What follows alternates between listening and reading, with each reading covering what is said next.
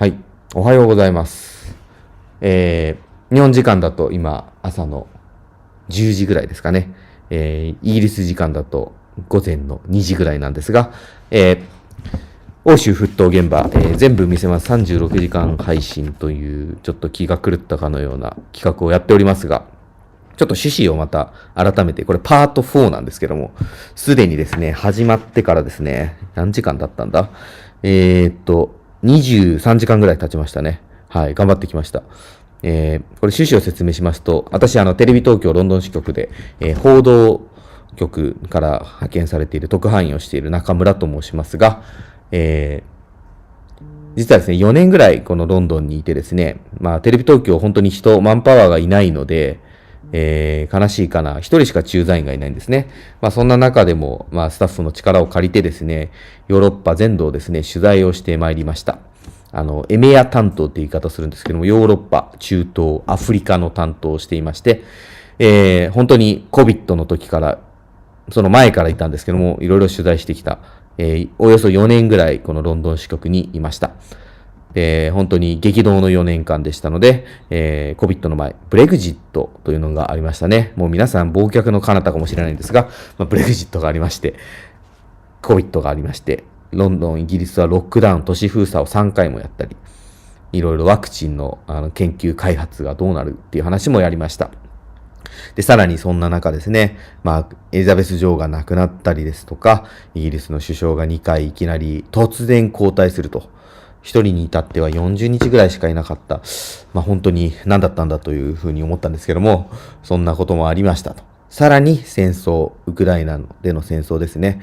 ロシアによるウクライナ侵攻が起きて、本当に様変わりした4年間だったので、それをですね、時系列でどんなことがあったのかを見せながら、皆さんにも関心を持っていただければ、思い出しながら見ていただければという気持ちで、ちょっと自分勝手ながらそんな企画を提案したらですね、テレビ東京は本当ちょっとおかしな会社なので、OK してくれたと。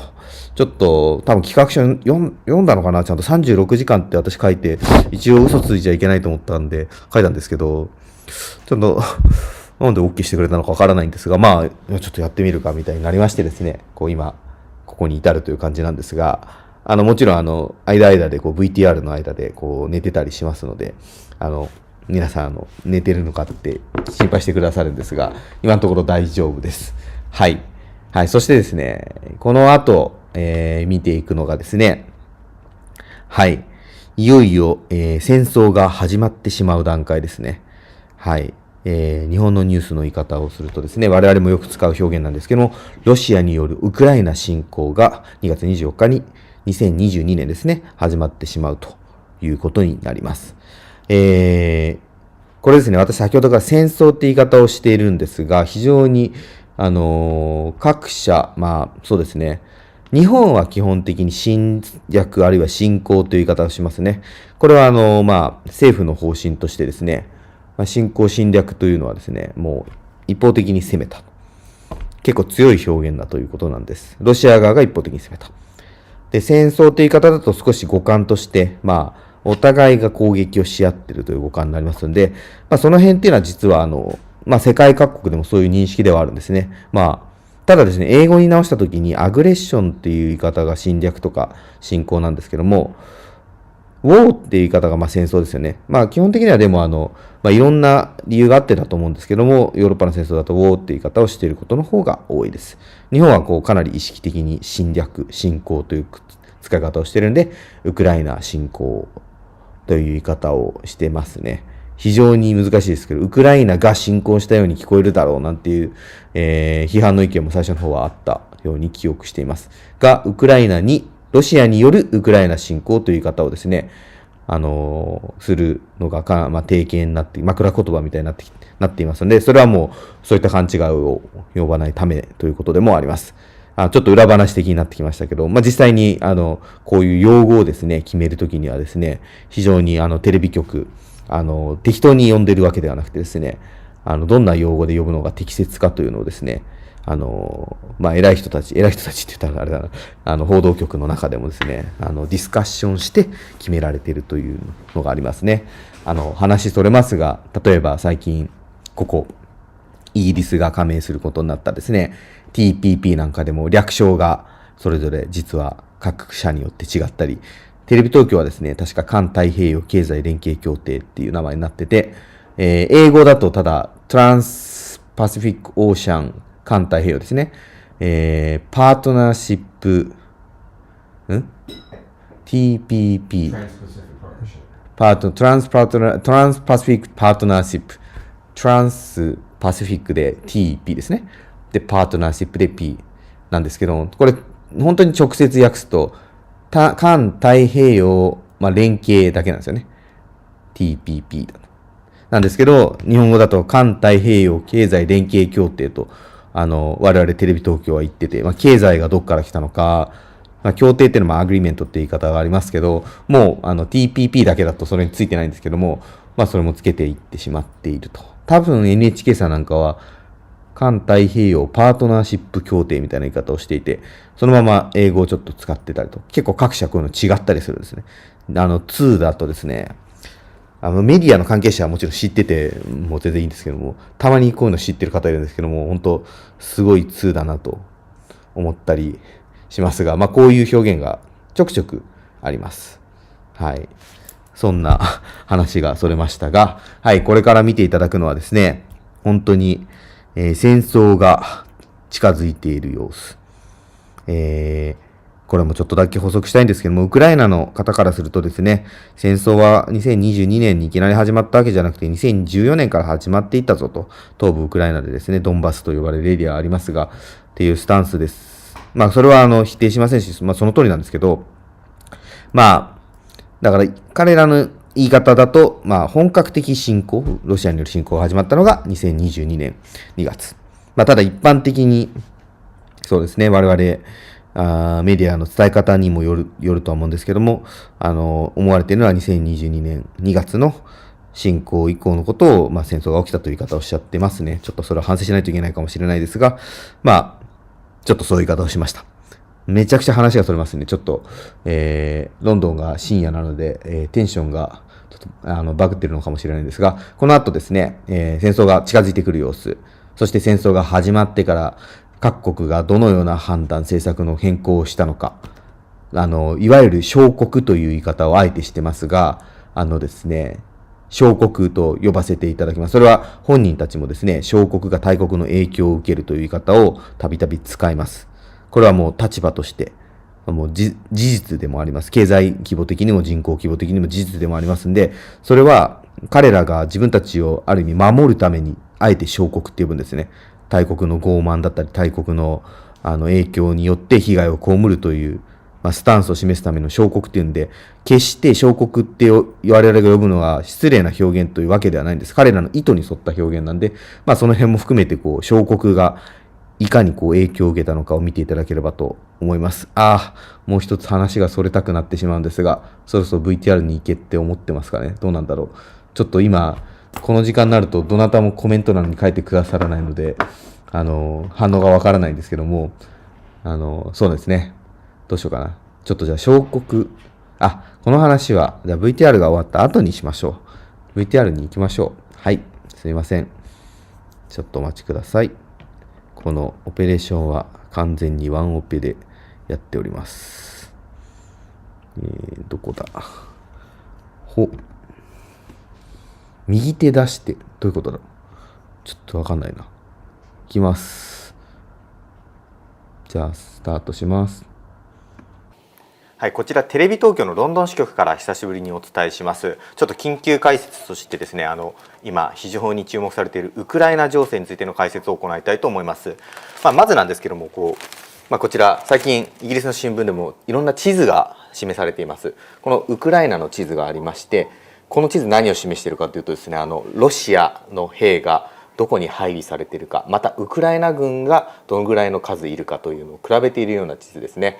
こちら側がロシアで、いろいろとこの国境付近に軍を配備しているのが分かります。でまたですね、こっちはですね、ロシアじゃないベラルーシ、ロシアの友好国ベラルーシの方からも、国境付近に兵力がいてですね、いつ軍事侵攻が起きた時にもベラルーシ側からウクライナに侵攻するという可能性もあるというような矢印で示されていますね。でまたですね、2014年にクリミア併合という大きな出来事ありましたけども、ここクリミア併合というのをロシアが行ったことによって国際的には認められてないんですけども、ロシアが実質的な支配をしていますので、ここにも軍隊がいると。でクリミア側からロシア側からベラルーシ側から軍事侵攻の可能性があるぞと書いてあります。でここウクライナの軍隊がどのぐらいの数いるかというのが書かれているという状況です。またですね、もう一つ地図見せたいんですけども、これそもそもなぜウクライナにロシアが侵攻しようとしているかというのに関わる地図なんですけども、これもう少し広い範囲で表されている地図です。ロシアがあって、ここウクライナ、上ベラルーシがありまして、この左側ちょっと水色になっているエリアというのがあります。これはですね、赤いところはロシアなんですけども、もちろん、水色のエリアというのが、NATO ですね、北大西洋条約機構というもともと冷戦時代に作られた軍事同盟みたいな形なんですけども、対旧ソ連に対しての、ソ連圏、共産主義圏に対しての軍事同盟だったんですけれども、これがですね今ここまで来ていて、実はこのウクライナは入っていなくて、ベラルーシもロシアの友好国だから入っていないと。ここがですね非常に重要な意味を持っています。もともとですねウクライナに侵攻しようというロシアが考えたきっかけですね、そもそものきっかけというのが、このウクライナが NATO に入りたいという動きを強めたことにありました。これなぜ NATO に入りたいかというとですね、以前ですね2014年の時にそもそもクリミア併合があった時期にですねEU に入ろうというのをウクライナの側が動きました。で EU に入ろうというのはロシアにとってはあまり許せることではなかったので、クリミア併合がそれをきっかけに起きたとも言われています。で今回ですね、EU の次、EU というのは軍事組織、将来的には EU 軍というのを作るという動きもあるんですけれども、軍事組織ではないので、軍事力として守ってもらうという、集団安全保障という面で NATO に入りたいというのがウクライナの直近の動きでした。これに対してですね、これ見てみるとですね、これロシア対 NATO というこのですね NATO に関して言うと、ここのウクライナとベラルーシがバッファー地帯になっているんですね。ここで線がある意味引かれるわけです。直接国境が線になるといつ侵攻が起きてもおかしくないということがあって、国境ではなく間に挟んだ国を線にしているという状況なんですね。でこれがなぜ重要かというとですね、今回ウクライナについてこういう動きをロシアが強めたということもありますけども、このちょっと下にですねジョージアという国があって、ここもオセチア紛争というのがあったんですけど、その時もロシアが攻め込んだという事態がありました。これも全く同じ理由でNATO に加盟したいという動きがジョージア側であったので、それはやっぱり国境を接する部分が NATO になるというのは、ロシアにとってはあまり都合が良くないというので、それを阻止するという動きになったわけです。はい、でこちらちょっと一回しまいます。手作り感満載で恐縮ですが、ちょっとですね今の話とともにまたこれ Google マップですね。今日は地図を対応しようと思います。Google マップを見てみます。これがロシア含むヨーロッパ、ちょっとアフリカとかも入ってますけども、ウクライナがありまして、ロシアがありまして、ここがクリミアなんですね。いわゆる併合した。ここの線を見るとですね、普通の国境はこういう普通の実線になってるんですが、このですねクリミアとウクライナの間の線は破線になってるんですね。はい、これは何かというと、他にもこういうエリアあるんですけれども、国と国同士がどちらの国のものなのかというのを揉めてるようなエリアというのはGoogle マップだと実はこういう破線になっています。でですね、このクリミアなんかは皆さん知ってる、これなんか世界史やった人だとセバストポリの要塞っていう、もうクリミア戦争160-70年前のクリミア戦争の時の最後の要塞になったセバストーポリがある場所ですね。そうですね、ロシアの有名なトルストイなんかもこの戦争に従事していたとされてますが、こういうようなエリアで、さらに言うとですね、ここウクライナとロシアの国境です。今ですねこのクリミアはロシアが実質的に併合したというのがあって、この東側のエリア、このアゾフ海から海に面している、その水辺に面しているエリアというのを、ロシアが親ロシア派の人が多いエリアとして、支援してですね、自治共和国のような形になっていてですね、ずっと紛争が続いている場所があります。でこのエリアはずっと危険地域とも言われていたんですけれども、この何が見えてくるかというと、ここから見るとですね、この東側とクリミアを合わせるとロシアとして思いっきり黒海に出れるっていう場所なんですね。なのでここが非常にロシア側からは重要とされていて、もともとのウクライナの NATO に入りたいという云々の動きとまた近い動きなんですけども、ちょっと別の動きとしてこの海側を取りに行くというような狙いがあったりもします。はい、で実際ですね、この東側のエリア、ドネツク自治共和国ですとかルガンスク共和国なんていう名前を名乗っていたりもして、ロシアがバックについているとされています。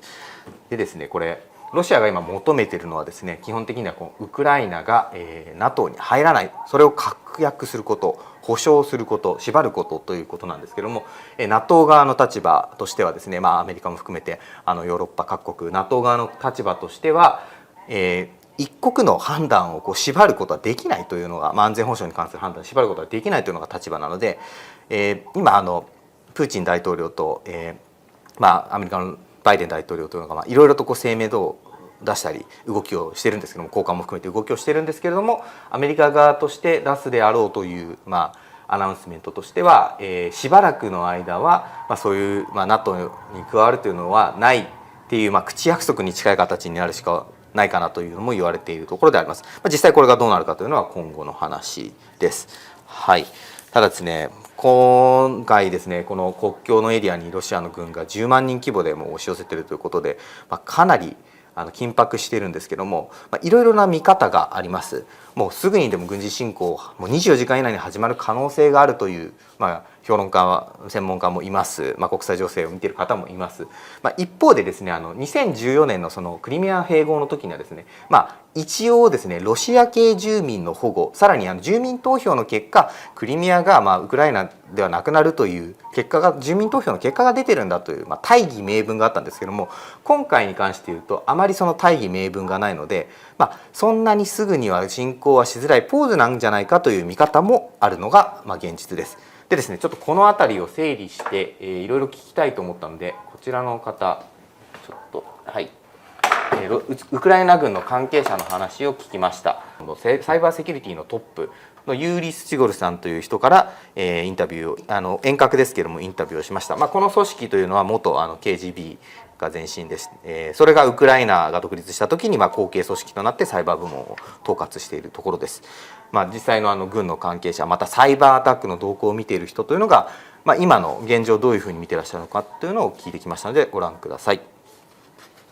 一番最初になんですけど、簡単に組織の説明、簡単でいいのでどんな組織なのかを日本の視聴者の方は知らないと思うので説明をいただいてもいいですか。Державна служба спеціального зв'язку та захисту інформації є організацією в країні, яка відповідає за урядовий зв'язок та за кіберзахист нашої держави. Тобто весь кіберзахист органів державної влади, національних систем, реєстрів та кіберзахист об'єктів критичної інфраструктури відповідальна сама наша структура. じゃあ次の質問なんですけど、先ほどまで首相官邸とミーティングをしてたと聞いたんですけど、これどういう内容で何をディスカッションしたのかっていうの。Питання робочого характеру, відношення до інтерв'ю має? そうですね、Слід щодо кіберзахисту і стану розслідування інциденту. 実際にどういう攻撃を今受けているのか、ちょっと最新の状況。Да, звичайно. Значить, о першій ночі 14 січня відбулася кібератака на органи державної влади та управління. Нашою командою встановлено, що постраждало 22 державних сайти, в 6 з них було знищено інформацію певного характеру. При цьому витік персональних даних та даних щодо з обмеженим доступом не стався. 170 органів було відключено від мережі інтернет за вказівкою НАС та Служби безпеки України. ロシアが関わっているというふうに見てる向きもあります。このあたりはどうなんでしょうか。Відповідно до отриманої атрибуції, яку аналізують наші фахівці, найближчим часом ми викладемо технічний звіт щодо цієї кібератаки. Атрибуція та почерк вказує на те, що це дійсно були хакери Російської Федерації хакерами. Тому от в Україні ситуація така, що близько 90% кібератак ми маємо з Російської Федерації, все інше це 10%. こういうサイバーアタックっていうのが実際の武力攻撃、アームドアタックのサイン、その側面だっていう指摘をするエキスパートもいるんですけど、ここはどう分析されますか？Дивіться, у нас кожного разу, коли відбувається якесь певне загострення на сході країни, тобто провокації з боку Російської Федерації та непідконтрольних територій українських, одразу ми бачимо, що це супроводжується саме кібератаками та посиленням і в кіберпросторі їхніх загроз. Тому я б не говорив, що це прямо передвісник військових дій, але це певний спосіб попливати на можливість прийняття рішення. Всі ми розуміємо, що 過去にそういう何かこう戦闘になった時にもアタックが増えたケースはあるっていうことなんですね。Так, дивіться, протягом минулого року наш кіберцентр запобіг 147 кібератакам на органи державної влади. Тому так, загострення завжди є, і коли потрібно на міжнародній арені дискредитувати Україну або намагатись попливати на якісь рішення, кібератаки супроводжують в цей час такі моменти. 今、大使館がみんな、各国の大使館が結構非難命令とか出してるけど、そんなに武力侵攻が来る危機は迫ってないっていう立場なんでしょうか。Дивіться, я вам для прикладу приведу, наприклад, посольство Європейського Союзу та майже всіх країн Європи взагалі жодних коментарів з цього боку не давали та сказали, що все спокійно, ніхто нікуди не залишає, країну не залишає. Будучи впевненим, що наша армія є досить підготовленою та в тому числі завдяки міжнародній допомозі та підтримці наших партнерів, то я впевнений, що все буде добре, і до збройного конфлікту все це не дійде. Я це говорю з точки зору керівника державної установи та військового в званні полковника і людини, яка є в тому числі аналізуючи кібератаку. そうなるとちょっと一個気になるんです。すごい最初の質問に戻るんですけど、じゃあなんで今日こう官邸との副首相との緊急会議開かれてたんだろうっていう、緊急事態だから緊急会議なんじゃないかと思うんですけど。Це ж не означає, що якщо ми впевнені, що ми переможемо і що ми праві, але не потрібно готуватись до провокації з боку тієї ж Російської Федерації. Що ми точно пророкуємо, що вона буде. Але країна повинна бути підготовлена завжди відбити будь-яку агресію. はい、こちらウクライナ軍国家特殊通信情報保護局のユーリー・シチゴリ局長なんですけれども、このように述べていました。衝突は避けられるだろうという見方です。これですね、実はですね、特別おかしな見方ではなかったりもします。私取材した身としてはちょっと意外だったんですけども、ですね、軍事評論家の中でもですね、こういう実際に兵力を集めているということ自体が抑止力になるという見方というのはあってですね、必ず悪いシナリオが起きるというのではなく、備えなかったらそうなってしまうから備えるという考え方って割と実は結構一般的な、安全保障の世界ではそういう考え方もありますので、可能性が低そうだからといって何もしなくていいというよりか、何もしないで、兵力を集めなかったり、軍備増強しなかったり、今回でいうとウクライナの支援を西側がしなかった場合にはそういう軍事侵攻の可能性が高まってしまうぞという見方は確かにあるので、それに近いことを話していたんだと思います。でですね、やり取りのインタビューの中で少し表現として出ていた表現がですね、ちょっと難しいんですけど、汝平和を欲さば戦への備えをせよというラテン語の稽句、ことわざみたいなものですねがあって、それを引用していました。これが実際にですね、抑止力についての考え方を示しているものでもあります。はい。ただですね、このようにですね、軍事侵攻の可能性というのはですね、彼が、局長が言っていたのと同じようなことをですね、実際ゼレンスキー大統領だったり国防大臣も述べています。ウクライナサイドとしてはですね、火消しというとあれですけれども、危険性が本当にすごく高まっているわけじゃないんだよというのをみんな世界に向けて今発信している状況ではあります。でも一方で兵力増強、西側諸国に助けてもらいたいというのはあります。これがまたNATO の国だった場合には無条件で支援を頼めるんですけども、 NATO にはウクライナは今入っていませんので、この辺りが微妙な立ち位置というのが実際に見て取れます。はい、でちょっとですね、また地図、これはこれウクライナ自体の話というよりか、プーチン大統領およびロシアが考えている野望とよく言われるものなんですけども、これヨーロピアンという新聞です。ちなみに先ほど西紹介したのはザ・タイムズとデイリーメールを紹介しました。こちらヨーロピアンという新聞はですね、これ何かというとですね、1989年のソ連崩壊前のソ連の地図なんですけれども、かなり広大な範囲に及んでいます。例えばですね、この辺とかはカザフスタン、今黄色いところはカザフスタンでもうかなり大きい面積ですし、今まさに揉めているですね、このウクライナはここですね、この緑色のところがウクライナで、紫のところがベラルーシです。でさらにですね、これをちょっと見てみると、実際ウクライナとベラルーシは先ほど前半でバッファー地帯、干渉地帯という説明をしたんですけども、例えばバルト三国もですね、旧ソ連だったんですよね。でバルト三国、ここに海側のバルト海の飛び地のところにカリーニングラードというロシアの実質的には軍の基地みたいになっているような町があるんですけれども、そこもあるので、その飛び地にいる人たちを保護するという名目で侵攻するという可能性もあるので、実はバルト三国なんかにも警戒しています。あとはですね、フィンランド、この時代にですね、ここですね、国境がすごく長く接していたので、今も実際ロシアと接していますけども、フィンランドなんかも非常に警戒していると言われてはいます。これを見るとですね、今回のウクライナの話というのが、もしウクライナがここでロシアのものになる、あるいは NATO のものにNATO に加盟して NATO 側になるってなった場合に、今まで干渉地帯として果たしてた国、役割を果たしてた国がなくなるということで、どんな影響が出るかというのはかなり注目されている面ではあります。はい。今回は地図でいろいろと見ていきました。ちょっと一つお詫びしたいことがあるんですけれども、我々テレビ東京もですね、ウクライナに取材に行こうとしていたところだったんですが、各大使館のですね、ウクライナからの避難命令というのが出て、行く直前本当に当日にちょっと諦めるようなことになってしまいました。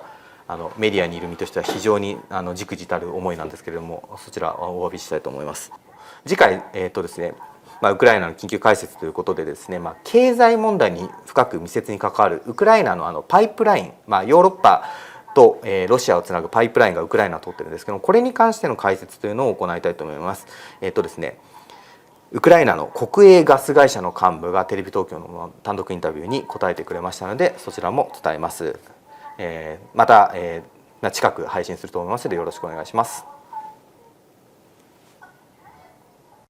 こちらテレビ東京ロンドン支局です。前回に続いてですね、ウクライナ情勢についての緊急解説というのを行いたいと思います。ウクライナ問題についてですね、前回の動画では、軍幹部が軍事衝突を避けられるという見方を示してということなどを紹介しました。今回はですね、安全保障とか軍備に関することというよりか、もう少し経済寄りのことに注目していきたいと思います。こちらですね、先ほどの軍の関係者のコメントとは打って変わってですね、かなり警戒感が強まっています。何かというとですね、こちらご覧ください。はい、パイプライン、ガスのパイプラインですね。このロシアからこのピンク色の線、ウクライナを取ってかなり太いパイプラインがありまして、ここをヨーロッパに向けてガスが通っていますと。でですね、揉めているところが何かというとですね、このノルドストリーム2というロシアから直接ドイツに、バルト海を通ってドイツに行くというこのパイプラインなんですけども、これについて非常に揉めています。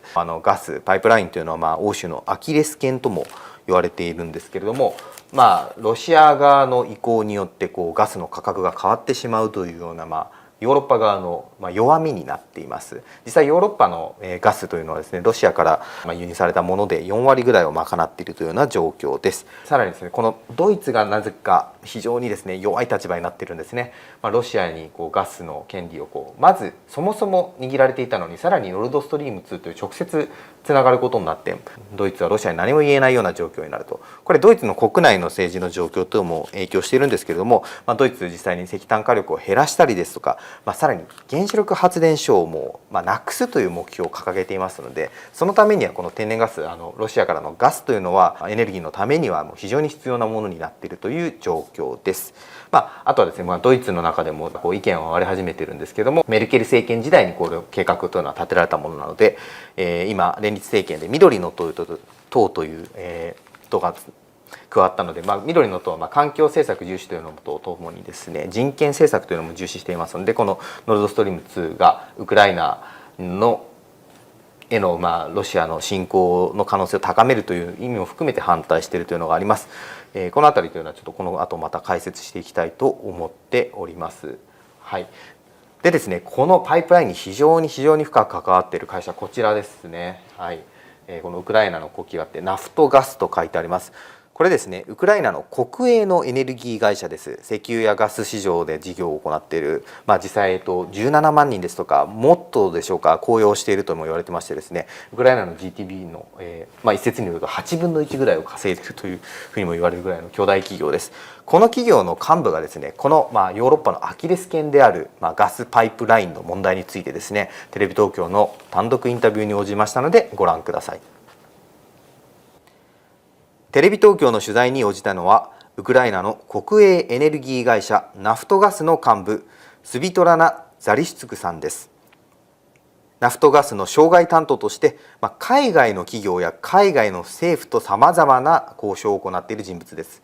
CEO の右腕とも言っていいような人物で、元ジャーナリスト、元政治家でもあるという、かなりのキーパーソンとなっている人です。それでは早速お話を伺っていきたいんですけれども、まずこういった状況の中でウクライナの国内というのはどういう状況でしょうか。I think that people are worried because obviously we have more than 100,000 military, Russian military standing around our borders. And Putin didn't explain, Russian president didn't explain why exactly he is bringing this equipment and so many people around our country. And he demands NATO to go back to its borders where they were in 1997. It's obvious that these conditions will never be accepted by international community, by NATO, by the European Union, as well as it will not be accepted by Ukraine in terms of how Russia wants to define our strategic course or our decisions of which unions Ukraine or which alliance Ukraine will or will not enter. So in this term, situation remains very unclear and unstable. We hear that also international intelligence have some news or some data that Kremlin has prepared the scenario, military scenario, when even Kiev can be invaded and some pro-Russian puppet can be installed by Russian military. So of course, having those news, people are not calm, and situation remains very worrisome. I think that we should not underestimate the risk of military invasion right now. I think it's extremely high. And I've heard that some media, I don't know to what extent this is confirmed, but some media report that they even have already the date, which is like 21st of February or something like that. Why is that? Because the Olympic Games will be over. And my point is that even if we will be able to de-escalate the situation at the moment, but then Nord Stream 2 is certified, it's operational, it will be switched on, Putin will have even more possibilities to go deeper into Ukraine, because then gas will not stop him. At the moment, it's in a way, he does care what's going on with the transmission system, Ukrainian gas transportation system. He doesn't want it to be, bombed or disrupted. He wants it to be intact. He needs it. But then when Nord Stream 2 starts its working, Putin will not need it. And it means that he has more possibilities to create a real military mass on Ukrainian territory. We know that gas was in a way always like a hybrid weapon in Kremlin's hands. We observed it in 2006, in 2008, in 2014. And these years, we witnessed when Russia was stopping the gas in order to exert more pressure, geopolitical pressure on Ukraine. What is the current status of the gas supply between Russia and Ukraine? So have you noticed any changes or any difference from usual? Yes. So Ukraine since 2015 does not buy gas from Russia directly. Why is that? Because you know very well that for many years we have been buying this gas directly from Russia. It's our neighbor. It's the shortest way to buy it. It was the cheapest way to buy it. For geopolitical, by the way, reason, gas was always kind of a drug in a way that Putin kept the Ukrainian leadership being under this, having these drugs for geopolitical favors. To keep Ukraine under its sphere of influence. But in 2015, after the Revolution of Dignity, after Ukraine proclaimed its strategic course to be integrated in EU and NATO, Ukraine is not buying gas anymore, Russian gas anymore, because the price of that gas that Gazprom was trying to sell to Ukraine in 2014 was higher than the gas we are buying now from Europe. Now, the problem is that Russia, since last year, started to decrease the level of supplies they are transiting through Ukrainian territory. So they sell less gas on the European energy market. So they transit less through Ukraine, and the energy crisis that Europe has experienced this autumn and this winter is obviously artificially created. Of course, there were other factors that impacted the high prices on energy market, like bigger demand in Asia, like recovering of economy after COVID pandemic. But we also know that Russians, despite the fact that they produced even more gas this year, they refused to supply more gas to the European consumers while the demand was very high. The interesting detail in it that Russia has contract with Ukraine, a transit contract, when for 40 billion cubic meters. The contract is signed on the principle of ship or pay. What does it mean? It means that even if Russia does not transit this amount of gas, they still have to pay this money. And they choose to do so. So they are paying more money, they are losing economically, just to make sure that Europe does not have enough gas this heating season. Why? This is a form of blackmail. In that way, they are trying to persuade Europeans that, look, we're going to starve you on the energy front if you do not switch on the Nord Stream 2 pipeline. This Ukrainian pipeline works as a security deterrence for Russians. Why? They do care, they do want to have transit through Ukraine because they need this gas money. This is what their economy is based on. In terms of German attitude against Russia, so the Germany is very weak, in a very weak position against Russia because of this Nord Stream 2. So what's your view about the responsibility of Germany? So as a leader of EU, EU as one of the Western leaders has the whole responsibility to make sure that they impose these red lines for an aggressor, for an authoritarian leader, and to make sure that Putin understands that crossing these red lines, he will have to pay a very high price in order not to transit gas through Ukraine. And that was a pure geopolitical, non-commercial, non-economic approach that Russia decided to build the Nord Stream 2. Now, it is finished in terms of building operations, so it has been finished, but it's not certified. And Germany at the moment is going through certification procedure of Nord Stream 2. Ukraine insists that Nord Stream 2, first of all, does not meet European regulations. Kremlin will be able to use it as a leverage of pressure and use it as once again a geopolitical tool if let's say at some point Putin doesn't like something in the behavior or in the decision making of the European Union.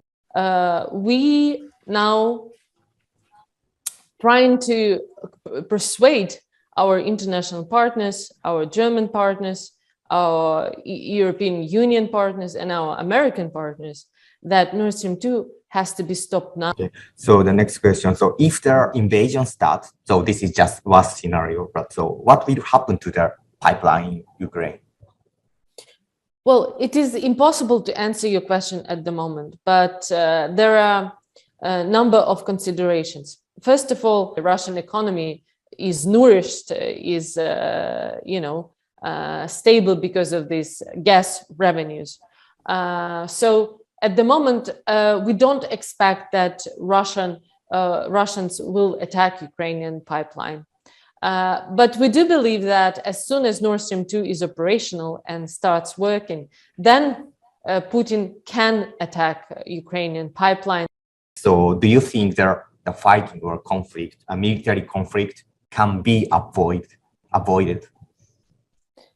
Yes, I believe that the military scenario can be avoided at the moment. And for that to happen, EU and Americans have to show Putin that the price for this invasion will be so high that his cost calculation will prevent him to go further. And I think these painful sanctions, if invasion is to happen, is something that Russian oligarchs, Russian elite, Putin himself has to consider very seriously to make those steps. Very high price for the invasion that EU and US and the rest of the democratic world will introduce to Putin has to prevent him to go further to Ukrainian territory. はい。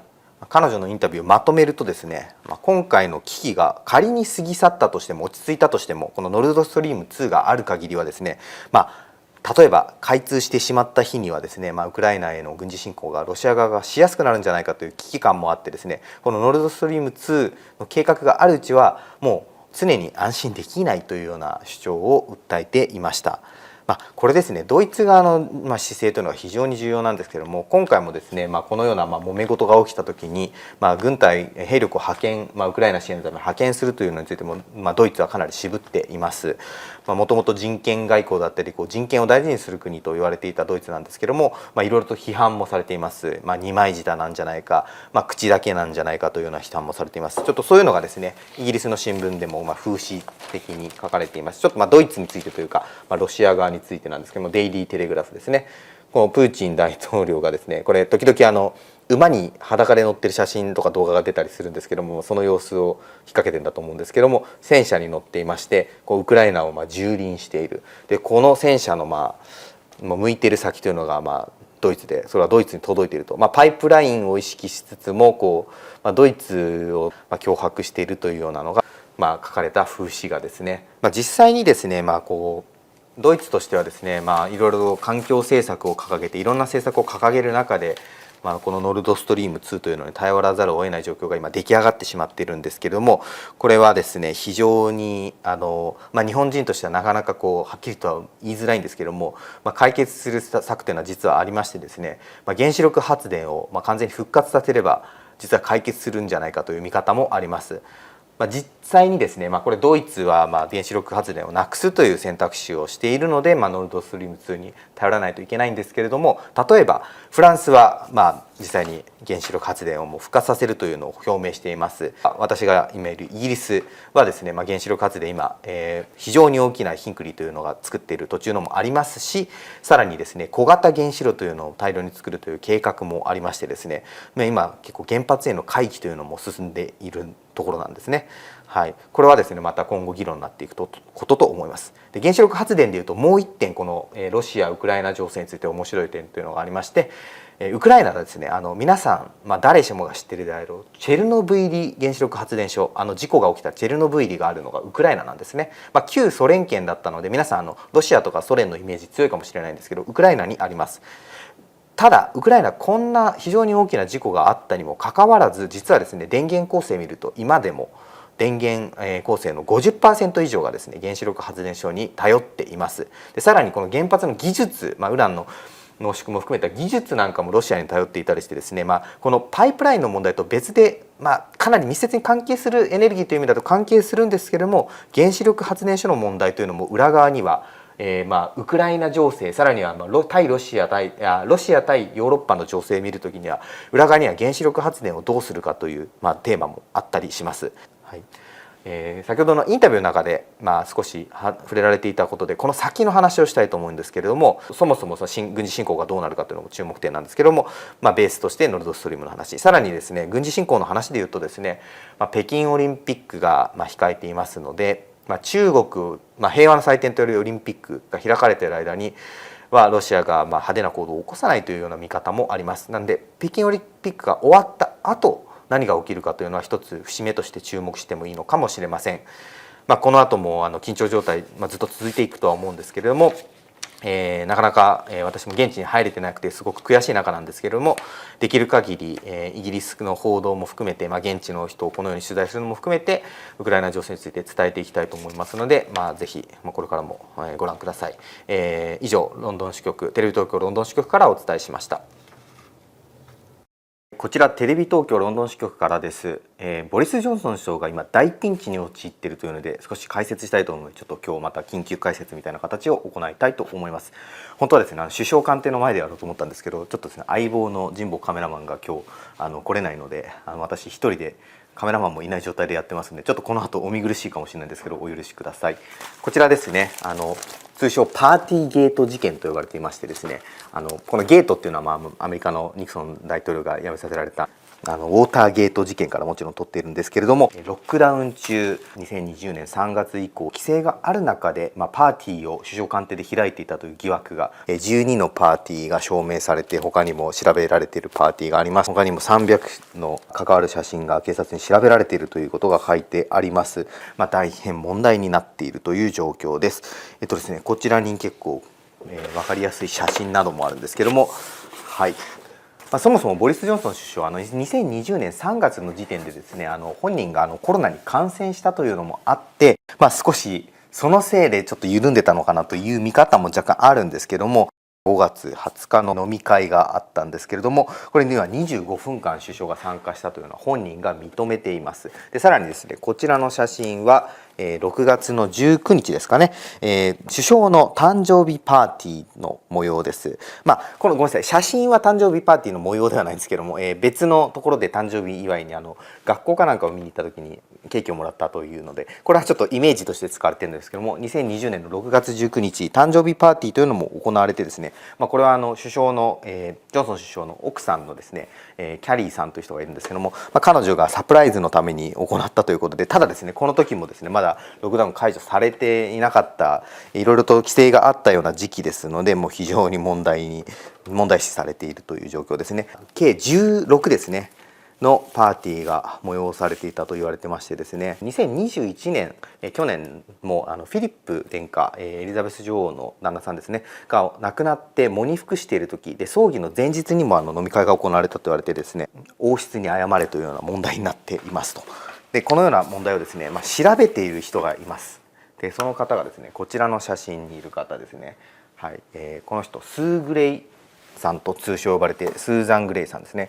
スー・グレイさんというのはそもそも何者かと言いますとですね、公務員なんですね。もともとですね官邸のパーティーの疑惑というのを公務員のトップであるですね内閣の官房長になるんですかね、サイモン・ケースさんという方が調べるはずだったんですけども、その彼も自分のオフィスでパーティーをしていたというのが判明して、彼女、スー・グレイさんにお鉢が回ってきたと、非常にですね優秀といいますか、真面目な方だと言われていてですね、こういう調査をするのにはうってつけなんじゃないかと。でまたですねこれは半分冗談も含めてなんですけども、キャリアのほとんどを公務員として過ごしてるんですけども、一時期公務員じゃなかった時にですね北アイルランドでですねパブを運営していたということで、飲み会にも精通してんじゃないかと、パブの女将だったから調べるにはうってつけなんじゃないかというようなギャグも、ちょっと巷では言われていますと。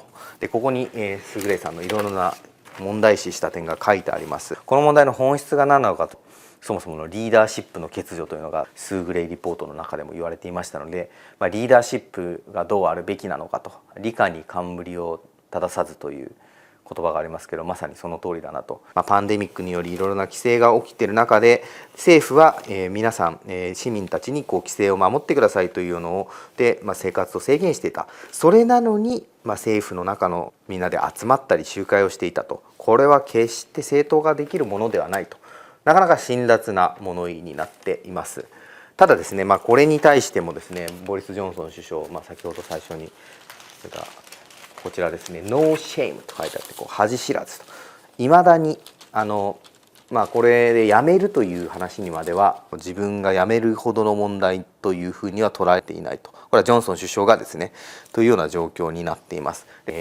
あるですね、議員がですね、イアン・ブラックフォードさんという人なんですけどが、ジョンソン首相を激しく追及する中でちょっといくつかイギリスの国会には禁止用語というのがあるんですけども、その禁止用語を喋ってしまったがゆえに、ちょっと国会の議場から退出させられるなんていうこともありました。その禁止用語っていうのは正直ちょっと大したこともないかなと思うんですけど、ミスリードって誤解を与えるような方向に話を持っていこうとしたというのを言ってしまったからなんですけども、いくつかこういう禁止用語っていうのがあってですね、もちろんバカですとか、もう罵るような酔っ払いですとか嘘つきですとかっていうのは禁止用語になってるんですけども、このミスリードというのも禁止用語になっていてですね、退場させられるという、事態もありました。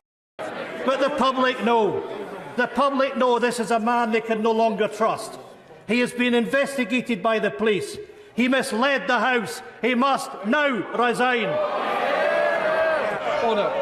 You'll have to withdraw that last comment. Mr. Speaker, I gave the evidence of the 8th of December. Order. You're going to have to withdraw misled. Mr. Speaker, the Prime Minister has misled the House. Unless you withdraw, I'll have to stop, and that's not good. Just withdraw the words. I am standing up for my constituents that know that this Prime Minister has lied and misled the House. Power given to me by Standing Order number 43.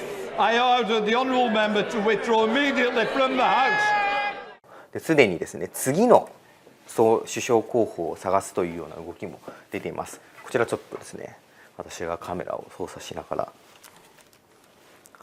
こちらですね、ブックメーカーですね。イギリスは何でも賭け事の対象にするんですけども、ブックメーカーが次の首相候補は誰だ、人気がもうすでに分かるんですけども、まずは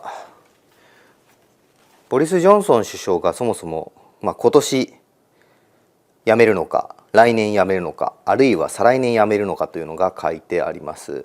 今年辞めるが今のところ一番人気ですね。 1.57 倍で、実際ボリス・ジョンソン首相は2019年の選挙で大勝して今保守党政権、安泰という、議席を多数持っている状況なんですけれども、イギリスの選挙というのは5年に一度、基本的には5年に一度の任期なので、2024年までは本人がよっぽどのことがなかったら続けてもいいわけなんですけれども、今年辞めるのが一番人気になっているというのはそれだけ今回の問題が重たいということですね。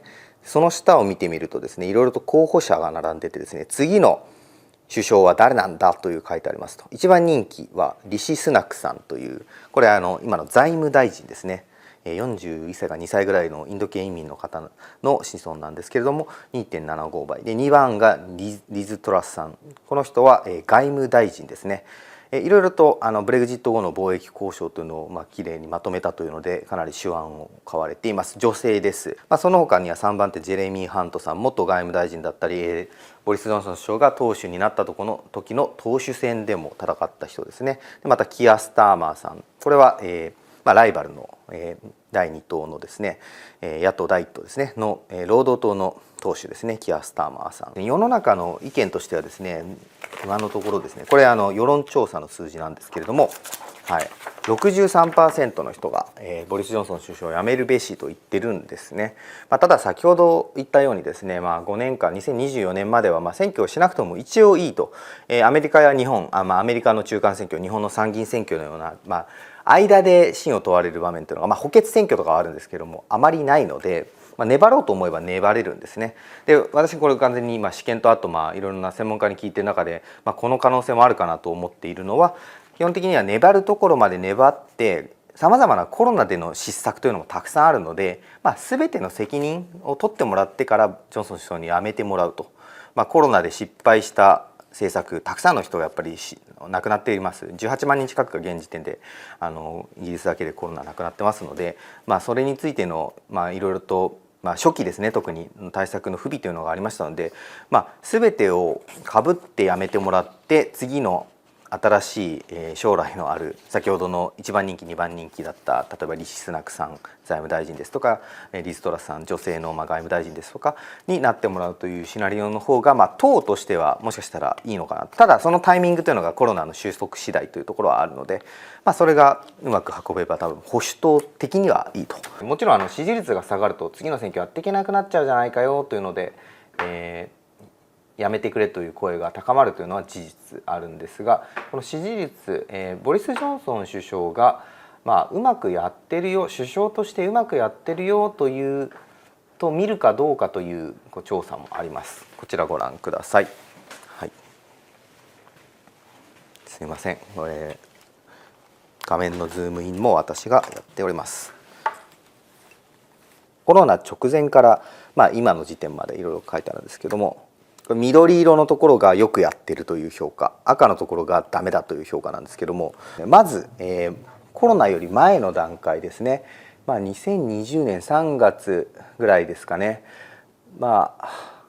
結構拮抗してますね。よくやってる、首相としてよくやってる、よくやってないというのが。でですね、コロナが起きた後、この3月末から次の4月に向けてがぐんと上がってるんですけど、この時にですね、ボリス・ジョンソン首相がですねコロナにかかりましたと、で回復しましたと、それでいろいろと連帯を呼びかけたので、ロックダウン中だったんですけども、非常にしょうがないと、みんな協力するぞと。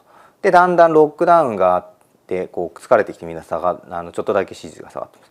このぐらいの時期にですね、先ほどの5月の、ジョンソン首相が入っていったという認めている、ものがこの5月ですね行われていると。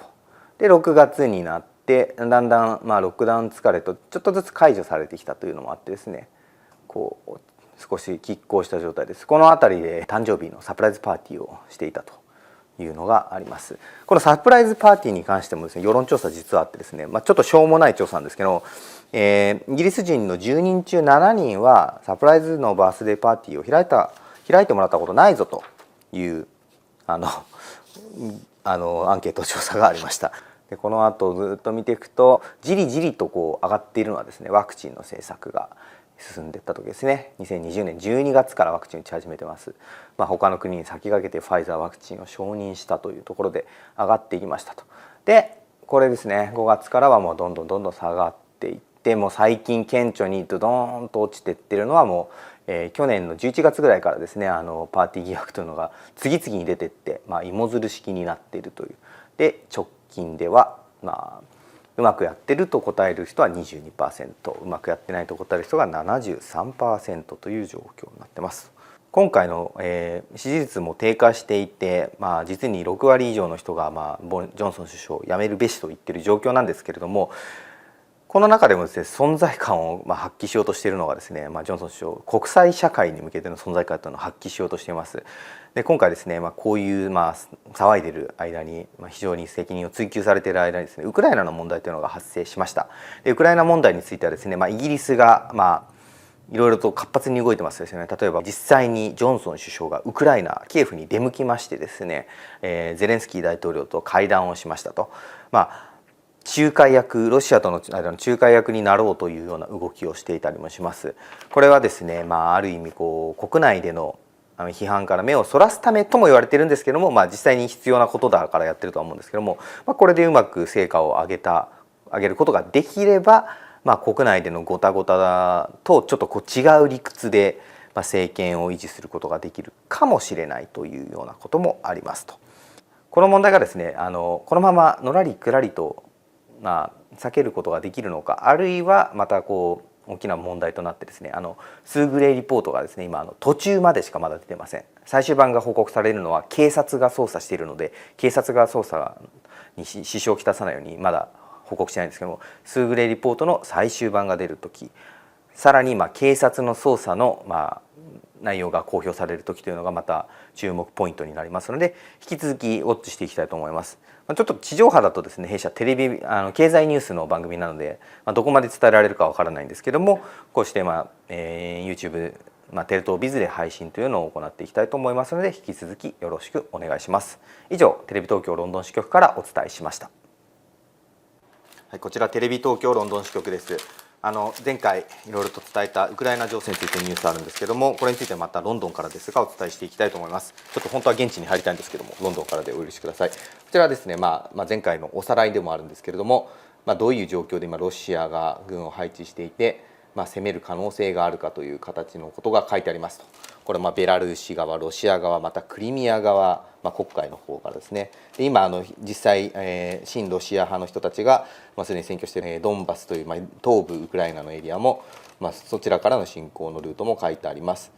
でその場合にはどういうふうに侵攻してくるか、このキエフ、首都のキエフなんかはですね、ベラルーシにいる軍隊とロシア側から両方ですぐ陥落してしまうんじゃないかとも言われています。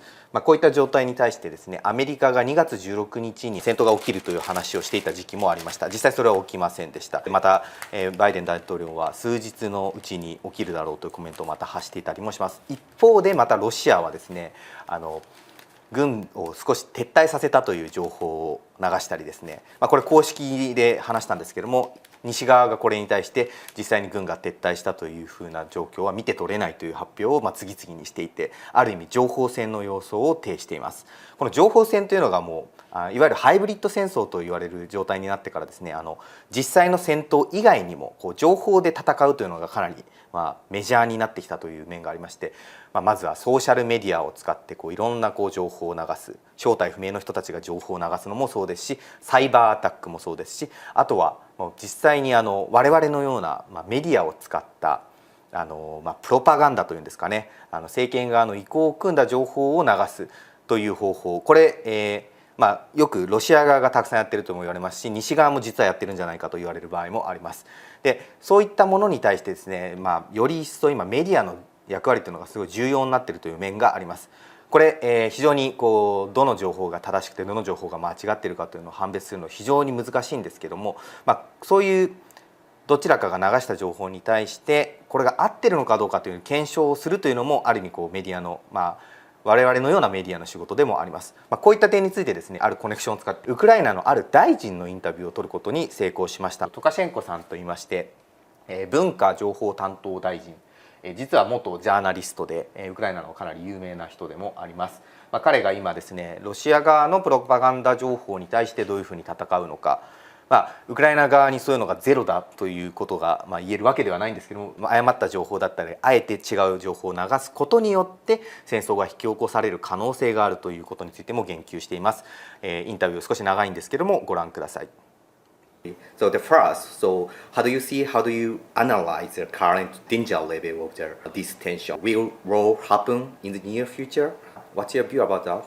That war is continues with Russia for last 8 years. The war in Donbass, we still have occupied Crimea. What we now have, it's a new phase of the war, which classified with much more bigger numbers of fakes and manipulation which are coming from Russian side. So all their statements about that Ukraine should join NATO, should give up back to our Western allies weapons that were supplied to Ukraine, and so on, are no else than a new threat, which is against the choice of Ukrainian people to live in independent democratic state, which want to join one day both in the European Union and NATO. And in past 2 days, it became more difficult because the number of fire from occupied territories increased significantly. It was a kindergarten, and we immediately asked Western journalists based in Kyiv to come to see in their own eyes what happened and who is guilty. Today, so-called leaders of occupied territories announced even evacuation from their territories which to Russia, which mean nothing than preparations to aggression. Information war and by disinformation and or fake news can trigger the physical actual war. So how do you see it? Yeah. Hybrid war kills mentally. So if there is no big physical casualties, there is a huge number of fakes coming from Russian side. Our Center for Fighting Disinformation and Strategic Communication discovered more than 60 fakes starting from the beginning of February, which were verified as fakes of Russian propaganda. We're developing also media literacy program, a big one. Today and yesterday, it was organized in all schools of Ukraine, the lessons of media literacy for all ages of younger population. So we believe it's a good defense when people themselves, starting from young years, can understand what are fakes, what are manipulation, and keep their heads cold. Of course, hot headlines from Western press provoke sometimes rise of a sort of panic in Ukraine, but recent opinion poll shows that there is no real panic in the country. People are goes at work, rest, goes to museums, and we are living in a little bit different context than Western allies countries. For example, somebody was wounded or even killed. It's not usually mentioned by the Western press, but for us, it's hard.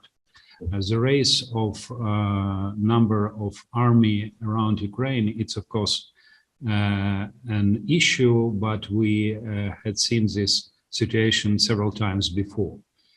Now it looks like it can be more hotter. They withdrew some troops from the front line. But the Western side said it Withdrawal cannot be confirmed, cannot be seen. So what's going on at the front line? Our president was on Ukrainian-controlled territories on Donbass, and also reacted that we do not see any decrease of Russian militaries around Ukraine. My understanding is that Russian people who are in power in Russia, in Kremlin, are using so-called robbers tactics. When somebody come to you on the street and trying to grab you, their first intention is to see that you are weaker, that you are afraid, and so only after this they can continue. So I'd like you to give us some recent and specific example of that. We don't need to go far in the past. Yesterday, when it was bombed kindergarten in Stanitsa Luganska on Ukrainian controlled territory, Russian media informed that Ukrainians bombed kindergarten on occupied territories. But when a group of Western journalists were brought to this place, it was obvious under the cameras to see where this bombing happened. Recently, it was information that Ukrainians started preparations for some attack on Donbass, but instead we have increasing number of casualties happened in peaceful areas of Ukraine. Ukrainians do not use weapon first. It's a command. It's an order for Ukrainian military. I personally was last week in Avdiivka. It's very close front line to occupied territories, with also a group of Western journalists. And we can have seen by our own eyes who started shots, who started to fight. We heard this shots coming from territory of occupied territories. According to the Russian opinion, so the main cause of this tension is due to the NATO. So is there any possibility that Ukraine will give up on joining the NATO? A recent opinion poll shows that due to this tension, the number of Ukrainians who want country to join NATO increased. It is now more than 60%. It was 10% less 1 month ago. So it's a choice of people. And if Ukrainian authorities will do something wrong, Ukrainians have shown several times that they have their own voice and right to change governments, presidents, and so on. So it's not about NATO. It's about democracy and peace in Europe. How do you see the fourth flag strategy? They announced so-called evacuation, people of occupied territories. There is no real fact of any attacks coming from Ukraine. So they even don't need false flag attack. They can use any argument to start aggression. So it's mainly about unity, about our unity with the West. We need, first of all, to react openly in communication, what really happens. And that's why in recent 2 weeks, we organized intensive briefings, intensive information coming from Ukrainian officials, which comes immediately for any sort of disinformation which are coming from Russian side. As a journalist, so yeah, do you think how do you think the importance of journalism, so under this circumstance? When I was a journalist, it was for us a little bit easier because we see something in the mirror and then we reflect to audience what we have seen in this mirror. But now it looks that we are living in the mirror.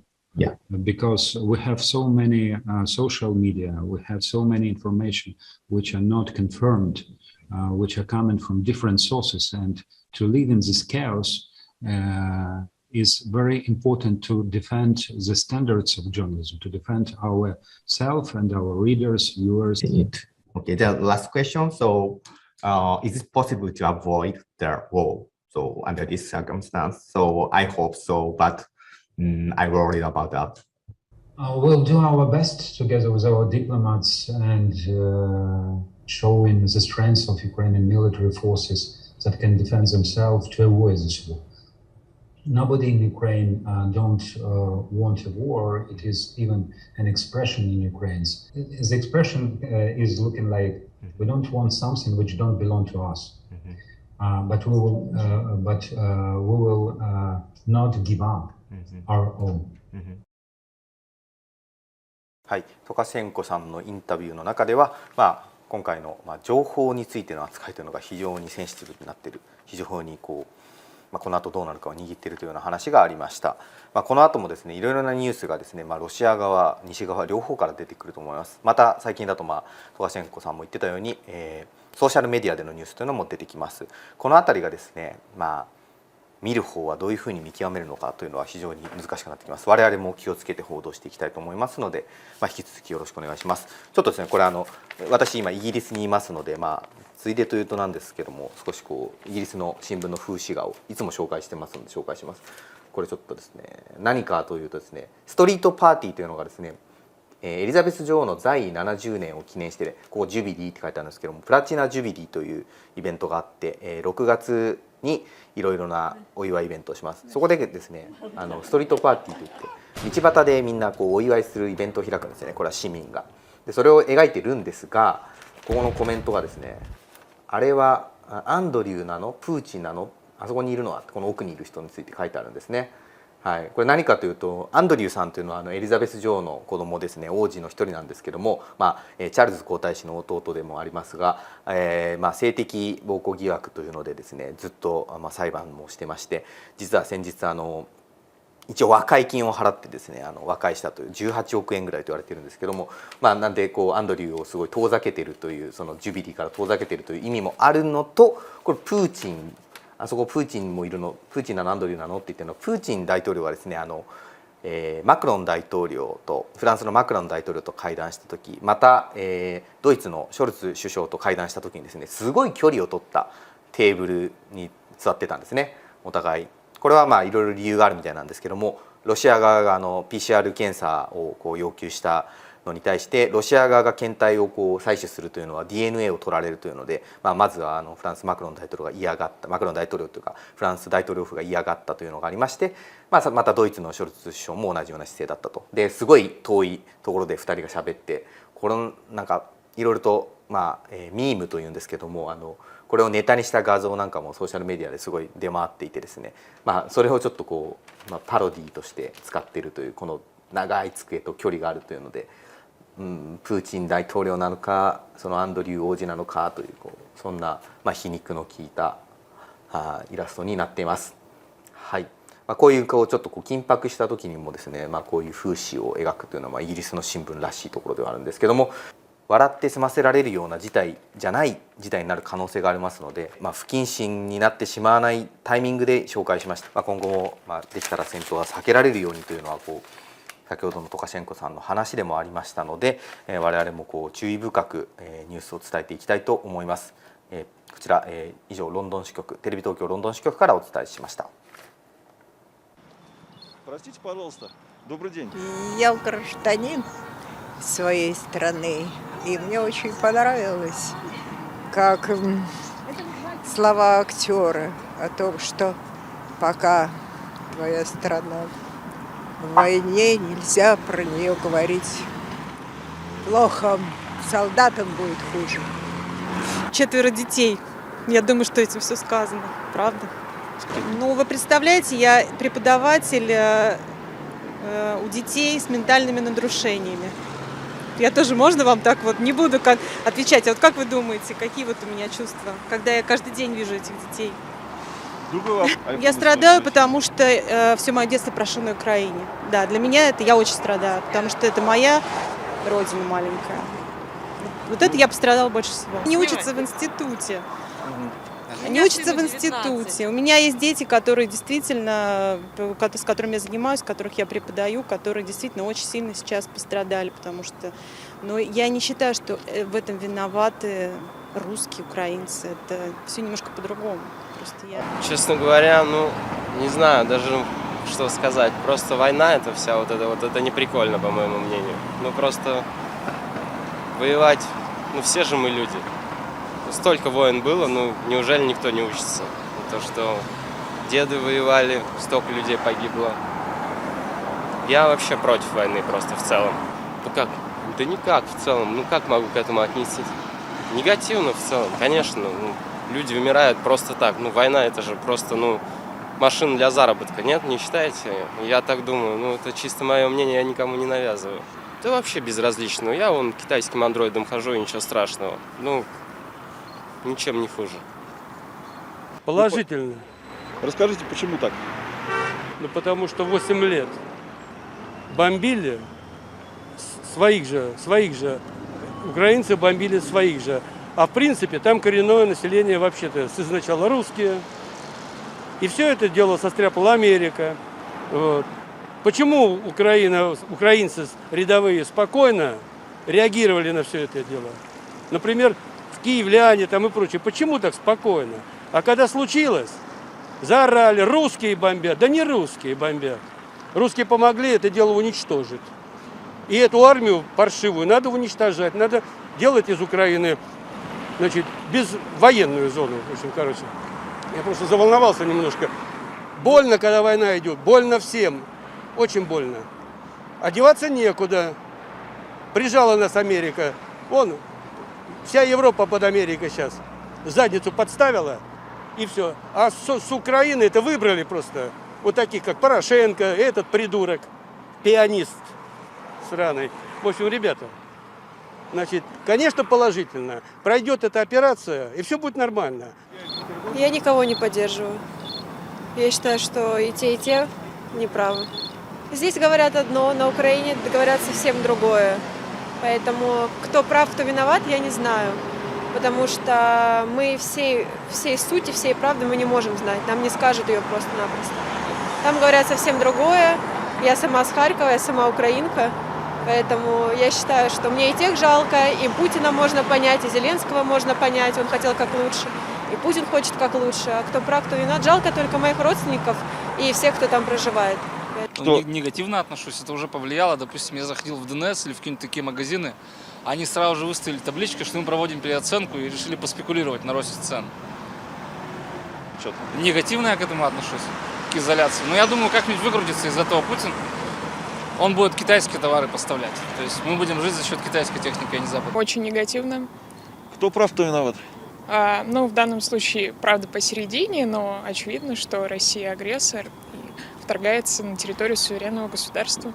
Ну, железный занавес опускается, к сожалению, и ничего с этим поделать нельзя. Это реакция международного сообщества на, в принципе, те действия России, которых можно было избежать.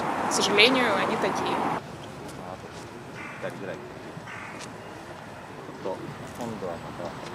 Простых людей беспокоит мир.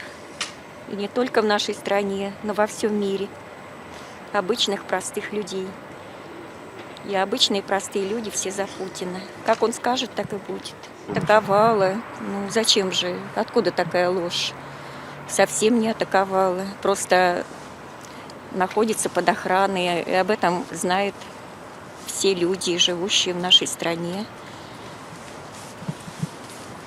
У нас западные СМИ совершенно не... Мы любим свою страну и гордимся ею. Если надо будет встать, все встанут и пойдут на ее защиту.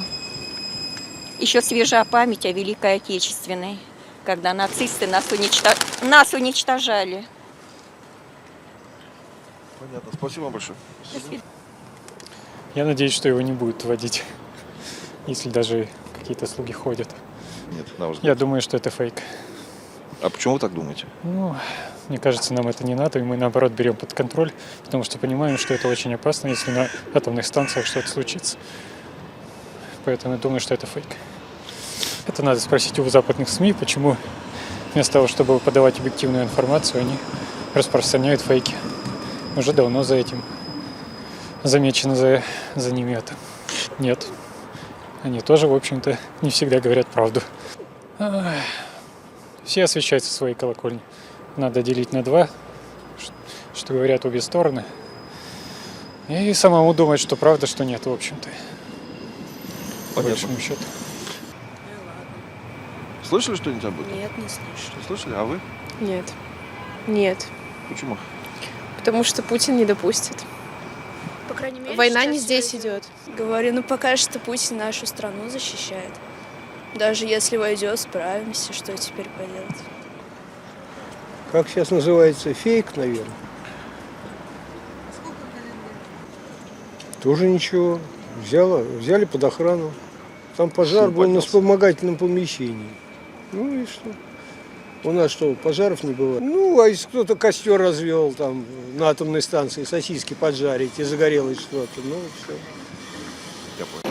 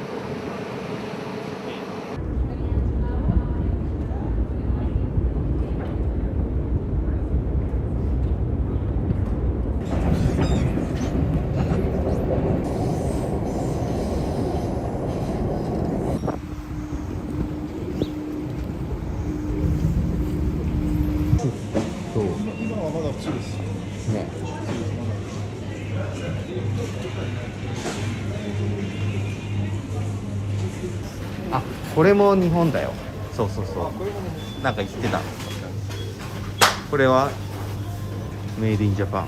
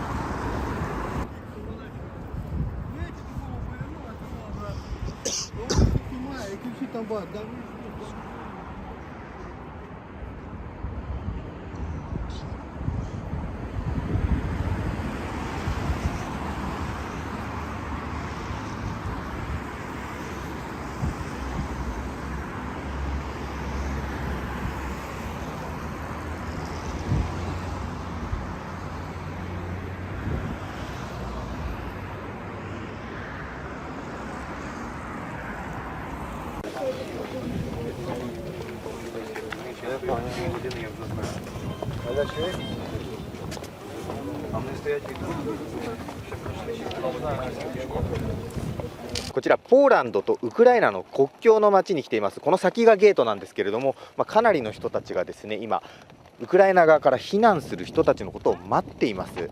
またですね、歩いてきている人たちというのが、ウクライナから逃げてきた人たちです。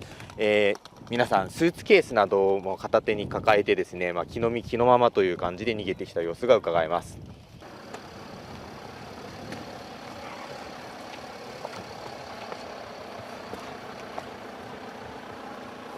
ご覧ください。もうここ人がたくさんいます。向こう側から、ウクライナから歩いてきて越えてきた人たちが今ここに溜まっているような状況です。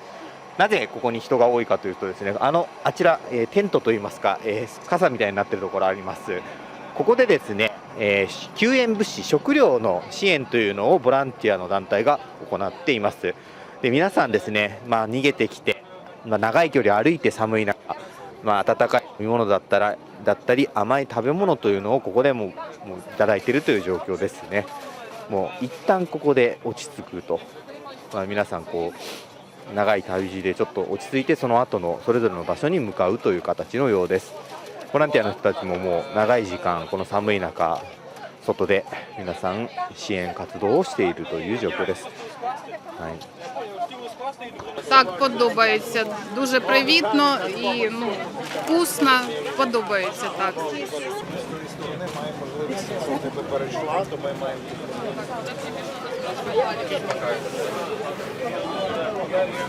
We are doing everything that we can because people are coming and they don't know what to do, where to go, and we are standing. We can transfer them, like people are coming from Poland to help them, and they're giving food and everything like they need. He is in Lviv. Yes, we have a connection, but the situation is terrible, so we are just very nervous.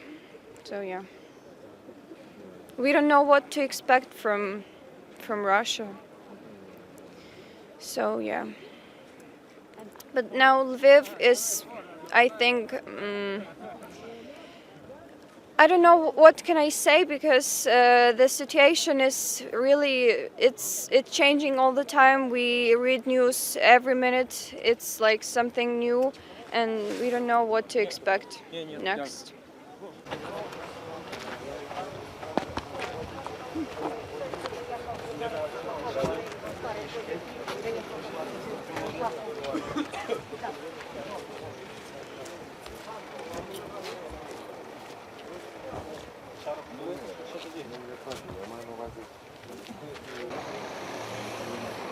こちら今通過していく車、少しずつウクライナからポーランド側に車で来る方増えてますが、見るとですね、女性や子供の姿が多いです。はい、自分の家族じゃない子供たちを乗っけて避難させようというような動きもあるみたいで、車がやってくると時折、ここで待っている人たちが声をかけるという光景が見受けられます。Только не матерись, не матерись. Добре. Це моя держава. А що б ви зробили, якщо б в вашій країні було б таке? Сиділи в Польщі або в іншій країні? Допоможіть Україні, не бросайте її в цей скрутний час. Нам потрібна допомога ваша. Там гибнуть діти. Дякуємо.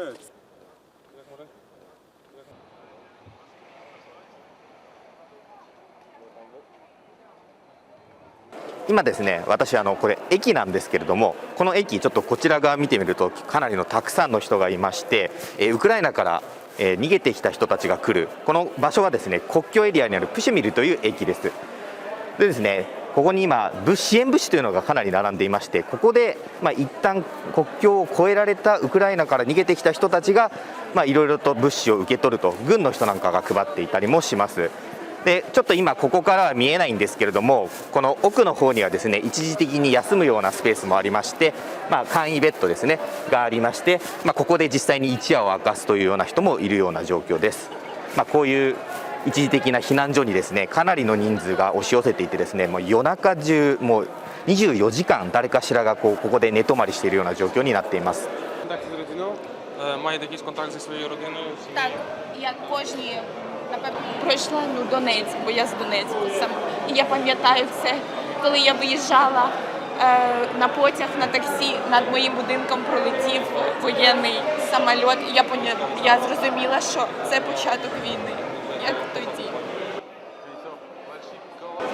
Я думала, що такого не буде. Ніхто не думав. Не одна людина, яка залишилась зараз в Києві і ховається в підвалі, не думала про це.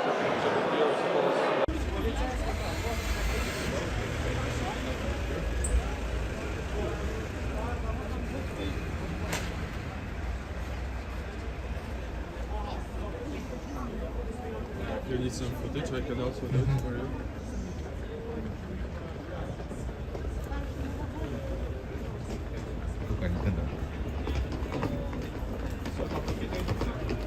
簡易宿泊の場所にはですね、子どもたちの姿がすごく目立ちます。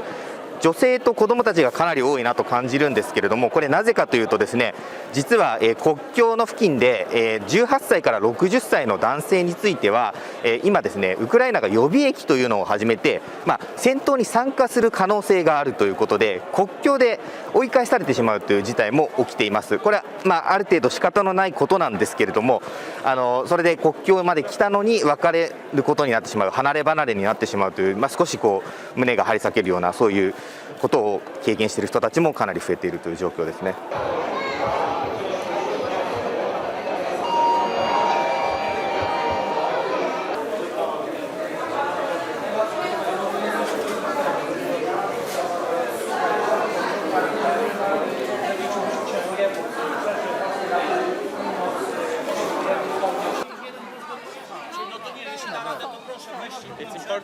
Przychodzą do nas ludzie, którzy chcą pomóc, załatwiają nocleg, transport, wpisujemy ich numery, jeśli ktoś do nas przyjdzie, potrzebuje na przykład nocleg w Rzeszowie czy coś, my to po prostu dzwonimy do tych ludzi i staramy się to tak ogarnąć, żeby ci ludzie tam trafili.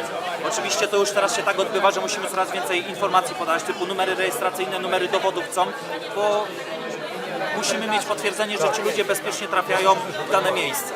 Także głównie przychodzą ludzie, którzy chcą pomóc.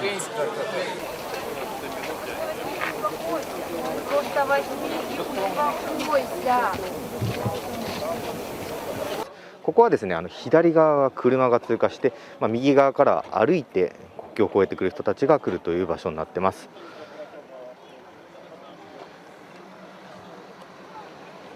はい、今もまさに1台の車が来ました。先ほどから断続的に車が通過しています。待っている人たちたくさんいるんですが、彼らが待って目線を向ける先には今まさに歩いてきている家族もいますね。はい。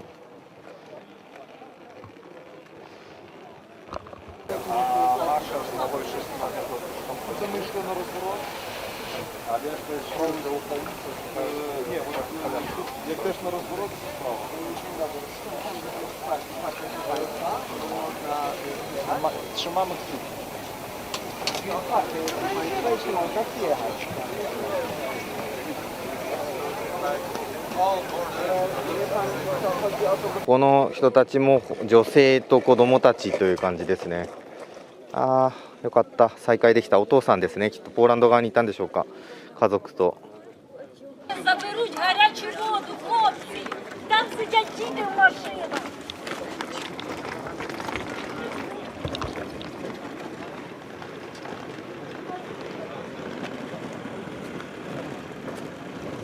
もう安心して家族あるいは友達と会った瞬間に涙を流すというような方もたくさんいます。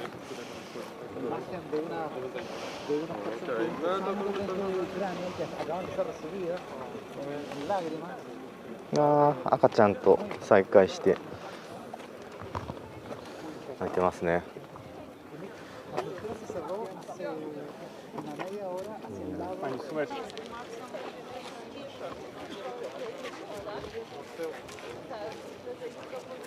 ここですね、道路の横にはこのようにですね、救援物資がたくさん積まれています。これ何かというとですね、実は組織されたものではなくて、それぞれポーランドの人たちなどがですね、もう個人的に持ち運んでいるということです。本当にこう自然発生的に広がっているもう善意の輪というものになります。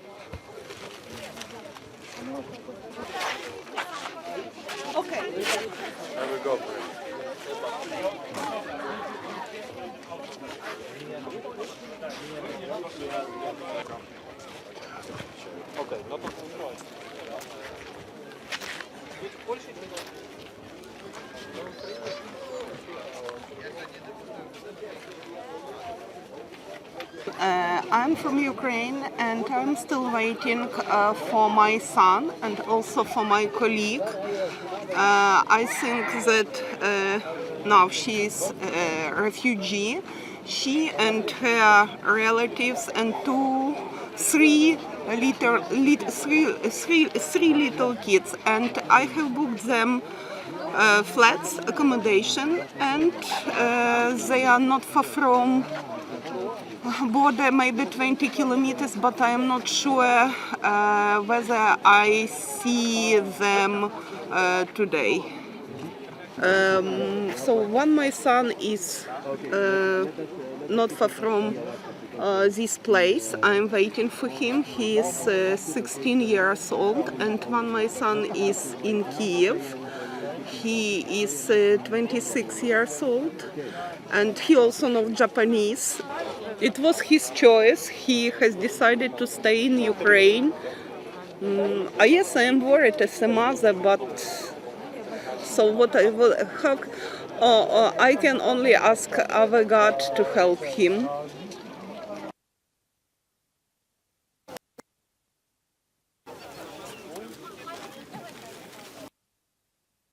Because Russian troops are attacking people who are trying to escape from Kiev city. I think it is better to stay at home and wait until the war will end. All windows are closed. So we try to close as we can do it.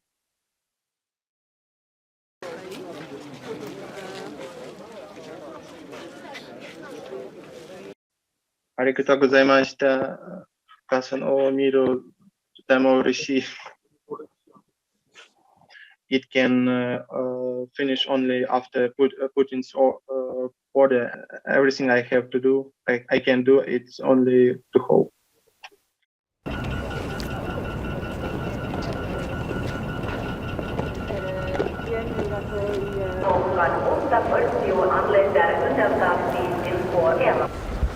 よもう全然普通のプラットフォーム。ナンバー9ってここ？そこですか？私は今フィンランドの首都ヘルシンキ中央駅のホームに来ています。この駅はですね、ロシア第2の都市サンクトペテルブルクから1日2本長距離列車が到着しています。このホームちょうどいつも到着する場所です。今日もこの後2時間後に1便到着します。スーツケースを持って降りてくるロシア人客は若者から高齢者まで様々な人がいました。 EU ではロシアのワクチン認められていないため誰でも簡単に出国できるわけではないのですが、こちらに家族がいるなどの理由で来ている人が多かったです。ただですね、一部ロシアへの経済制裁や、国内での言論統制などを嫌がりロシアを出てきたという人たちもいました。今まさにですね来ている電車というのがサンクトペテルブルク、ロシアから、フィンランドに向かってきた電車です。この電車が最近ですねもう満員続きということで、増便までしているということです。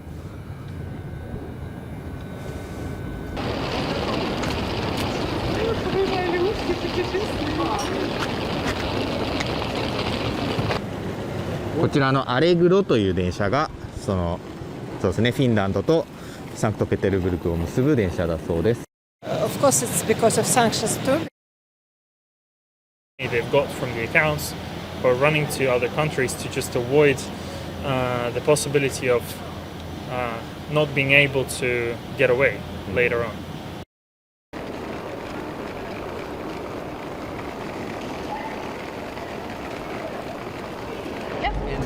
Yeah, the background.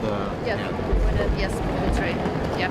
The capacity of train was quite fully booked. So of course we just wanted to maybe to increase also the number of trains, and we have asked now for the Russian side also to, because we must do the decision together.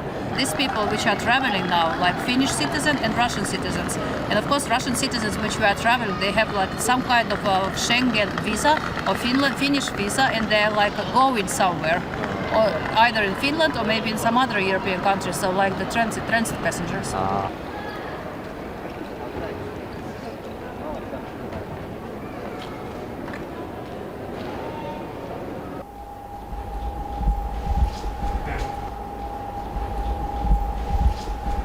How is the current situation about the asylum seeker?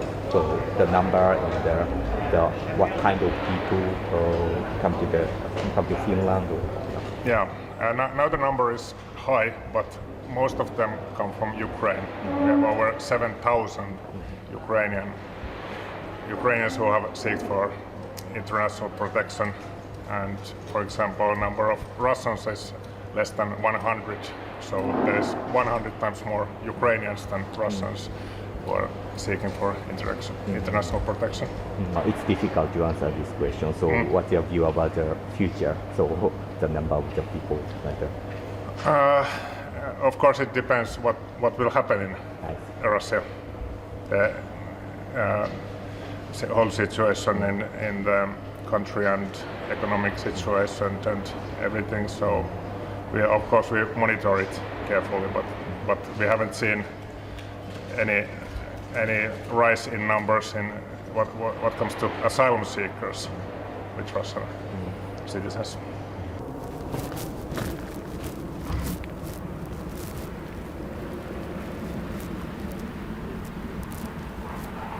こちらも軍用品とキャンプ用品の店で、なんかこういうこれはあくまでモニュメントだと思うんですけど、いろんなものが売ってます。奥ナイフなんかも売ってますね。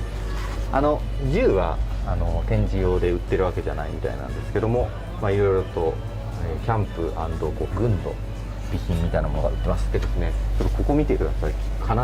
空の棚があります。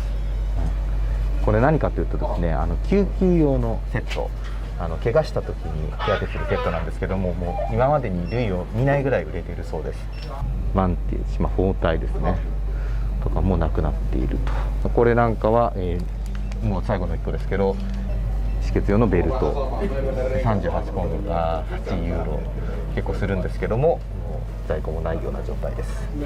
で皆さん面白いのが、これを買って自分用に買う人ももちろんいるんですけれども、ウクライナを支援するためにも現地に送るという人がかなりの数いるそうです。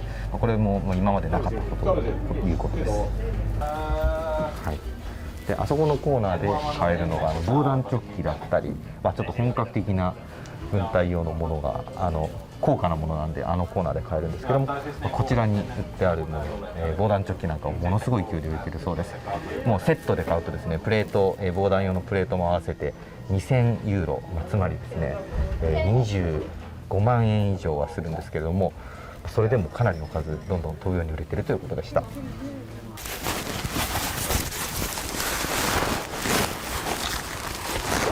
でここにこの板がこう、入ると。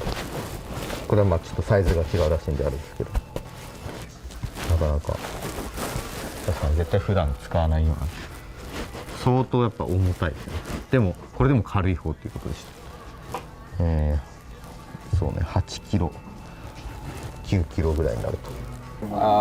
Meillä paljon asiakkaat ostaa ja lähettää suoraan Ukrainaan, ja sitten suomalaiset reserviläiset haluaa valmistautua ja niin kuin ostaa itselleen niin kuin varmuuden vuoksi. Varautuminen on myös Suomessa noussut. Joo, mutta se on aika halpa henkivakuutus sitten kuitenkin. あなたも持ってるんですか、自分のやつ。 Onko sä itse ostanut? Olen. Mä uskon, että niin kuin kaikki, jotka näitä ostaa, niin se luo turvallisuuden tunnetta.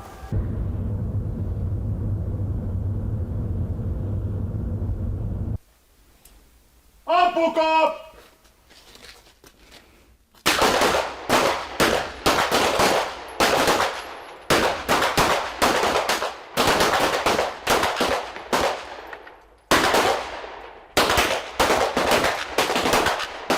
今ですね、これ民間の、軍事トレーニングに参加している人たちの様子を撮ってるんですけども、すごい硝煙の匂い、煙の匂いします。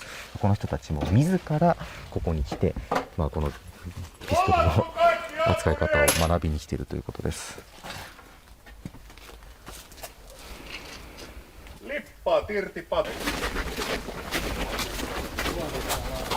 今ですね、ピストルを撃った自分の撃った弾が実際にちゃんと当たってるかどうかというのを確認するという皆さん作業をしに来ています。25 years. 25 years. Yeah. Oh, yeah. What brought you here today? Well, I'm a reservist. And this is the reservist tour. So I'm here. What do you do for living? My civilian job? Yeah, I'm a dentist. Dentist? I'm a dentist, yeah. What do you do for living? Occupation? I work for medical devices. Oh. Olympus. Olympus? Yeah. Japanese company? Yes. Oh, sure. Yeah. Oh, I'm proud of that. So. What's your occupation? I'm a doctoral researcher at the University of Helsinki. Oh, University of Helsinki. Oh, yes. So sure.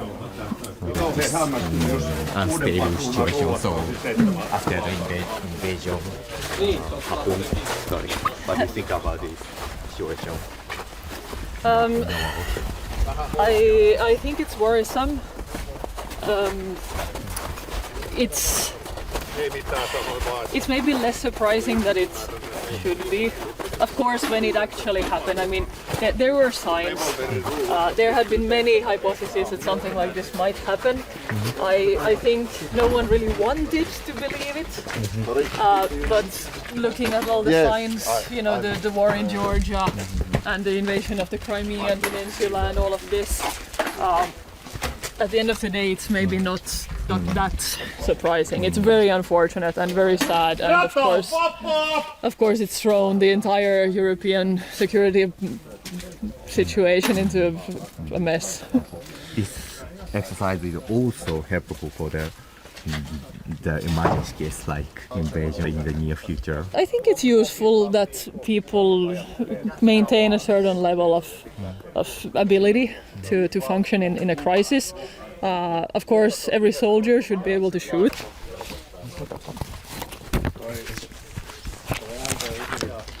So how is the current number of the inquiry to join this exercise? Huge. Huge. So the three times, 2 times as much as before the current crisis going on. Sure. We have an extremely high will to defend the home country, so it is obvious to me that. And the high number of conscripts who have done the military service, so it's obvious that they want to still keep up their skills.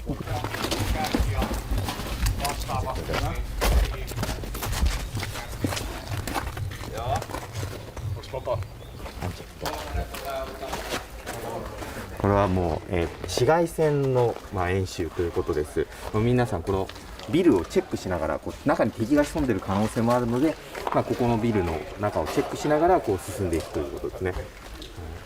窓の上だったり向かいの建物も警戒しつつ進むと。Could you explain what they are doing now? They are training the movement around the building and the windows. They are dangerous, of course. I think the first person with this team is very in danger. Yes. And the last person is also. Yeah. So this is very difficult because the buildings has a lot of openings. So if you have the enemy inside, they got in those 3 weeks the war has gone on in Ukraine. So they got like 6,000 contacts from civilians or from the reserve that they want to come on these courses. So the people are like reacting on the situation in Ukraine.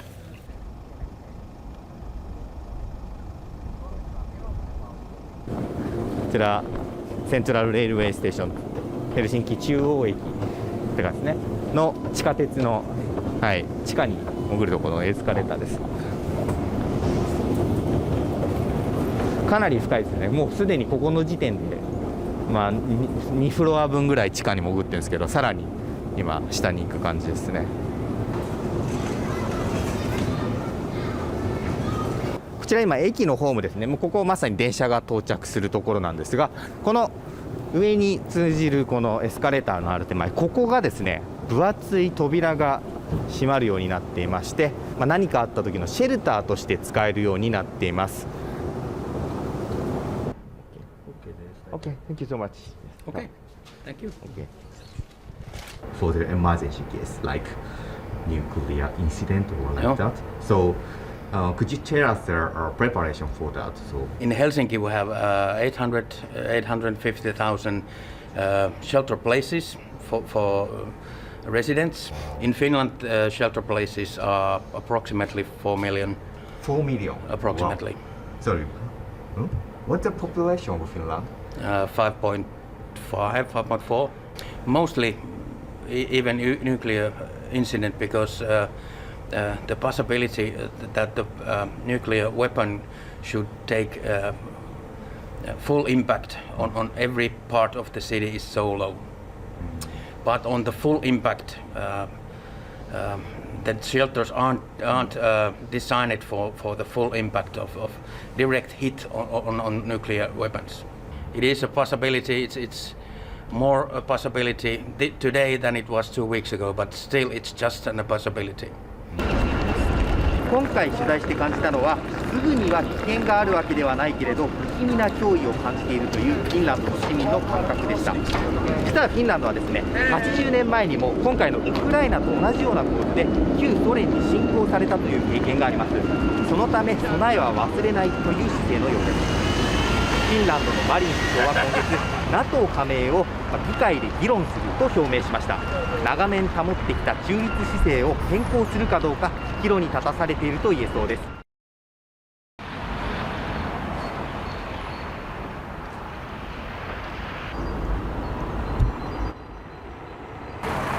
フィンランドにあるロシア大使館の前なんですが、いろいろとウクライナを支援するメッセージが掲げられています。その中にですね、ちょっと一見なんだかわからないような、このようなサインもあります。これですね、実はですね、ロシア語でニュースを配信しているぞというフィンランドの大手新聞社のメッセージなんです。ロシアでプロパガンダのが多数ありましてですね、情報統制厳しくなってきている中で、ロシア語で西側のニュースを発信するというのを行っています。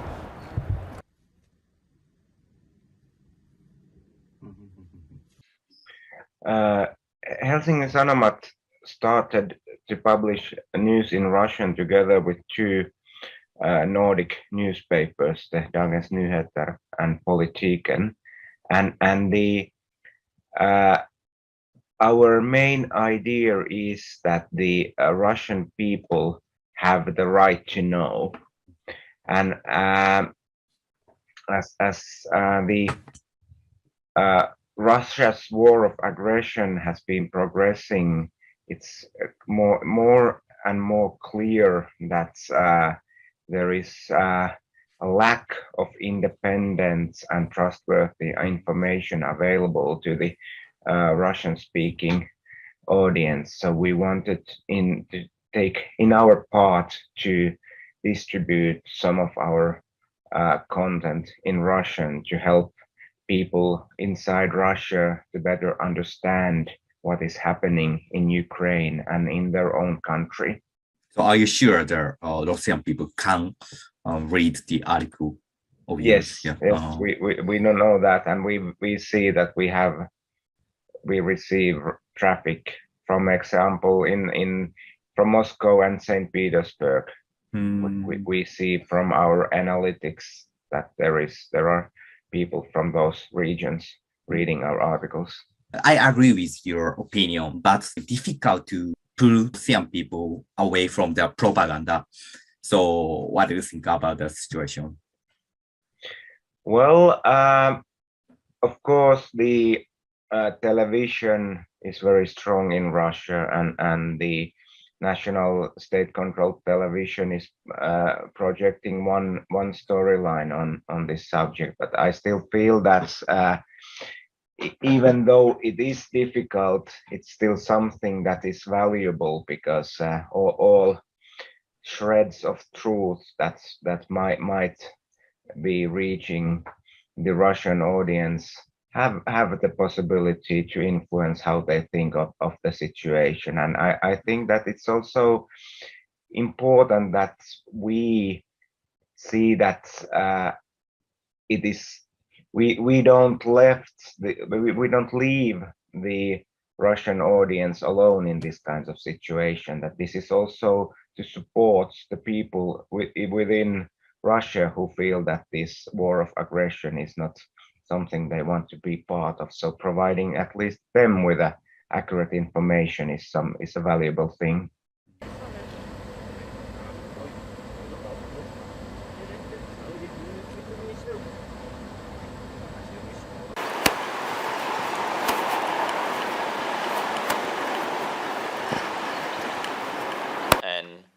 And dissent, and the first president of the Czech Republic wrote.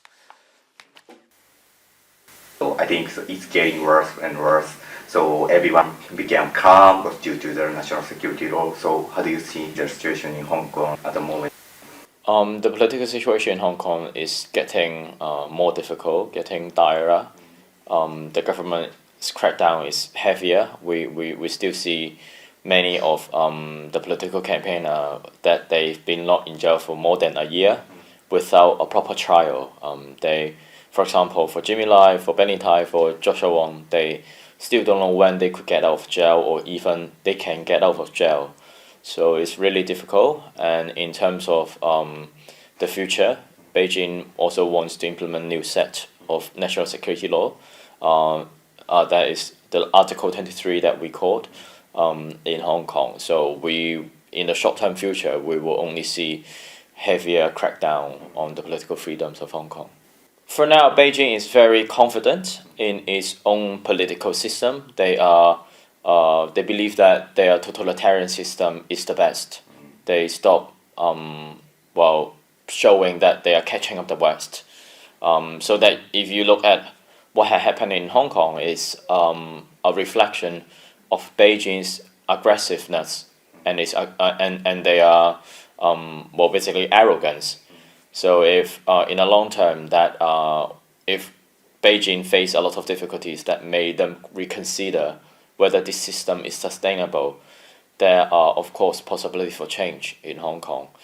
So for me, the most important task is to urge democratic countries to work together and to have coordinated pushback to Beijing's global aggression, because that is what gives them confidence and the ability to turn Hong Kong into an authoritarian police state. What is your achievement in London after you moved to the London? I would say that for me and for the other activists who've been doing advocacy work for Hong Kong, we have seen a clear and drastic change in the way the UK politics and UK people see China. When I first arrived in London, the Boris Johnson government was still discussing whether to incorporate Huawei, a China infrastructure company on electronic devices, into the 5G infrastructure. But for now, basically, no one in the parliament would stand up and say we should incorporate them, or we should deal with China only because we can earn money from them. So for me, I think my work and other people's work really raised an alarm in Europe, in the UK, and the sentiment towards how we should deal with China become more and more assertive. Yes, well, this is the book that I published last November. The name is Freedom, How We Lose It and How We Fight Back. This is a book with my personal story and political analysis of Hong Kong situation. The past years that I've been through as a political activist actually reflected the erosion of Hong Kong's freedom, from student activists that fight for democracy to a youngest legislator, and then being disqualified, thrown to jail, and for now to be an exile activist. So this is a book that I wrote to international audience, hope that they can have a glimpse of what is happening in Hong Kong and the importance of it. We can learn a lesson in Hong Kong. We should not take freedom for granted. We should not take democracy for granted. And the world has to be very vigilant towards the aggression of the Chinese Communist Party and try to do something to have a coordinated pushback. Will London be frontline against the China CCP? For these people, we also have an understanding that we must continue to voice outside of Hong Kong, because people in Hong Kong, they cannot speak up. It's us to speak up for them when they are unable to do so. So there will be a lot of advocacy work for Hong Kong, a lot of rallies, gatherings, when, for example, some memorable day in Hong Kong's protest, or the 4th of June candlelight vigil. I think this would be a gathering place or a central point of diasporic Hong Kong community, and we will continue our activism right here. Are you able to keep in touch with your friends or family members in Hong Kong? I'm unable to connect with my family or friends in politics because these actions may endanger them. If the government found out that I'm in connection with them, they could fabricate charges like colluding with foreign forces, or subversion, or assisting me of doing secession, things like this to my friends in politics. So I haven't been able to contact them. And this is really sad because what I have been doing made, well, that I have to cut ties with my friends and my family. So this is very conceptual question. What does freedom mean to you?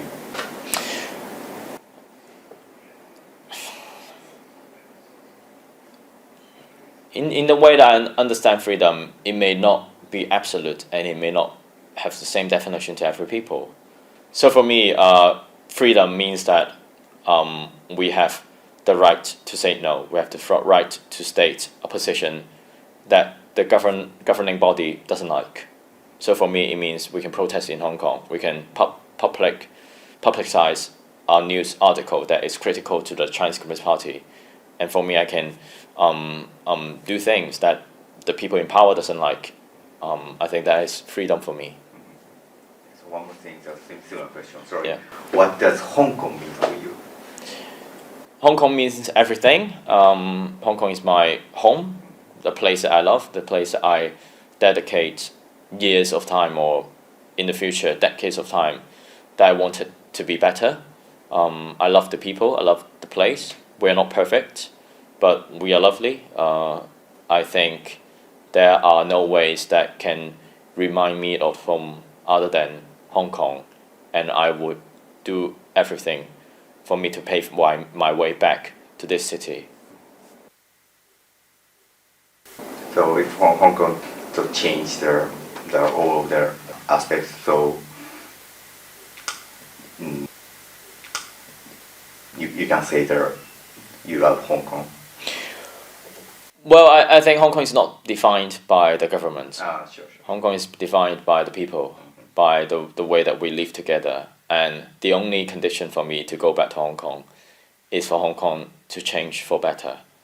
And I want it to happen, so I wanted to go home.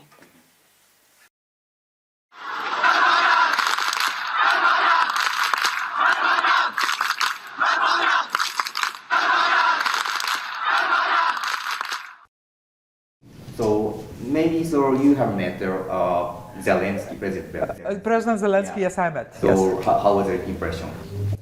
Well, I met him just before the war.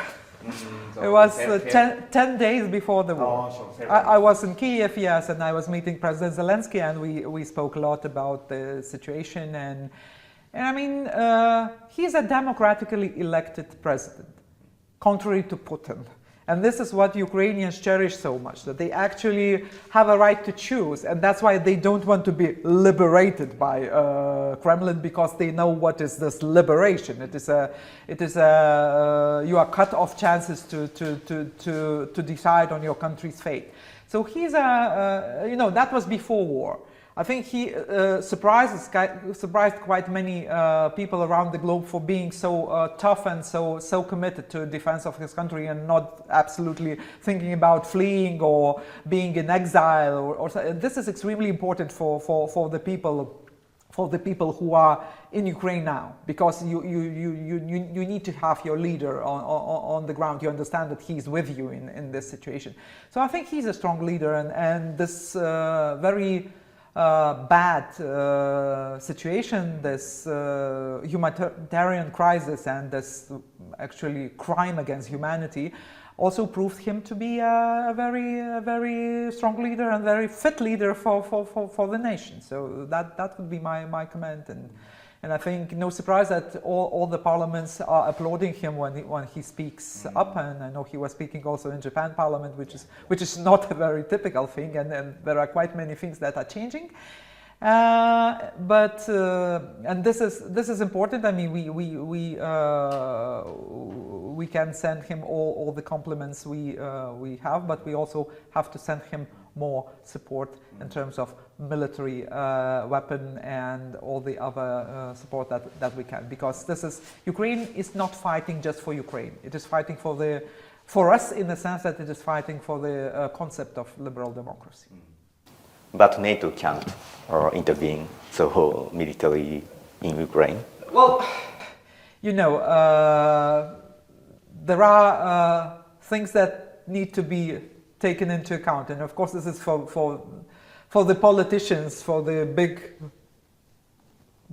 group of NATO leaders to take these decisions. So it's easy to speak your personal views, but it's more complicated to speak the collective responsibility views. But look, most of the countries that are providing all sorts of help to Ukraine are actually NATO countries. So is your personal opinion different from what the NATO decided?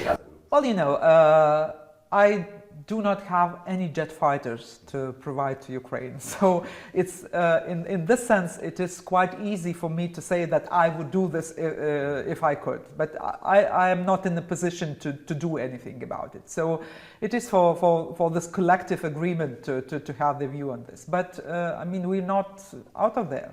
And what is important, if NATO is not participating, if we cannot achieve that United Nations would impose this security zones, at least around the nuclear power plants or around humanitarian corridors, because it's Russia that is sitting on Security Council, and this looks a little bit Kafkaesque, so to say, where you sit in a council that decides on your own invasion on Ukraine. Then what we absolutely need to do, we need to increase the support that we are providing to Ukraine on one hand, and on the other hand we need to increase the pressure on Kremlin to make this war simply unbearable.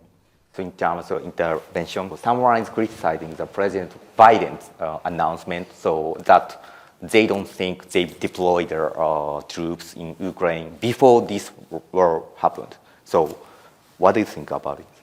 Well, it's, you know, it's for the leaders to make these decisions, but I know that the United States was providing and is providing significant support for Ukraine in many ways. So, you know, it is a different thing where your army actually participates in the battle, but you have so many other ways to provide support, because the Ukrainian army has been trained by trainers and experts from NATO. They know how to fight, and now we need to provide them with the support that they need. But I think so he should have avoided a comment like this.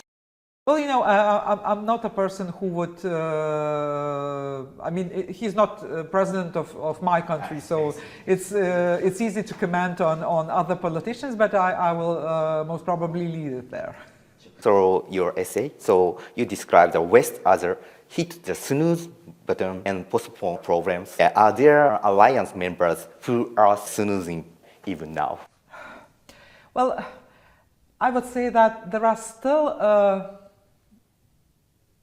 countries or leaders who are doing the same mistake as they were doing in the past. The major mistake of Western leaders is to try and judge Putin by the standards of liberal democracy. And this you cannot do, because you often hear this debate that we need to say what are the reasons of sanctions, and then what steps Putin needs to take that we call the sanctions back. I don't think this is a fruitful and reasonable debate. Then the second sort of mistake is to think, I know that it stems from Sun Tzu, but still, I think this is a Western liberal democracy mindset, that you need to sort of build the bridge for your enemy to step back so that he could save the face. I mean, he doesn't need to save the face. He is not standing to whatever elections. He does not have a need to prove something to his people, because if he say that something is black, then it will be black regardless that it is red. And you do not need sort of to think how he feels about it, because it's just ridiculous. So I would say that there is still this understanding that you need to create, we as Western democracies need to create him an exit strategy. This is not what we need to do. I think what we need to do is to keep the price very high and even increase it. So which country did the worst mistake? I think this is a collective responsibility. Same like we speak about Russian people. And now we hear this question: we should not hurt the people, and we should impose sanctions that somehow do not hurt the people. But look, it's not people's guilt, but it's people's responsibility. So I think also in this case, you cannot say that this is a guilt of Western liberal democracies, but this is a collective responsibility for not doing things well in advance, and for sort of financing this war machine and letting it grow to this extent so that Russia dared to risk an attack, and of course miscalculated, because there were so many things that were out of their calculations. the resistance of Ukrainian people, the speed with which West had responded, both in terms of weapon supply and military help supply, but also in terms of sanctions, the level of coordination that we managed to achieve. And that was an unprecedented coordination, not only within the European Union, when you need to get a consent of 27, but also among the European Union, United States, United Kingdom, Japan, all the countries, even the countries that were never ever participating in whatever sanctions, like Switzerland. So I think this is what is upside of the situation. But if we come back, we cannot rewrite history now, we can only speculate. But I'm very confident that if this reaction, or part of this reaction, not the whole, but a part of this reaction would be seen 8 years ago, 7 years ago, then the picture today would have been completely different. So you suggested the Western countries should put their more sanction, put their same sanction on Belarus. Could you explain your opinion about this? We know that only part of the banks are de-SWIFted, so to say, and if you take the major banks that are sort of major tracks for a payment settlement, then it's only one of the banks that is actually de-SWIFted, and big banks like Sberbank or others are still available to make payments. Of course, they are suffering their own losses because of market prices of their shares and things, and because the payments for goods becoming more and more complicated due to other sanctions. But still, I think that there is no really good ground to keep at least those biggest banks within the SWIFT system for longer. And oil and gas is the major flow of money that still is financing Putin's economy and his war. And I think it is doable reasonably quickly in terms of oil. Of course, for gas, maybe it's a little bit more complicated due to infrastructure that one needs to have, for example, LNG supplies. But look at us. We've been blackmailed by Gazprom for so many years that we got actually nervous and angry. So we built up an LNG terminal, and now basically I don't care about Gazprom. So this is a strategy that European Union had to enforce years before. But on the contrary, some of our member states were sort of digging into this dependency on projects like Nord Stream that is not operational anyway, because there is a war. So Germany decided, and rightly decided, to stop it. But it should have not happened first instance. But I still think that there is a very reasonable grounds to increase the sanctions, because there we hear this, we need to wait and see how they function. But we know that people in Mariupol are being killed on the streets. There are, I don't know how many people who were just brutally killed. This is a war crime that is going on. So we can calculate, but I think this calculation should not take very long.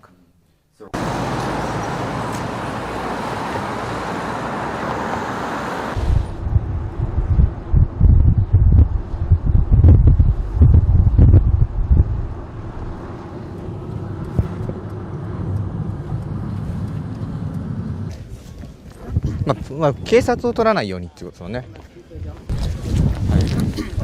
警察を取らないように。ここまさに国境なんですけども、この向こう側がウクライナで、この手前側がモルドバです。ただですね、ここの国境エリアはあまり歩いて渡る人はいないみたいですね。車で基本的に来ています。はい。まあここ国境ではあるんですけども、非常に静かで、あまり人が大量に押し寄せているという感じの場所ではありません。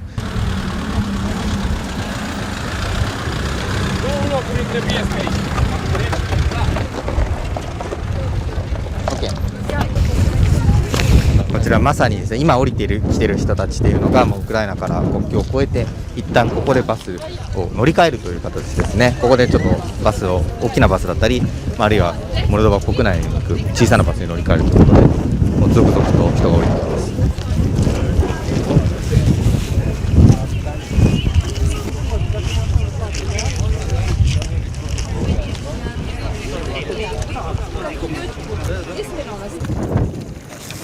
今泣いてる子いましたけど、やっぱりちょっとちっちゃい子には長旅厳しいですよね。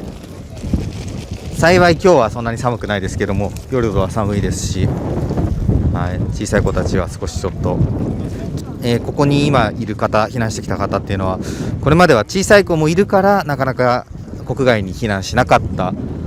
でもそうも言ってられなくなった。大変だけれども避難せざるを得ないというような状況の人たちもいると思われます。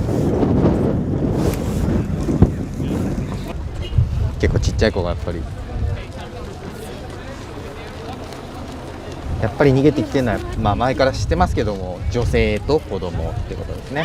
避難してきたのは男性で、ここにいる人たちは基本は手伝いです。ボランティアです。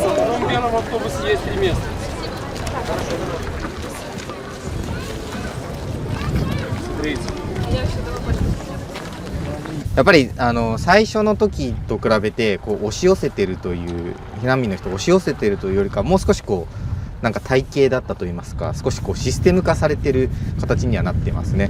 この辺りはあまり喜ばしいことじゃない点で言うと、長引いてしまったからというのもあるんですけども、この後も避難民の方来るときには、皆さんが安心して避難できるような体制っていうのができてるんじゃないかなというのは感じました。Yeah, we are filming the support for refugees. So, once again, so what kind of organization are you? This is Christian Church from Moldova. Yes. From Moldova? Oh, yes, yes, yes. I'm Moldova. Are you from Moldova? Yeah. Okay. Yes. What kind of support do you know? We help refugees. We take made or coffee, tea, and food for refugees. Oh. Did you cross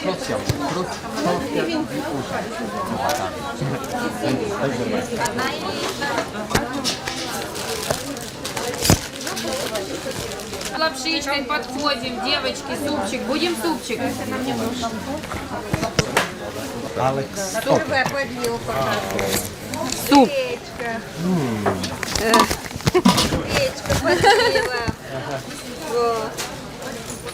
Суп с лапшичкой. С мясом даже, вот. С мясом. So Moldova population come to the Moldova as a refugee. So this is very difficult situation. So what do you think about it? Okay. Moldova is a little country. We have 2.5 million people, but we very glad our people want help refugees. Yes, many refugees go in Moldova. I think 500,000 or more refugees go from Moldova to Europe. Moldova is very poor country, but we have a big heart. Yes. Okay. And we want help these people in need. And so I can see some international organizations. So Yes, we collaborate with any international organization. Organization help children, mothers with children, and people with health problems, invalid, yes, or another problem. Yes, very good people. France, Italy, I think. Any organization, yes. Je pense que ça c'est le plus important à retenir, quelle que soit la nationalité des différentes associations et des différentes personnes. Chacun vient en aide à l'être humain en difficulté. With our experience, we can say that the effort of Moldova is remarkable. The solidarity of the person in this country is really remarkable.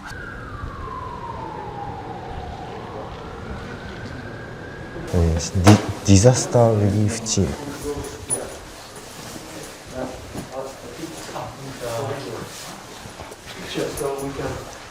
Is there any other team that you can come up with right now? Just imagine. No, because Intersource is downstairs here. Somewhere, okay. Yes. We can put it somewhere here, and we know that. Exact location there. Yes, Okay. yes. 今回の危機事象が起こってから多数の避難民の方々がモルドバ国内に流入しておりますが、そういったことに伴いなして医療の対応が必要になっています。でそこの部分を助けるために世界中から今災害医療チームがモルドバ国内に入って活動を展開しているという状況になります。でそれはもう本当に国のチームであったり NGO であったりさまざまなパートナーがいらっしゃるんですけれども、そういったチームがどこにいるのかということを確認して、さらに現場の状況がどうなっているのかと、やはりなかなか実際の現場からの情報でつかみにくいので、そこの部分をデイリーリポート、日報という形で提出していただくということを日本のチームが入ってから始めているというような状況になっています。なので特に日本のその情報に基づいてまたチームの再配置などをやっていくというのが私たちの仕事ということです。これつまりは国境付近と、あと首都のここシナウの付近がやっぱりそういうエリアが多いということなんですかね、支援拠点みたいなのが多いということですかね。そうですね、はい、やはり人口が多い場所、あるいは流入が多い場所というところに今チームが展開しているということが確認されている状態だと思います。ここに車が来るんですよ。来て本当にここに来るんですけど、そこからルーマニア行き、長距離バスの大きなのに乗る人、あと少し中距離というかちっちゃいのはもうみんな大体シナウに行く人っていうのはうまい具合にちゃんと住み分けできて、全然混乱もしてる感じもなくて、でその場所はあったかく、いろんなところのなんかヒーターみたいなところも来ててテントもあるんで、あったかいものも食べれるし、結構なんか整然とした感じで、ただ次から次に来るには来るんですけど、まさに例えばそこで本部として、あるいはこの調整をするために知りたいのは、何人どんな患者さんがどこで診療されたかっていうのを知りたいと。で全体として今日災害医療チームがどれぐらいの患者さんをどんなタイプの症状、感染症なのか怪我なのか、そういう重症なのかそうでもないのかというところを集計するという必要があるということですね。でそれを集計する方が、これは大丈夫ですかね、表紙は。大丈夫です。はい、これは大丈夫です。デイリー、もうタイトルが思いっきりデイリーレポーティングフォームっていう日報ですね、本当に。これが現在具体的に正式にモルドバ保健省に採用されて使われているミニマムデータセットの日報です。で非常に簡単なものなんですが、まずチームの情報、チームの名前、どこにいるのか、どんなタイプのチームなのか、チームのサイズとかですね、というような情報に加えて、診療した患者さんの人数ですとか、例えば新しく生まれた新生児の数の方の人数とか、怪我の人数というのを網羅的に集めていると。でこれを集めていただくことで終わってはいけなくて、これを集計して、会議に間に合わせて、でそのデータに基づいてみんなで明日の医療を考えていくということをやるんですけれども、その集計がやっぱりこういった状況でなかなか大変です。でそういったところに対して日本の災害医療の情報管理技術というのが大変発展しているので、そこの部分に対して WHO からぜひ一緒に仕事をしないかというお話があって、今回JICA チームとして来させていただいているということになります。What do you think about the role of JICA team? So at the moment, you see, it's a great challenge always when you have so many different actors on screen to give their support to refugees, to Ministry of Health, and there is always very difficult to get proper information what's going on the field. Thanks to JICA team, we have this opportunity that we have a so-called minimum data set. We're collecting, analyzing, sharing it with MOH and with other partners if needed, that we have overview. What teams doing on site, what kind of challenges they have, and definitely through this tool we reducing pressure to local healthcare providers, to the Ministry of Health. お屋敷みたいな。ですよね。こちらあるワイナリーのシャトー、屋敷ですね。お客さんを普段は迎えるためにあるんですけど、ここ今旗掲げられてますけども、ウクライナの旗もありますね。こうです。なんでアメリカの旗もあるんだろう。ね。ケイ。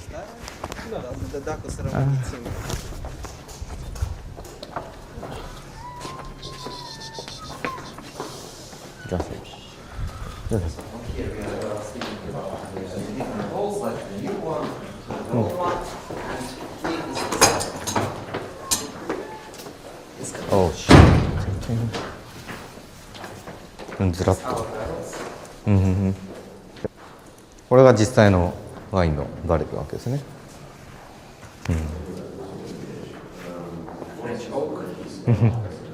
オーク。結構暗いですね。So everything you see here, it was improvised beds for refugees, and it was storage for different refugee necessities, blankets, clothes, and everything. So here now, of course, it looks more clean, but it was in the first days that we took all the wave of the refugees. Before the government had everything in place, such as buses and camps and other refugee centers in place. So until that happened, in the first days, on the first day, we set up everything we could here to take on refugees. So how many refugees? So in total, we have helped around 3,000 refugees. So we not only we have allowed them to stay here, but we also on the first day we prepaid all the hotels in the region to make sure that no refugees denied accommodation. So we prepaid. Even now, we're still paying for hotels in these regions. I think what's very important for the Ukrainian people is not only to receive such support in terms of food and water and shelter, but is also to have that feeling that their neighboring country is helping them, and to have that feeling that they have a shelter and support even while they're being away from home. That's very important. Yes, thank you. So I don't look. One thing I want to make clear: we don't want to be too commercial about this, because the last thing we want to do is to derive any commercial, benefits from the suffering of Ukrainian people. The product of this wine, Freedom Blend, is not now. This Freedom Blend, we created it in 2014. 2014, after the annexation of Crimea. So after there was a conflict in Moldova in 1992. There was a conflict in Georgia in 2008. There was a conflict in Crimea in 2014. So these states, not only Moldova, Georgia, and Ukraine, but pretty much all the states that have become independent after the breakout of Soviet Union, they actually are still fighting for a de facto freedom. Yes, they gained their independence, but they're still fighting to be free to choose how they want their country to develop and with which values they want to associate with. So we thought that in 2014, we could not stand still, and we wanted to pass a message also through our products. So we came up with this blend. It's a blend of 3 local varieties. It's a variety from Georgia, which is Saperavi. It's a local variety from Moldova, which is Rara Neagră, and it's a local variety from Ukraine, which is Bastardo. So we say that this wine has the heart of Georgia, the terroir of Moldova, and the free spirit of Ukraine. So today, unfortunately, the message that this wine gives is more actual and more relevant than ever. And we are working on relaunching this product. We are changing the label. And the message that we'll give with a new edition, we'll call it the tribute edition. The message will be "Thank you, Ukraine." Дякую, Ukraina. To show the support for Ukraine. And why we want to thank Ukraine, we as Moldovan people, because right now, in a way, the Ukrainian fighters, they're fighting for us. They're holding the ground, they're fighting their war, but they're also protecting us. And they are fighting not only for Moldova physically, that, Russian tanks do not arrive to Moldova, but they're fighting for freedom, for the concept of freedom, for the concept of being able to choose the direction in which your people, your country, choose to go to. So at the moment, you know that it's a bigger war.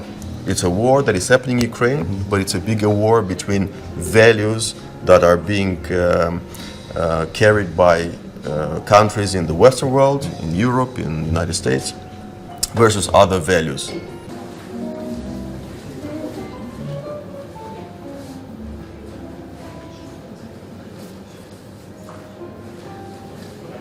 こちらですね。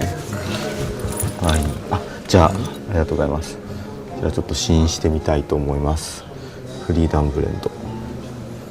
お、すごい芳醇な香りですね。いただきます。うん。とても飲みやすい。あ、すごいかなり香り強めですね。そしてライトなのかな。うん。はい。モルドバとウクライナとジョージアのブドウが使われているということです。はい、本当に飲みやすい。結構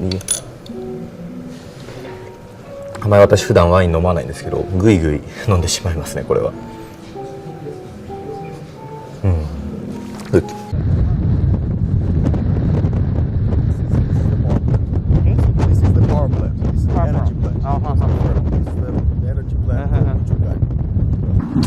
今ですね、こちら高台に登ってきたんですけど、もう向こう側、高台の丘降りた向こう側、つまり川の向こうの町はもうウクライナってことですね。はい、本当に近いですね、今回。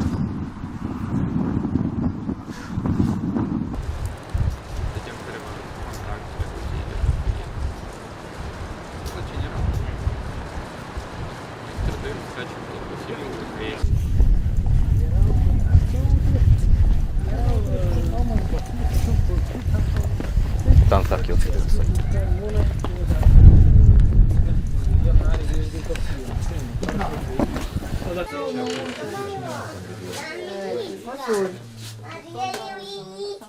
Я вам не принесла. Я вам хлебушек взяла. Я уронила. Что уронила где? Яичко я уронила. А куда ты уронила? Где ты уронила? Куда ты уронила? Туда. Наточка, там нет яичка. Какой-то. Дядя фильм про тебя снимает, а ты вредничаешь. А тебе? Да, дядя фильм. Мы доехали на автобусе до Маяк, а дальше мы шли по трассе пешком, пока нас Красный Крест не подобрал. Ну, у меня проблема с обувью была, у меня с обув порвался, мне дали другие, то есть как гуманитарная помощь, я понимаю, что это как секонд-хенд, там они, конечно, старенькие уже, но опять же, я не босиком, дали, они осенние, да, но их дали. Пожалуйста, вот я же говорю, с ребенком были проблемы, помогли. Медсестра приехала, медсестра каждый день к ней приходила, наведывалась, ну то есть, и как-то ты выходишь на улицу, я честно, я так боялась, что вообще ехать куда-то в другую страну, я думала, что будет отношение, знаете, вот, что приехали сюда, вот такого плана. А здесь наоборот, как бы нормально, дружелюбно, пожалуйста.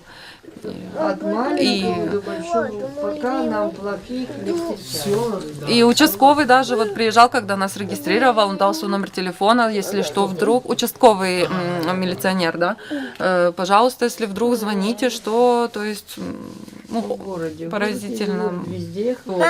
Я увидела тупик, я не думала, что доживу, не было войны в моем детстве. Вот будущее, молодых будущее. Жалко, обидно. Что, дядьки, да? Смущает тебя, снимают? Я встречался с семьей в Молдавии, там тоже была мама и двое детей. Она учительница в Монтессори.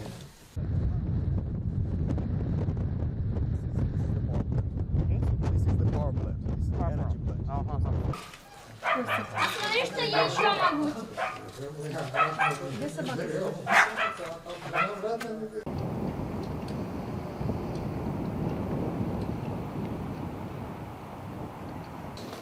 Yes. Hey. Hello. Hello. Nice to meet you, sir. I'm Wataru from TV Tokyo. Thank you. He's the cameraman. Thank you, my friend. Yeah. You want me to sit where? There? Yes, please. Foreign Minister participates in NATO as a partner. What role did he play as a partner country? No, we are very pleased that for the first time ever, the foreign ministers of Japan, of South Korea, Australia, New Zealand took part in a meeting of foreign ministers in NATO. And in a way, it's a reflection of the relevance that Japan has in world affairs. It's a very big country, it's a huge economy, and it's a country that also knows Russia and China very well. And this is what your minister brought to us, a sense of the world, a sense that democracies should come together because the war that Russia started in Ukraine is not only about Europe. The way in which this war would end, the way in which we'll support Ukraine in its fight for fighting invasion, will be relevant for other players in other places of the world. So this is why we appreciate the participation of the Japanese foreign minister. We also look forward that at the NATO summit in Madrid in June to have the leaders, and we're also waiting for the Prime Minister of Japan to be with us in Madrid.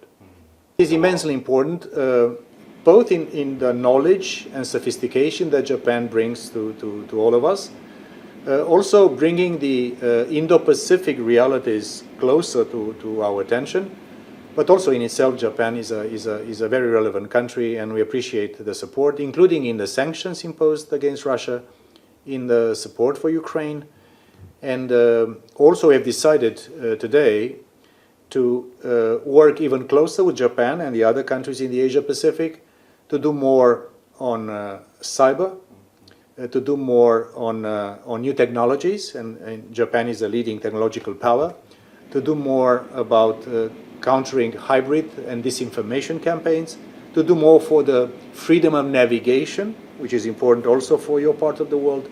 So again, Japan is a very close partner of ours and look forward to building upon that partnership. One more question about Japan, sorry. So, Japanese Minister Hayashi expressed concern that China has not condemned this Russian invasion and Russian behavior. So, what's your view about this opinion? This is a defining moment also for China. It's not only about Russia, it's not only about NATO, it's not only about European Union or G7 for that matter, where Japan also plays a leading role. It's also a moment of truth for China, because China for decades has presented herself as the champion of sovereignty, of freedom of decision of nations, against changes of borders by war. And all of a sudden we see China supporting President Putin and Russia. So that's a sort of a significant shift in Chinese policy.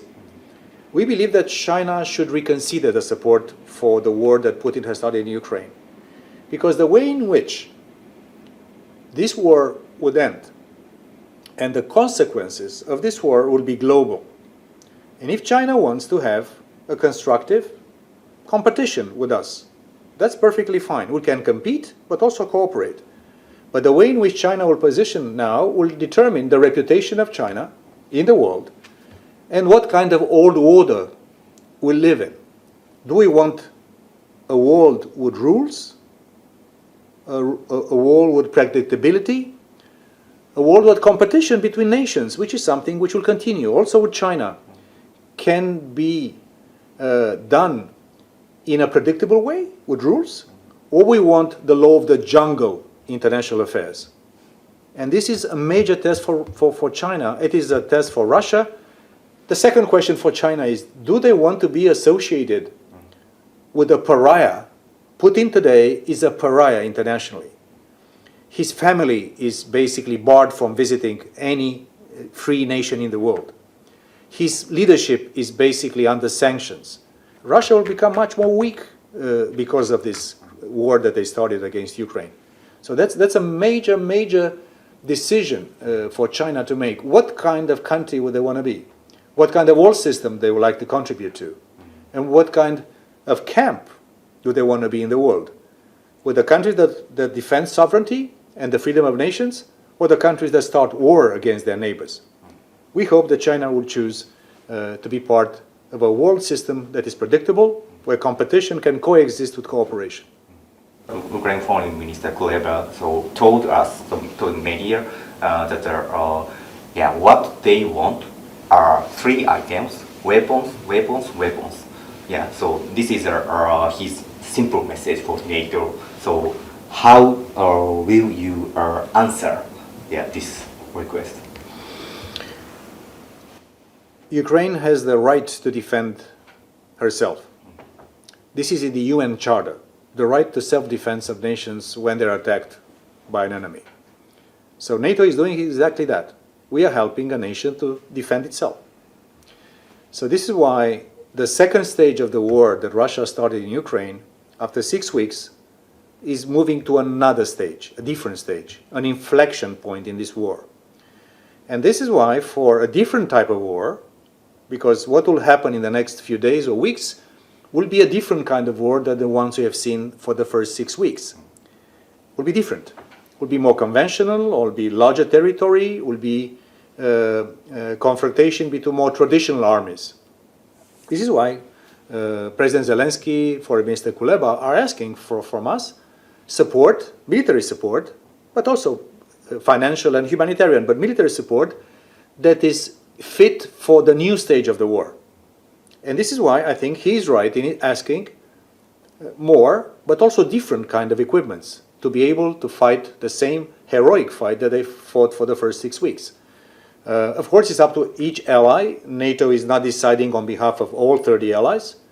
Each ally individually, US, Canada, UK, Germany, France, whoever, Poland or Romania, they will decide what kind of support they can give. But Mr. Kuleba was very clear and very convincing that they need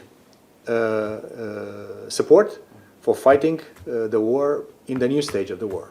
And this is something I believe allies will be responsive to the requests.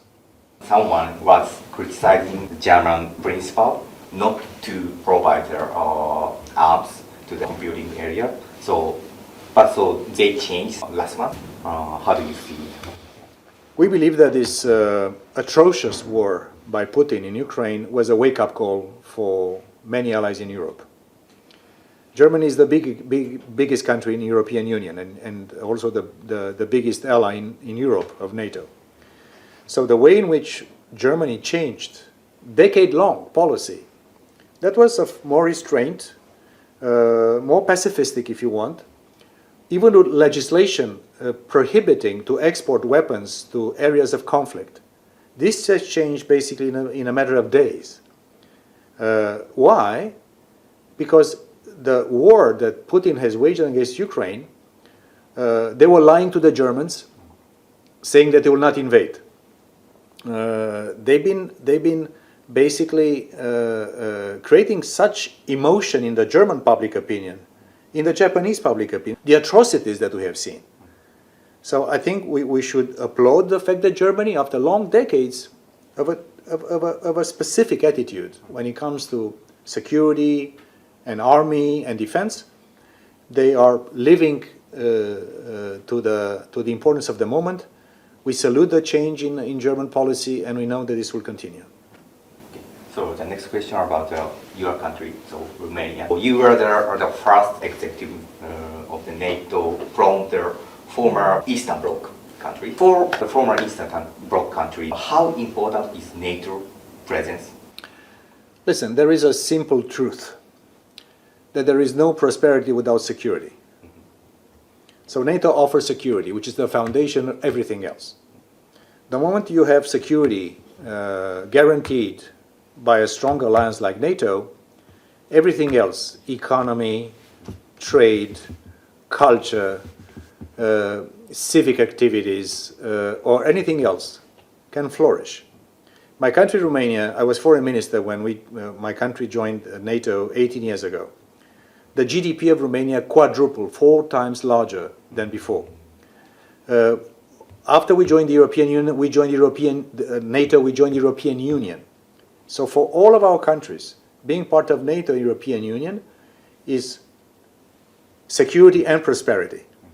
And this is why we are so happy to be in NATO and also feeling so secure being in NATO, especially seeing the tragedy in Ukraine. The war against Georgia a few years ago, the wars in Transnistria some decades ago, the war in Nagorno-Karabakh, not far away from the Black Sea. So being in NATO is security, which means prosperity, which means everything else. Unfortunately, Russia, and especially President Putin, they developed a sort of a false narrative. Because the situation domestically, internally in Russia is bad, they need to invent an enemy outside.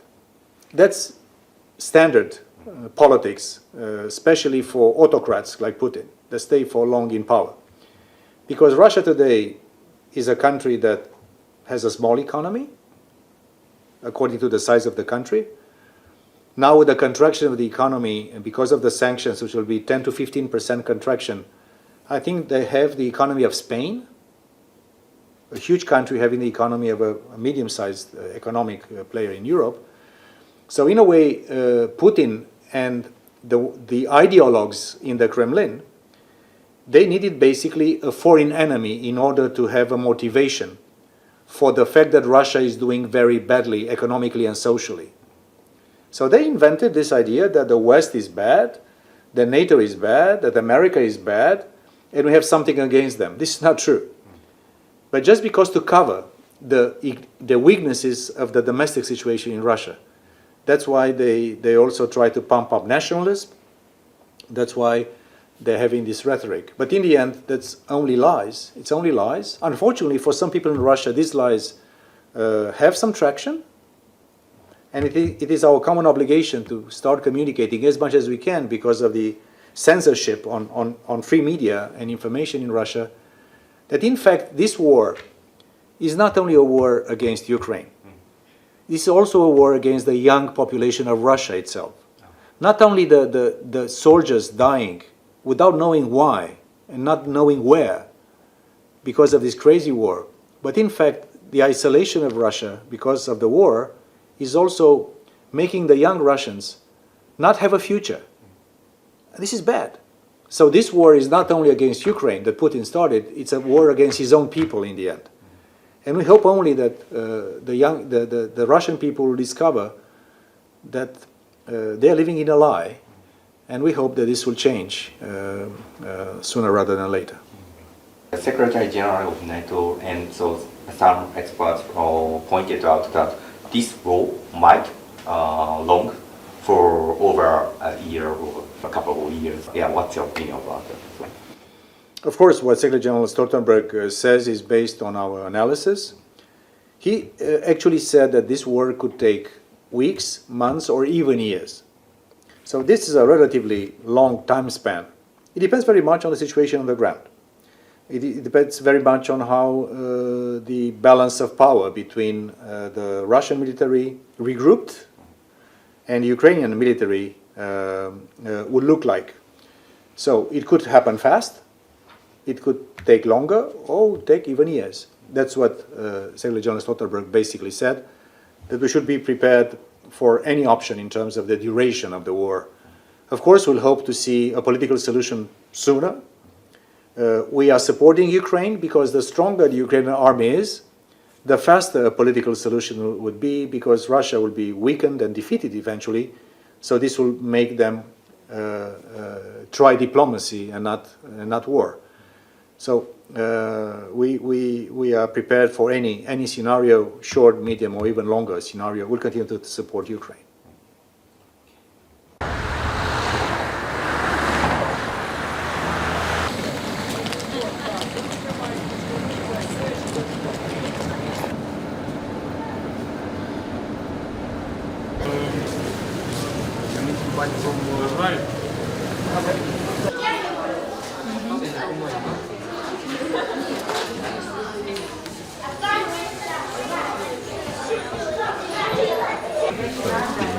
We are Japanese TV station. We are TV Tokyo film, Japanese TV station. About this situation because Russia say false. So thank you a lot about it. So, sorry, where are you from? I'm from Mariupol. It's Mariupol. Donetsk region, yes. Oh. And the most powerful and the big battle in Ukraine now in Mariupol. How did you come here? By train or by car? Or? By bus. Firstly I go to Moldova. After this I go here. In Mariupol now, the most powerful and bad situation, we don't have connection, water, electricity, and another thing that can help people to live in city. And of course, we don't have food or water. Russian occupants also give bombs. I don't know how to say it. They bombing the area where people live or bomb shelters. They also bomb. So to be in Mariupol is dangerous. And my way from Mariupol to Odessa and after this to Moldova was so interesting also because I go by car across occupants. So how long did it take to hear from Mariupol? 5 days. 5 days. 5 days. But it's not a big, it's not a long time because I don't have. Now in Mariupol you can leave the city also by car, by personal car. No buses, no trains, no, only by personal car. So I don't have an opportunity before this 5 days ago. And also I can say that the Russian occupants grab our car to them and we will go by another car. So they grab our car also. So how do your family members? Family members? No, I am from Lugansk. Yeah. To Mariupol I go to get education, and my parents now in Lugansk. I see. So is it possible to contact with your family member? Yes, I have contact. It's okay. They're safe, if I can say that, in a safe place because Lugansk region now it's not attacked by Russian. They just occupied. So Russian soldiers attacked another city, another town in Ukraine. Now LPR and DPR they are in a safe place because Russia attacked another city. They want that Lugansk region and the Donetsk region that was occupied. They want to free them, and I think that it's a very stupid idea, frankly speaking. Sorry for my language, but it's true. Because we don't want to be free. We are free. We have 30 years independence. What's your plan? What's the plan in the near future? So in Berlin? Oh, I don't know. I want I want to go to Berlin, and after this, we will see. We will see. I hope that I finish my education in Berlin. But frankly speaking, I very want to go to Ukraine again because it's my country. I love my country very much, and so I want that war will end soon, and I can return to Ukraine. いわゆるロシアが実質的に支配しているという東ウクライナの、独立を承認したうちの一つ、ドネツクとルガンスクという国としてロシアが承認したというルガンスクから来ているという女性で、住んでいたのはマリウポリというエリアなんですけども、かなり情報が自分の故郷とウクライナのところで違うという話もしていました。もう完全に今回のウクライナとロシアの問題のある意味すごい犠牲者というかという方ですね。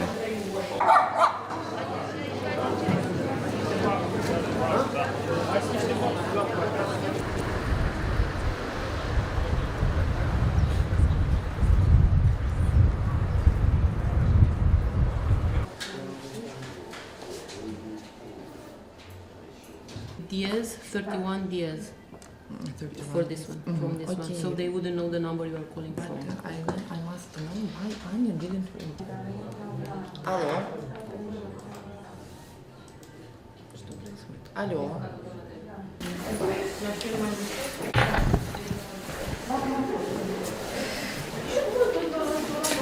There's my family home with me in Romania. It's my grandmother.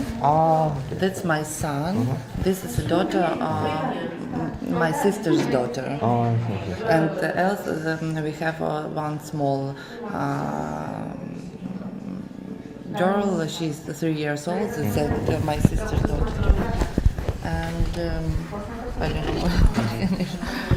I can only tell that in Ukraine is a terrible things, and more people need help, and more people need medicaments and eat, and in Kharkiv or Mariupol the people cannot go away, won't stay here, or we say thank you all the country who help us, but we won't go home.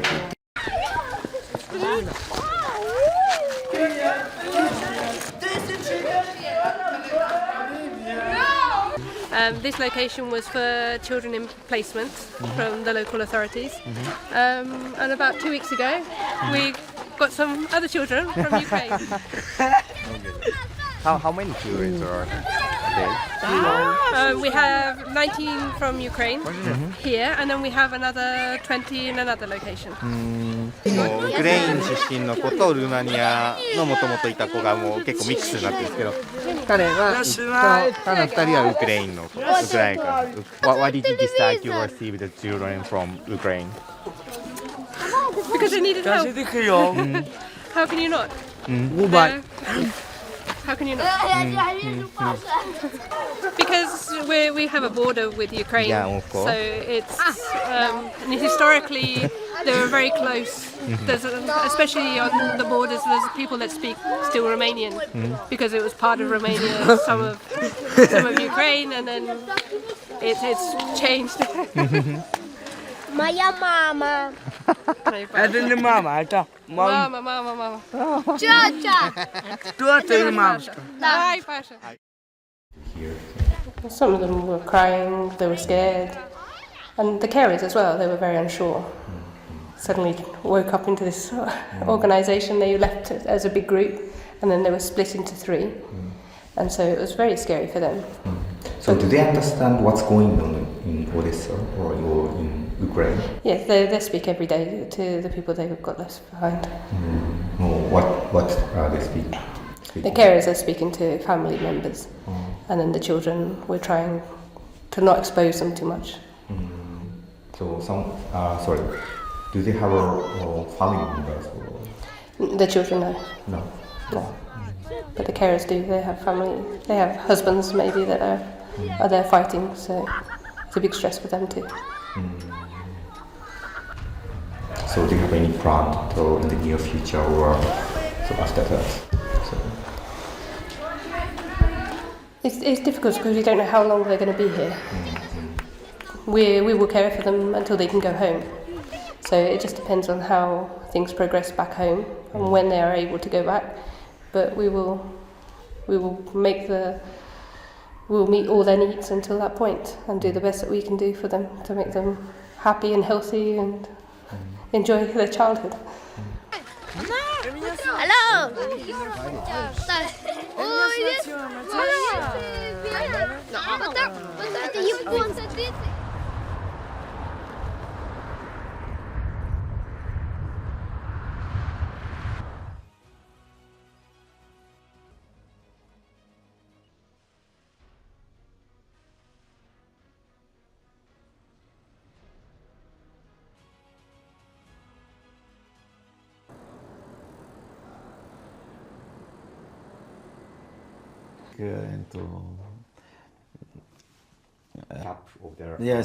So I lost everything, including the plane ticket.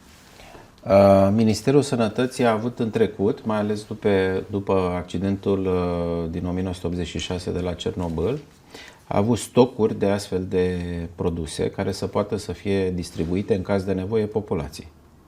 În rezerva Ministerului Sănătății era o cantitate mică de iodure de potasiu și atunci am luat decizia să putem să producem într-un timp scurt. Am încercat să vedem care este cea mai bună oportunitate. Iar compania antibiotice Iași, în care Ministerul Sănătății este principalul acționar,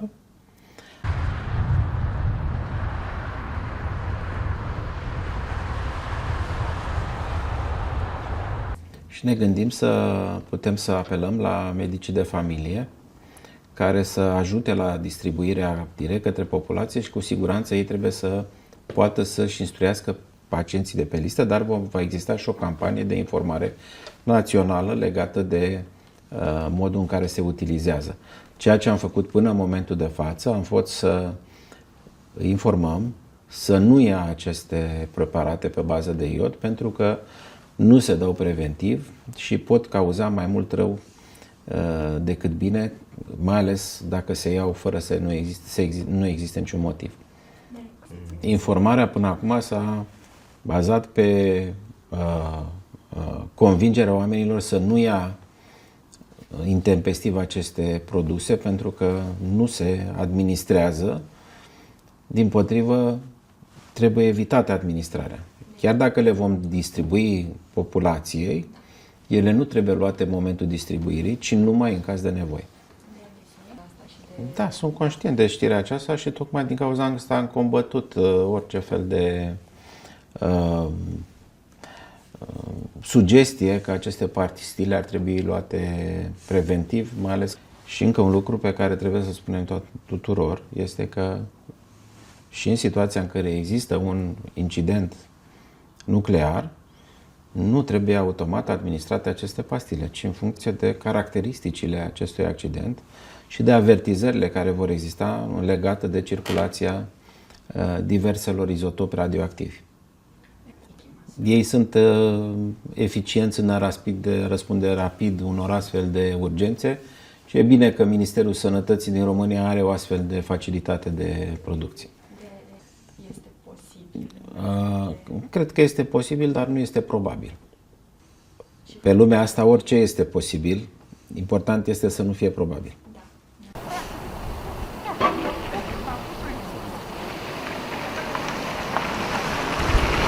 Is not looked at and associated with the Olympics at all. They actually look at the TV tower in a very different light. So, yeah, nice to meet you. I'm Wataru. Nice to meet you. You're really nice. Yeah, could you see? Thank you. And he's the cameraman. Very nice. We are based in President Biden described inhuman behavior of Russian troops, the genocide. But there are other readers describing just war crime. Now, how do you see? For us, of course, it is very problematic that Russia has started this unprovoked and unjustified war against a sovereign and independent country in Europe, against Ukraine. So, and as it's taking place here in our region, then of course we follow all the developments very carefully. And with regard to these brutal killings and torturing and raping of Ukrainian women, children, and of course men at the moment is very worrisome, of course. And we have also supported the investigation of ICC with this regard. And as we have seen that there is a systematic killing of particular groups of people, particularly Ukrainians, then we definitely see that there are elements of genocide. And we truly hope that ICC will quickly start with all the evaluations and investigations with this regard, and would give the appropriate answer what's going on the place, and also of course that all war criminals would be taken into the court. This justice is very important. So is that a kind of genocide, not just genocide? Of course, it is a court who decides the final, who has the final word on this, but absolutely there are elements of genocide what we have seen based on current news and information that we have from the ground. Okay, the next question. So looking at the current behavior of Russian troops and Russian government as a neighboring country, so Estonia, what sense do you feel this inhuman behavior? We consider that the security situation in Europe as a whole is changed. And of course, we are very much worried about it because Estonia is a small country. For small countries, the rules-based world order is very important. And at the moment, we see that there is huge violations of international law, violations of all the agreements on which the security of Europe is based on. And of course, in addition, all these inhuman killings in Ukraine, these make us very worrisome. And we have raised this question in different international formats, of course within the EU and NATO, but also in the formats where the Russian Federation is a member of, like the United Nations. Also, from our perspective, it is very important to isolate politically Russia from the international organizations because they have violated rules-based order. Clearly, we see that this aggressive behavior is problematic for world peace and security. How important is the presence of NATO for small countries? Estonia chose to become a member of NATO already end of 90s, and we are really glad that since 2004 we are a member of NATO, because for us, for our society, it is very important that together with other NATO allies we can protect our democratic society. And as it was agreed already at the last NATO summit in June last year, Russia poses threat to democracies in Europe. Then, of course, the more robust presence of NATO allies here in Estonia is very important for us. So, is NATO enough to protect your country? NATO is the strongest defense alliance in the world, and we truly believe that together we are strong enough to protect every inch of NATO's territory, including here in Estonia. Yes, Estonia has, of course, its own defense forces as well, and we are also increasing the capabilities of our own defense forces. We also have increased the budget from 2% to 2.3% to 2.5% from the GDP, and together with NATO, we at the moment we are adjusting our defense plans.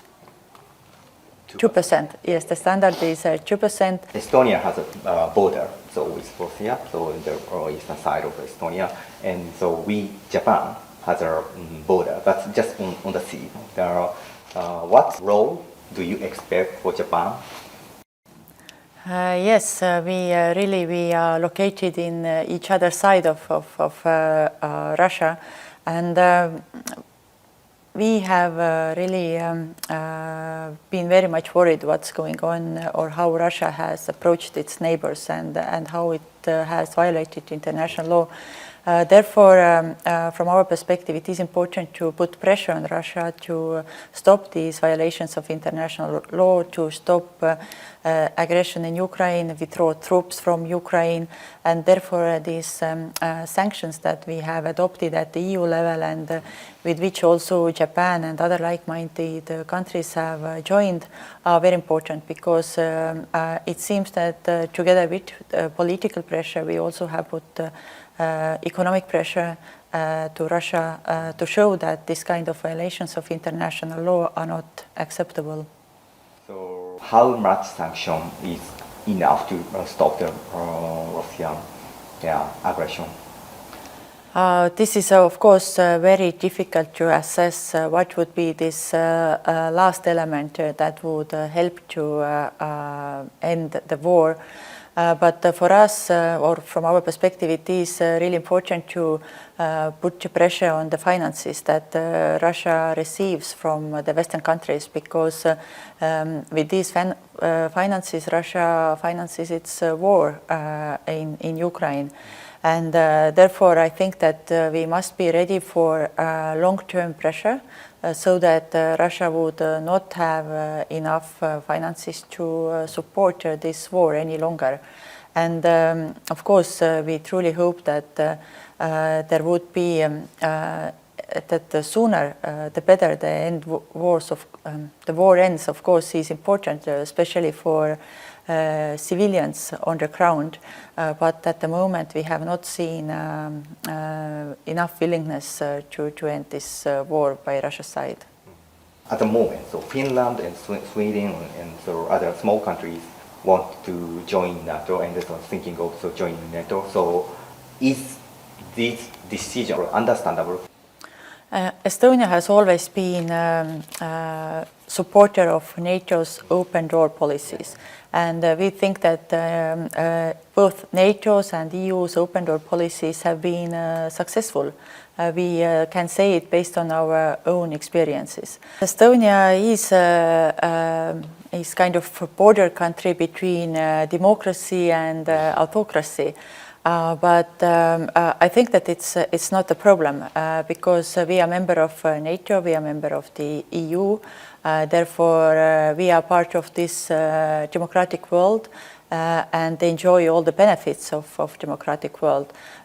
And of course, as at the moment we have seen that the security environment in Europe has changed, then it is quite logical that other democracies also would like to join NATO because the main idea of NATO is to defend democracies.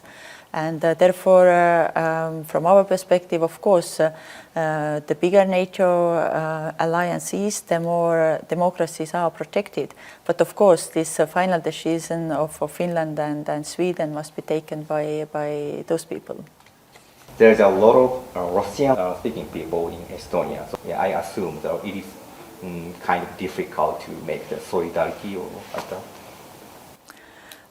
Yes, in Estonia we have a Russian-speaking community, which is about 27-28% of the Estonian population. And the majority of them are also Estonian citizens. So we don't consider them as residents, but as our own citizens. And also Russian-speaking community, it is very diverse. Some of them are really integrated into Estonian society. They are participating in our political life. They are members of the parliament, for example. So they are creating our policies. Of course, there are also people who are more following Russian media and might be also more affected by the fake news and misleading news from Russia. And of course, our government, especially now during the war in Ukraine, we try to reach out more to these people and explain what is going on in Ukraine and who is aggressor in this conflict. But let me recall that when on the 26th of February, we had a huge gathering here in Estonia. About 30,000 people came together to support Ukraine in this very beginning of this unjustified war. These people were a big mixture of different nationalities living here in Estonia.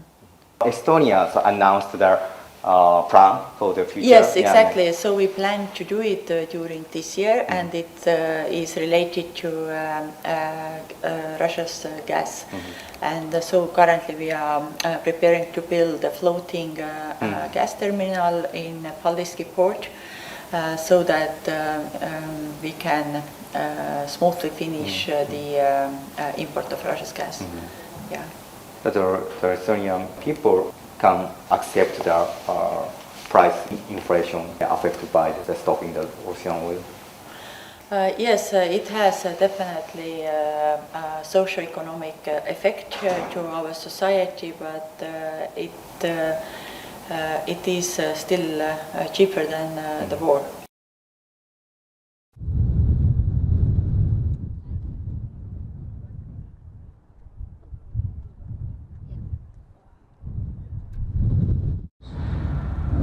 Tonight, the club wishes to convey a message of peace and light of Schumacher.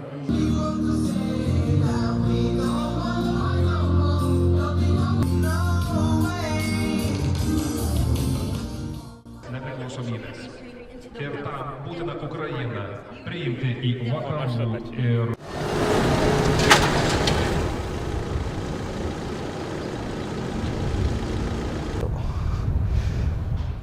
こちらビュリヌスの鉄道駅にやってきました。この電車が今止まっている場所はリトアニアの国内の電車が止まっています。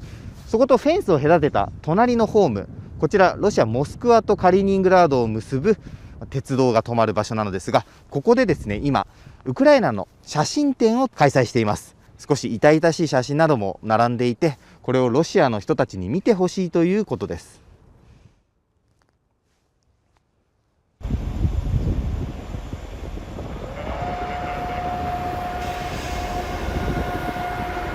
これちょうど来たの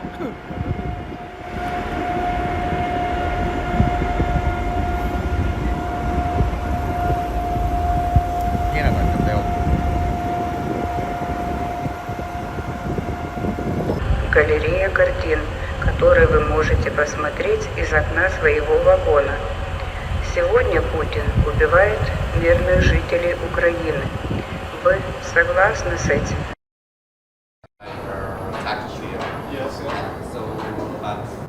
こちら、リトアニアの首都ビュリヌスの住宅街にやってきました。この辺り一帯ですね、ウクライナを支援するようなものがたくさんあるんですけども、例えばこれ、住宅、あそこ見てください。フラッグにもウクライナの国旗が、ベランダですね、窓に置いてあります。でさらにこちら道の方に振り向くと、こういう木にくくりつけてあったり、こちら公園の中見ても布がくくりつけてある、あれですね、ちょっと色が若干どっちが正しいのか、色が違う青だったりしますけど、水色と黄色のこれもウクライナ国旗です。なぜこんな風になってるかというとですね、これ、向こう側ちょっと後ほど行ってみますけど、あそこの大きな建物がありますが、あそこがロシア大使館です。リトアニアのロシア大使館になります。で各国のロシア大使館の周りではですね、ウクライナを支援する人たちが、プロテスト、抗議活動を行っていまして、ウクライナ支援のためにこういうウクライナの国旗にまつわるものを展示していたりですとか、あるいはもう亡くなった方を悼むようなものっていうのが置いてあります。でこちらリトアニアも、かなりロシアの飛び地があるということで、ロシアとの関係も深い国なので、ウクライナへの支援というのはかなり熱くやっているということで、そうなっています。でですね、これもうなってるのかな、こちらですね、ここを見てほしいんですよ。これがそうですね、ウクライナ英雄通りという通りの名前になってます。これそうですよね、上に書いてあるの。下も？はい。これ何かというとですね、このリトアニアのロシア大使館がある通りの名前を、今回のウクライナへの、ロシアの侵攻を受けてですね、ウクライナ英雄通りという名前に本当に変えてしまったというですね、一説によると、本当にそうかどうかはまだ確認してないんですけども、このロシア大使館に手紙を送ろうとする、何か郵便物を送ろうとする場合には、ウクライナの英雄、ウクライナのことを称える住所を書かないと届かないかもしれないと言われているということです。ちょっともう少し近づいてみましょう。はい、こちらもそうですね、これウクライナひまわりが一応テーマというかウクライナを象徴する花なのでひまわりがありますね。ウクライナに栄光あれ、ウクライナを称えるメッセージがここにも。そしてこっち右側は英語のメッセージですね。ロシアの人に次ぐプーチンのゾンビになるんだと書いてあるんですね。レポートしてる。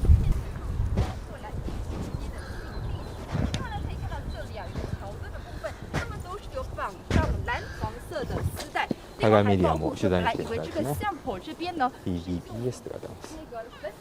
じゃあちょっと多分普通に歩いてると気づかないですけど、向こうから見るとプーチンって呼びかけて、ハーグ条約、国際司法裁判所とかあるハーグが Waiting for you、 あなたを待ってますよ、要は戦争犯罪人として裁かれるべきだと。なかなかこれも強烈なメッセージですね。Hello. Welcome to it. So, where are my flags? Sorry, so we moved. Yeah, move them there.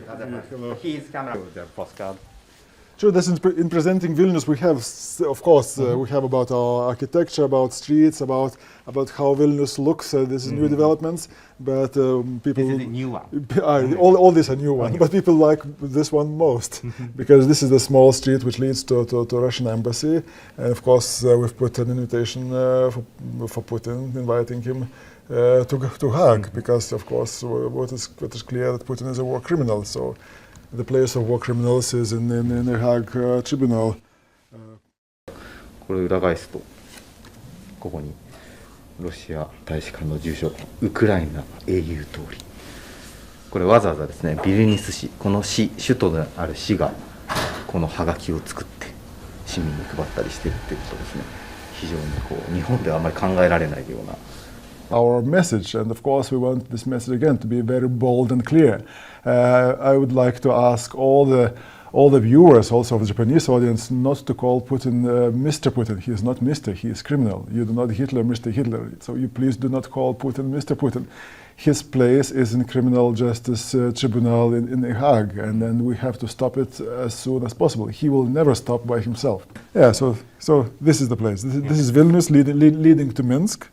As you see, to Kiev almost 800 kilometers, to Minsk, which is unfortunately occupied by Russia, by Kremlin regime, is almost 200 kilometers. Of course, we would like Belarus to stay independent again, and that's we were in one state for many years, and we are like brotherly nations, but unfortunately they are in a very different and difficult position right nowadays. リトアニアの首都ビリニュスからベラルーシの首都ミンスクに向かう途中の道中ですね。見えてきたかな。こちらの看板見えますでしょうか。キエフまで779キロ、ミンスクまで187キロ、クレムリンに支配されていると書いてあります。これも一つの国としてロシアの侵攻に反対しているというメッセージだそうです。How about the threat by Belarus? For us, again, living in the same region from Japan, I do understand that it looks very, very, very, very far away, and all the countries are so close. For us, of course, Belarus is very close, and we and Belarus are nations which were together for many, many hundred years, for many centuries. And unfortunately, it's now, we may say, and again, even put a road sign indicating that unfortunately Minsk and Belarus is occupied by Kremlin. Practically, it is, theoretically, it's still an independent state, but it feels that all the decisions are dictated from Kremlin. So we are very unhappy about the situation. We would like Belarus to be independent again and democratic again. We don't see a kind of threat from Belarus directly, but we see a threat from Russia, which also is on the soil of Belarus. And what we see that Ukraine is attacked also from the soil of Belarus.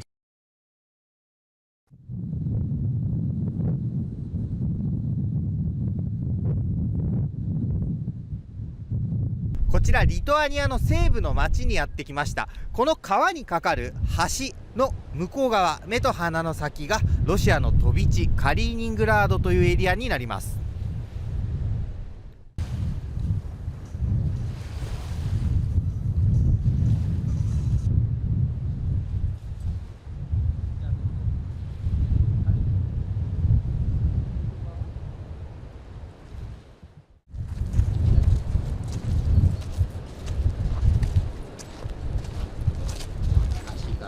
Mes su tėvais, kai aš buvau mažas, važiuodavom čia maisto produktų, bandelių pirkti. Čia kažkodėl žymios bandelės buvo sovietiniais laikais.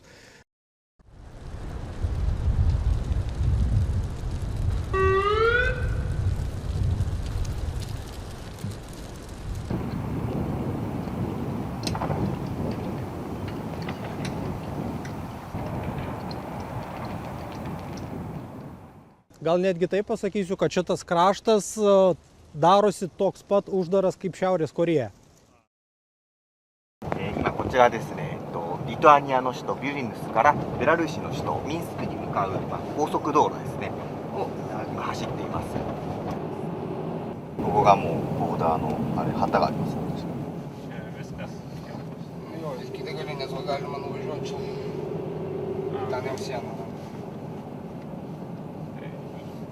この辺りが、首都ビリニュスから60キロぐらいですかね、ミンスク方面、ベラルーシの首都ミンスク方面にやってきました。そこにですねいろいろ旗がありますが、ここまさにですね、ベラルーシと、リトアニアの国境エリアになります。ちょっとこの向こうには行けないんですけれども、今あちらにはトラックが、物流のトラックですね、列をなしているのが見えます。出てないですよね。はい、今のところトラック以外1台もその乗用車的なのがいないから、やっぱりもうそういう場所なんだね。交流はないわけです。これそれぞれ何の話か。バラは何？これも国旗の一部を採用して、そこにバラとロシア。この旗っていうのはある意味その今の政権反政府の象徴の旗だから、そうかそうか、わざとリトアニア側に置いてるけど向こうではできない。そうですね。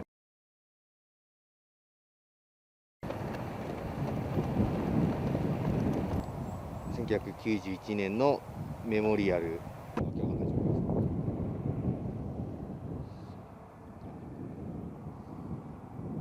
こちらビリニュスの、旧ソ連時代ですね。旧ソ連時代からあるテレビ塔のこの麓に来ているんですけども、あちらにですね、この石碑のようなものがあります。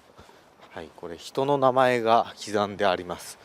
こちらですね、1991年に起きた、日本語だと血の日曜日事件と言われていますが、リトアニアだと1月13日事件というそうです。その時に、旧ソ連が、独立をしようとしたリトアニア、独立を宣言したリトアニアにこう戦車で攻め込んできたという事件で13人の方が亡くなったということで、ここに石碑があります。テレビ塔を占拠するというのはやはりメディアがある意味こういう戦時下においてかなり重要な役割を果たすということの象徴でもあるように思います。実際に今ロシアでは戦争が始まった時にメディア規制というのがかなり早い段階であって、自由な報道ができなくなっています。我々のような仕事というのが実はそういう重要な使命を帯びていて、ある意味危険と隣り合わせだというのもちょっとここから感じることもできるような石碑です。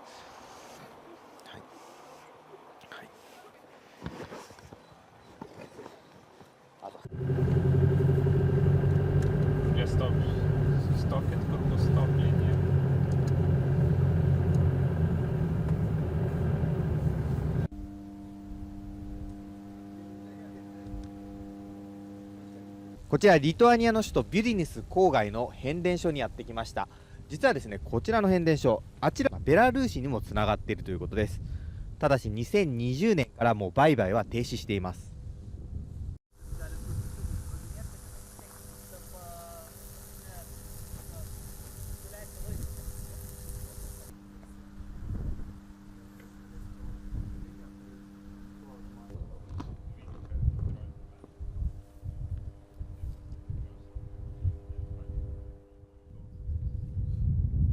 このバッテンのとかもちろんですね。今とりあえずここがバッテンになってるけど、将来的には他のこの灰色の1、2、3、4、これすべて接続しない形に切り離す形になるということです。これがある意味ベラルーシあるいはロシアからの依存からの脱却というリトアニアの壮大なエネルギー計画。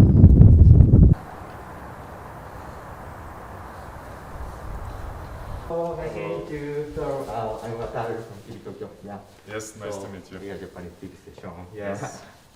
It's very important. Before that, we had only import possibilities from Russia and Belarus, and since 2015, we diversified our import sources. We started importing electricity from Scandinavia and Poland. We started with this connection, but in 2025, we expect to fully disconnect from all lines and desynchronize from Russia and Belarus. Future generations, I think it's the one single biggest question.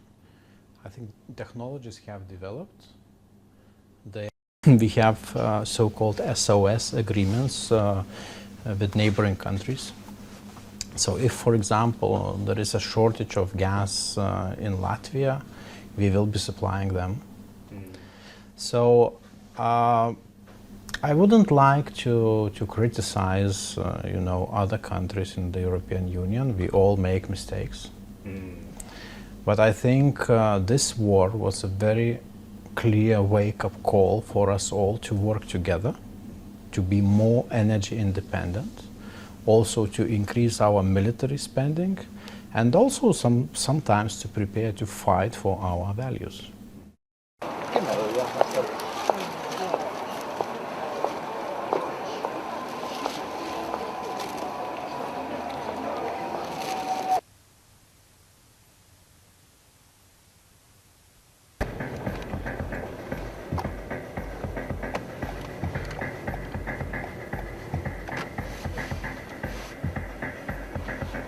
So about the safety rules, I have helmets and glasses for you. These are for protection because they are using the blank ammunition and vehicles are driving back and forth.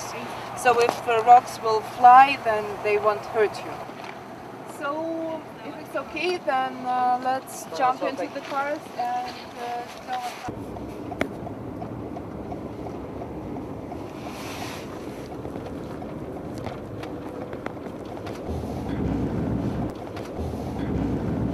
時折こう道端にそこにもいました。ちょっとこう草をつけて、擬態というんでしょうか、森の中でこう一見わからないような形にして潜んでいるという、これすでにもう訓練始まっているということですね。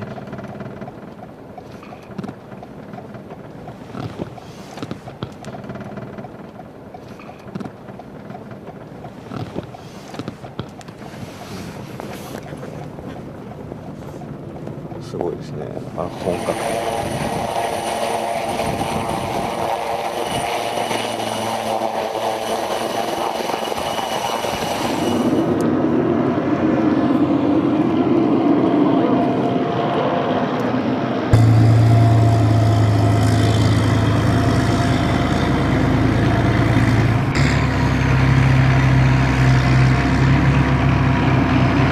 NATO の今軍事演習の会場です。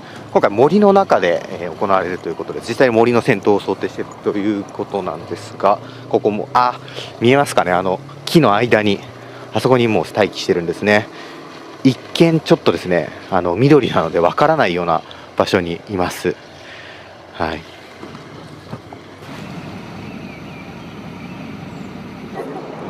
So it is a Britain car, Britain tank. So it's called a Warrior. So how many people? How many operators in there? You can get, I think, about 8 people inside. 8 people. Oh, 8. Oh, but they're in the back. In the back, yeah. So it's used to transport troops. They have the weapon. Yeah.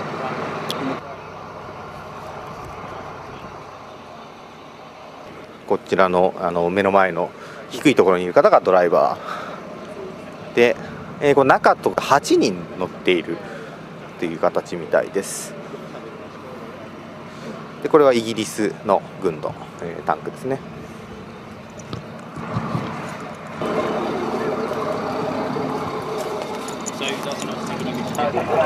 多分中取っちゃダメなんじゃないですか。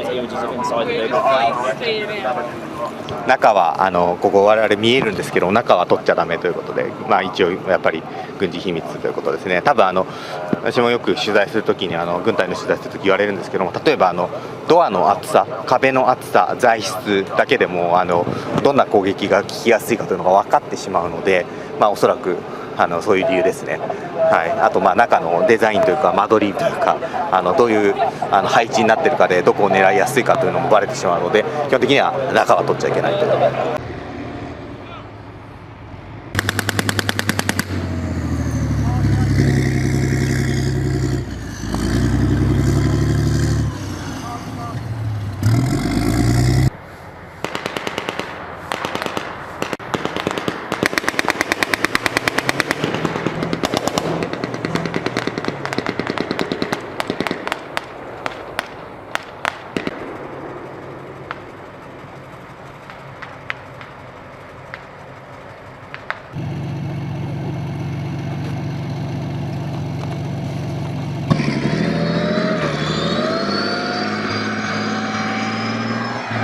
ちょうど雪が溶けてぬかるんだ道でこう高低差のあるデコボコしたところを進んでいってます。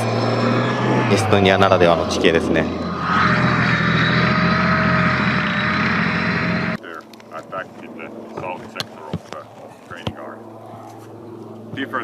So the training what we are conducting now is extremely important, just to make us ready to conduct the military operations if time comes and there is some sort of military aggression against not only Estonia but also against any Baltic states. So the training plays the crucial role that we will be able to succeed in our mission as we foresee it. What kind of enemy do you assume in this training? This training is built on a conventional enemy. It's not a secret that Russia has been the main military threat for Estonia, and all scenarios what we are building up is built on understanding how the Russian military will operate if they conduct a military operation against Estonia. こちらのエリアですね、もうロシアとの国境に近い、だいたい100キロぐらい先に進んだらもうロシアとの国境があるエリアで NATO のこういう軍事演習だったり、軍事基地ベースとしてもかなりロシアに近い、まさに最前線の一つと言っていい場所です。エストニアだとですね、もう本当に国境を接していることから、普段からこういった軍事演習を行われているということで、今実際に NATO の方ではもうエストニアも含めバルト海から黒海の方までそれぞれのエリアに派兵をしていてですね、こう本当に防波堤のような形で対ロシアの布陣を引いているという形になっています。はい、今回のも、普段ですとですね、例えば自衛隊の軍事演習だと、中国だったり、例えばロシア、東側ですねのロシアと対峙しているようなエリアでもですね、自衛隊の軍事演習している時に自衛隊の方に聞いてもですね、敵国の想定みたいなのは、特定の敵を指さないことが多いんですけども、今回のケースですとですね、先ほどこの軍事演習に参加しているエストニア軍の、軍の方に聞いてみると、はっきりとロシアへの警戒を強めている、そのための軍事演習だという話をしていました。この辺りがですね、もう本当に目の前に差し迫っている、本当に現実としてあり得る危機として捉えているか、あるいはあくまで想定される危機で、エスカレーションさせないためにも言わないっていう自衛隊のスタンスとまたかなり違うなというのが感じられました。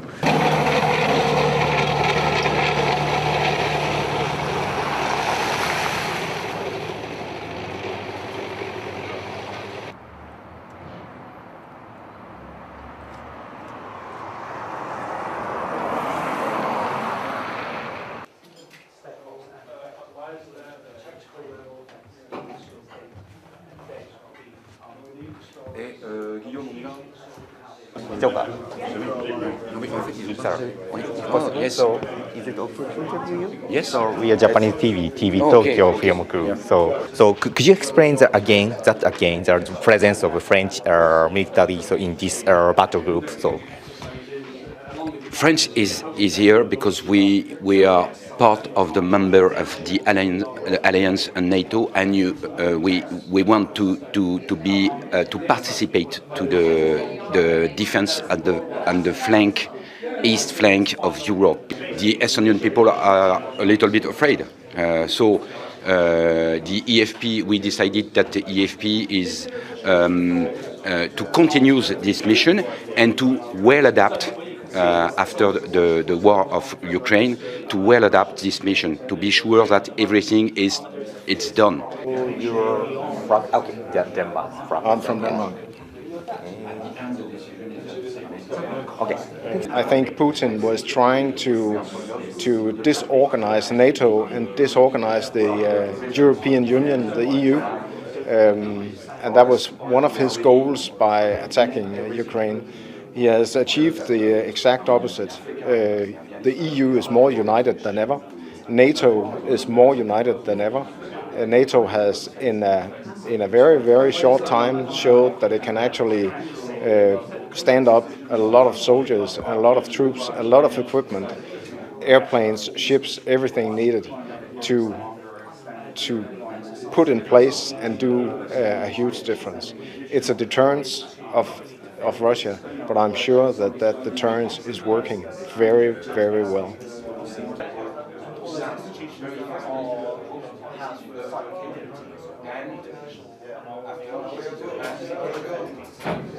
So Estonia is very important. So Estonia is a northern Baltic country. It sits, it shares a border with Russia, and also it sits at the sort of mouth of the Gulf of Finland as well, which is an important shipping route as well. So Estonia is very important. But at the moment, you've just seen some recent uplifts and strengthening of NATO forces within Estonia, just to make sure that we do have those defensive capabilities and that we're able to defend in Estonia and across the alliance. So are you prepared for the last phase? So we always train to make sure that we are able to defend and defend quickly. So all our exercises are designed to enable us to work alongside the Estonians and the French and the Danish to make sure that we are always prepared to deal with whatever aggression comes our way. Yeah, the first question is about the threat by Russia. So how big is the threat by Russian troops and the Russian government for Estonian people and Estonian government? Well, we need to look at this in two timescales. The imminent timescale is that the threat level is very low, especially because Russia has moved most of the forces that are stationed on the Estonian border to fight in Ukraine. So this gives us confidence to say that in imminent time term, the threat level is very low. But in longer term, the threat picture has never been as serious. Well, clearly we come to this conclusion because what they are conducting in Ukraine, but also the demands that they have put forward for NATO and for Western allies, where they have been extremely clear. Their intent is to basically restore the Soviet Union, dismantle NATO, and to destruct the collective defense umbrella under mainly Eastern nations. And we take this threat very seriously. So is NATO enough to counteract for that, so protect for the people? NATO is the cornerstone of our defense. It is very important for Estonia, and it's up for its tasks. The way we feel, the current force posture of NATO on eastern border is not enough. But luckily, NATO is working hard to get this on the sufficient level. And the heads of state and government have just a few weeks ago set the tasking for Madrid summit that there needs to be proposals at the table how to ramp this up on the sufficient level. NATO members, so how important is the presence of NATO for the small countries? It's extremely important. It's the cornerstone of our defense. It's the cornerstone of NATO's defense, because NATO is not only defending Estonia here. NATO is defending the values that the alliance has stood for 70 years: freedom, democracy, the freedom of speech, free maneuverability, economic growth, and so forth that we enjoy every day.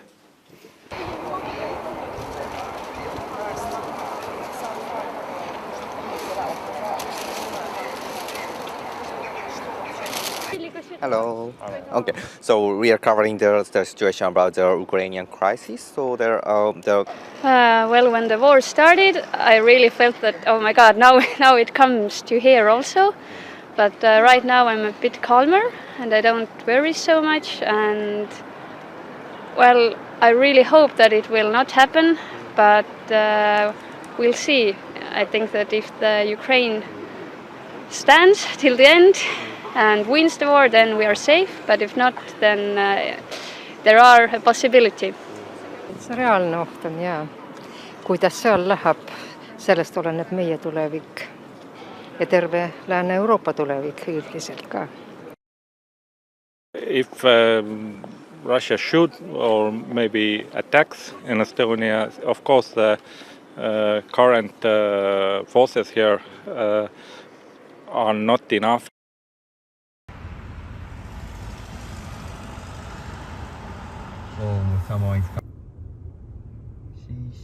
CCTCOE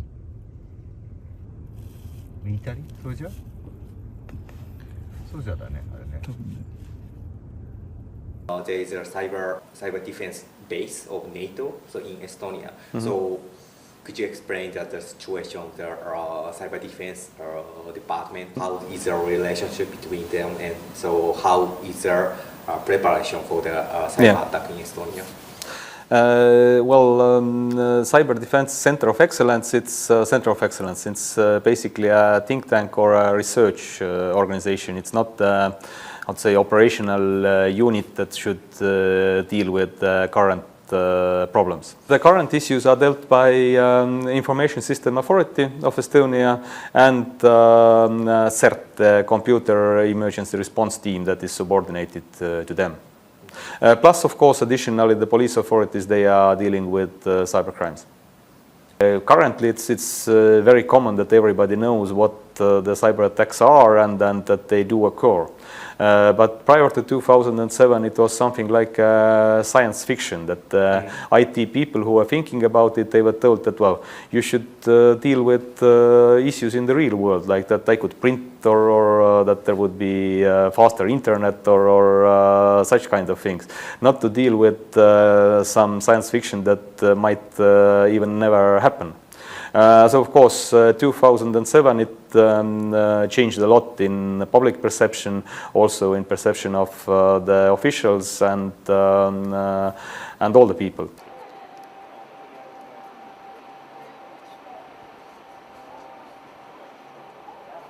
Scheme, so in Estonia, and there is a lot of You cannot really just go. You are not in there just. So in Estonia, because everybody has an electronic ID, we can identify ourselves online safely and access all the services digitally as well.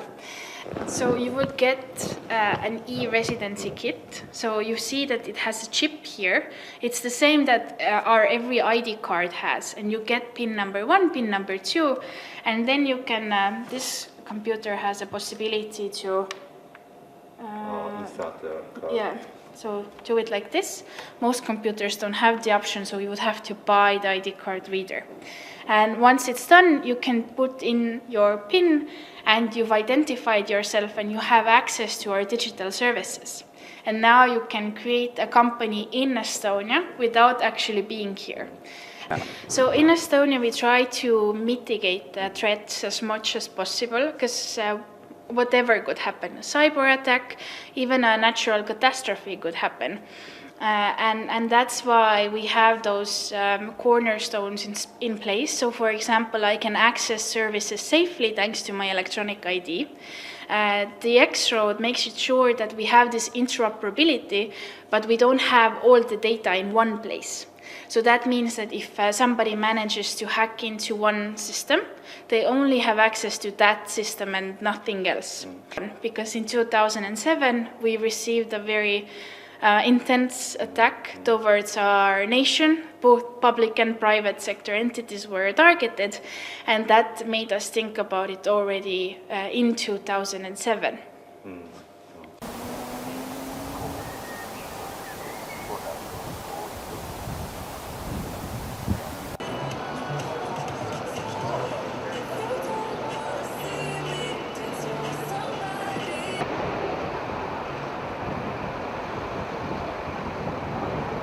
Переживаем, все переживаем, но никакой там негативной информации в сторону нас нету, русскоговорящих. Но, естественно, как и все, переживаем за все то, что происходит на Украине. I don't know, we are waiting for it so long, but still, at this moment, I don't think we will join NATO or European Union at this moment because we are not in this condition. Our politics and economics, and yes, I don't know. But we wish, of course, it's our wish and we want to join it and we want better future, of course, for us, European future, and we hope that we will join someday.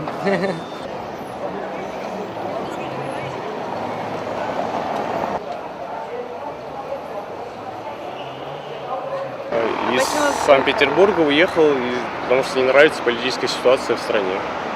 Мне не нравится, что Россия делает по отношению к другим странам, как она себя ведет, и это уже переходит все рамки, и надо что-то делать и покидать эту страну. Это единственный выход.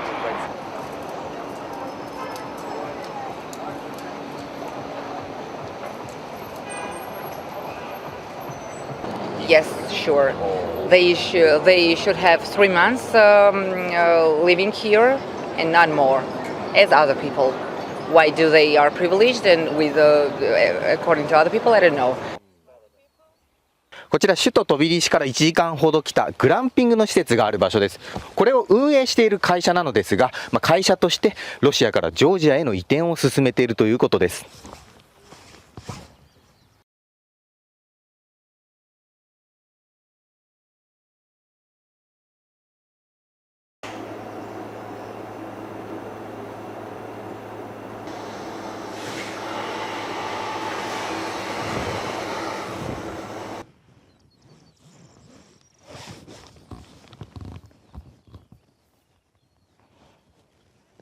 Например, у нас очень много клиентов с Европы, и физически сейчас из-за санкций просто невозможно даже с ними работать, они даже отказываются работать. То есть у нас пациент в Португалии, который сказал с Россией. Не-не-не.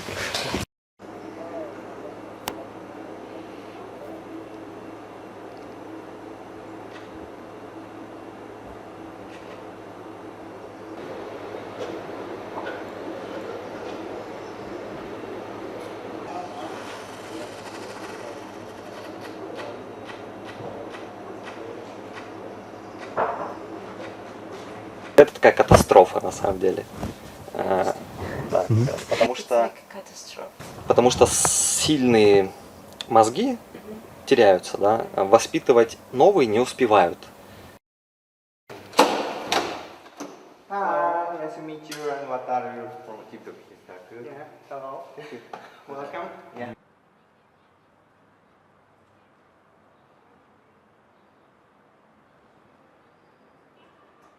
Model to device like this, and after that I can read debug information for developers.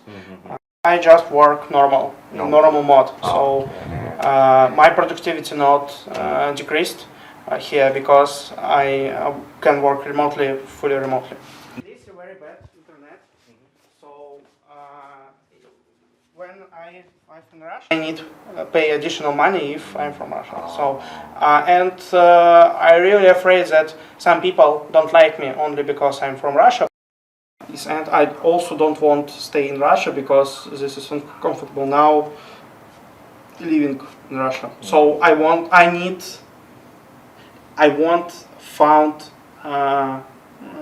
home in any country. Yes, not Russia. Hello. Hello. Oh, nice to meet you. Nice to meet you. How are you? Thank you. Nice to meet you. I'm Wataru. He's Taku.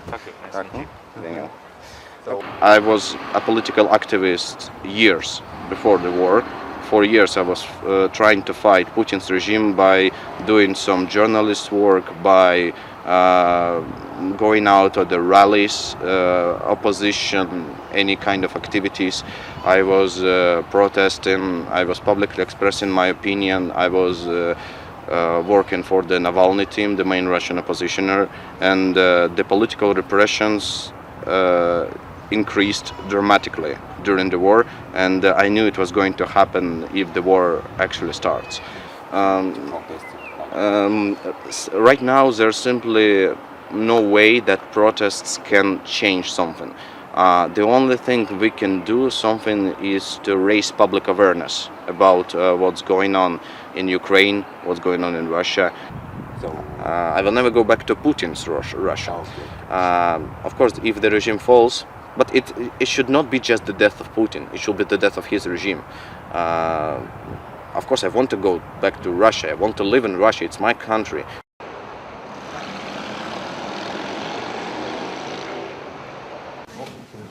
Can I come in? Thank you so much. Nice to meet you. Nice to meet you.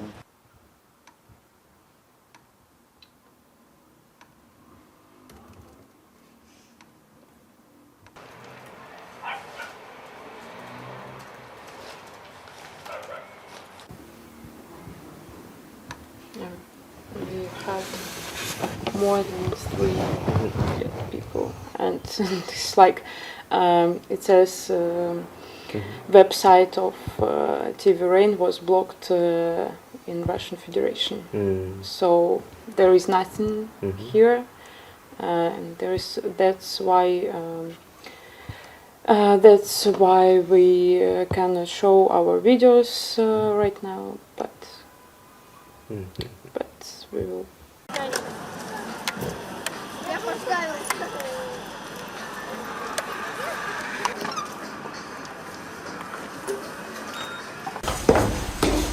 独立系のレイン PD というメディアが入っていたんですが、閉まってます。ちょっと中見てください。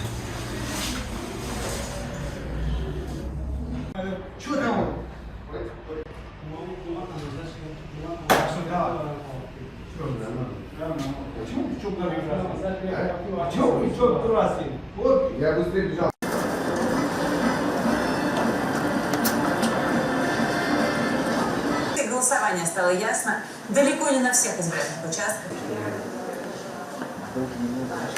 Я сразу позвонила оператору, попросила его приехать. К сожалению, он не может уехать в телеквартиру.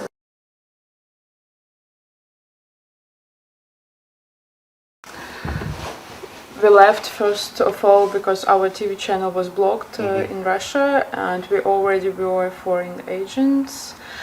So-called foreign agents, and we couldn't say this word war on our lives. We had to say like special operation, and we didn't want to say because this is a real war, and a lot of people were killed, just regular people in Ukraine. And then when they blocked us, we decided to go to like other country. We didn't have some plans to live in Georgia or something, and it was just you don't need a visa.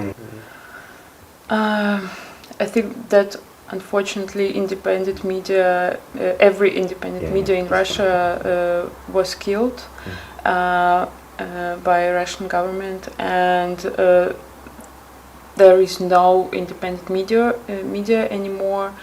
My report about Mariupol, but it's already a TV channel of our two TV hosts, Masha Barzunova and Vova Romensky.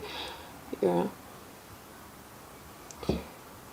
This is what we make right now, some independent YouTube channels. But I hope we will back.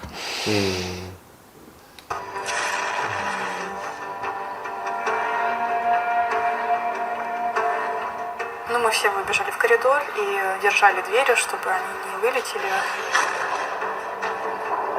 Like all these people left Mariupol when it was blocked by Russian army. Просто руины, да. Его нет, ну то есть города нету, это пустой город. Yeah, and they say that there is no city anymore. The city was in ruin. Поэтому сначала лежали в больнице, потом приехали.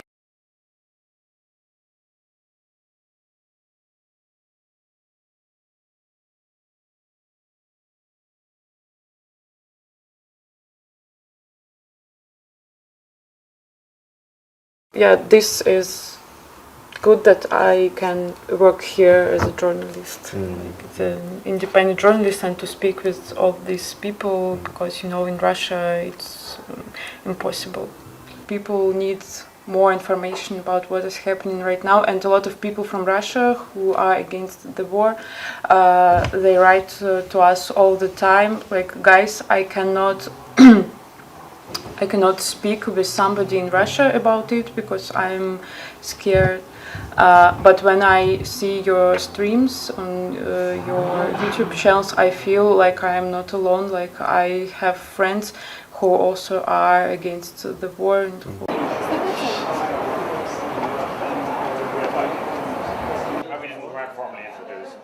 well, now so.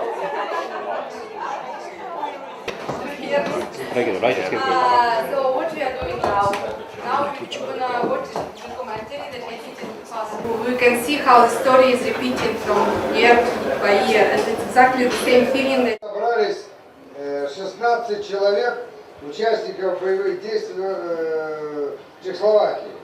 Лев Николаевич, мы хотим вам... Воины социалистических государств вступили в Чехословакию не как оккупанты, а как братья по оружию. Они пришли, чтобы вместе с трудящимися Чехословакии дать отпор контрреволюционерам, отстоять дело социализма и устранить угрозу суверенитету, независимости и безопасности Чехословакии и всего социалистического сообщества. А как вы тогда разбирались в ситуации? Никак. Не разбирались. Ой, дорогая, вот мы все трое, слушай, все одинаковые. Никто не разбирался. Нам не до этого было. Нами мы выполняли приказ. Приказ. Выполняли. Вот, это самое... Старались его выполнить без кровопролития. Вот и все. Обстановка в Чехословакии и ее столице Праге в целом нормальная. Приход войск братских социалистических стран лишил чехословацкую контрреволюцию. Вот у меня на сердце всегда жгет одни слова. Лейтенант, ты знаешь, я очень благодарен русскому народу, что он меня освободил из концлагеря. Но мне очень обидно, что вы к нам пришли незваные.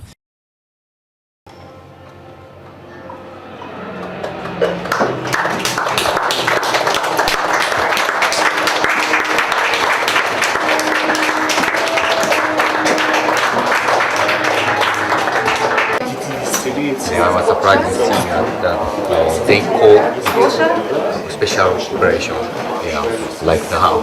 Russia always make the same, and we made every time we made the same mistakes. Вот эти вот истории людей, которые, скажем так, не по своей воле, наверное, оказались агрессорами, они будут, конечно, коррелировать между тем, чьи сейчас чьи сейчас мужья и сыновья воюют в Украине.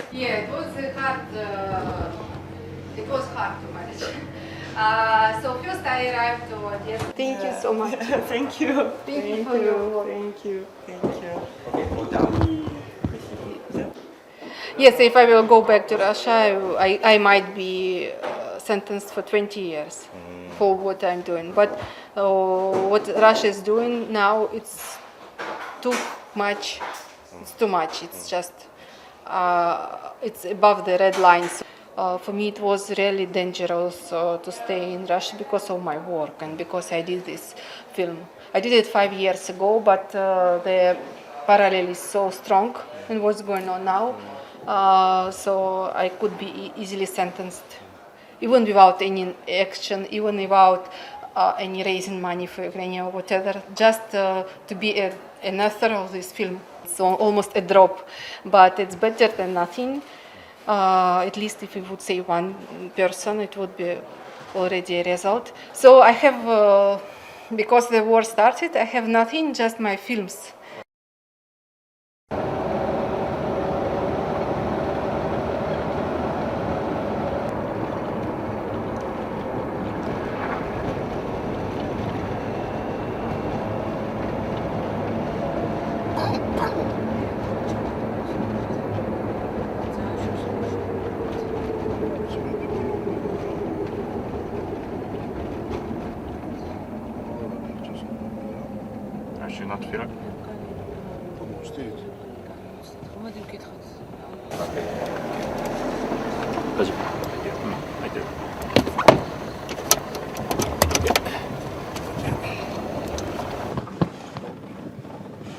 今向かっているのがですね、まさに日本でいうと南オセチアと呼んでいるエリアです。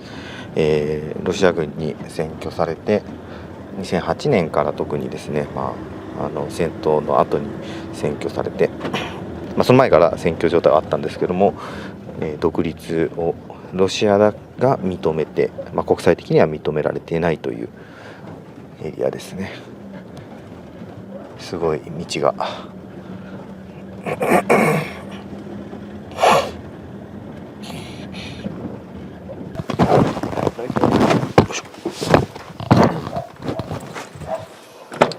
sorry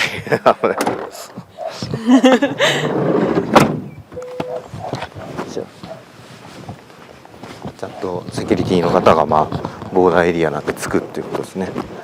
彼も銃を持ってます。あまりこっちに見せないですから。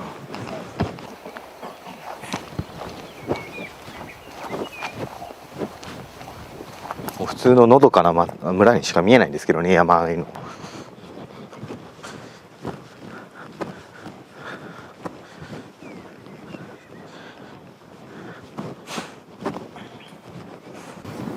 これはかなりずっと携帯してる。So are they bringing always these arms? All tyska ser det.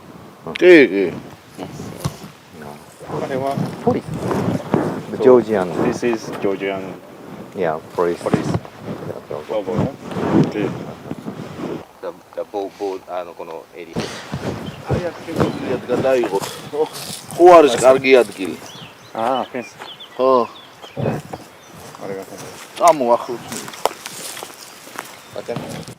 今ですね、こちらフェンスの向こう側ですね、ジョージアの国の端っこなんですけども、このフェンスの向こう側に行くとですね、ロシアに支配されているエリアです。もうフェンス、鉄条もぐるぐるといろいろと巻かれて、でその上見えますでしょうか、カメラでこれはロシア側から監視されているという状況です。はい。時折ですね、ロシアの実際に監視している軍隊の人が来るということですが、ちょっと今はそういう姿はないんですけども、おそらくしばらくここにいたらまた来るかと思います。そう、こことフェンスが今手前のこのフェンスともう一個奥にフェンスがちょっと線が引かれているのがあって、この間がいわゆるバッファー地帯、だいたいですね、何かの境目、特にこういう政治的だったり軍隊が衝突しているところの境目のエリアっていうのはバッファー地帯っていうのがありましてですね、もうただの線というかちょっと間に空間があるんですけども、まさにそうなってますね。フェンスと向こうのフェンスの間、はい、でそこにはカメラがあって、あれはでもロシア側のカメラだそうですね。ただ今、はい、今ですね、ちょっと我々に同行してくれているセキュリティの方にですね、あんまり長居するとカメラで撮られてるから良くないという注意を受けましたので、少し離れようと思います。はい。突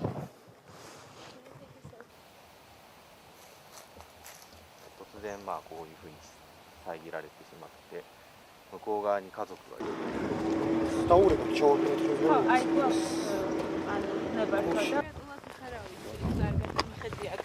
ちらですね、山の上というか、丘の上にある墓地の近くなんですけども、すごい眺めがいいとこで、それ眺めがいいがゆえにですね、向こう側ロシアに占拠されているというエリアが見えますね。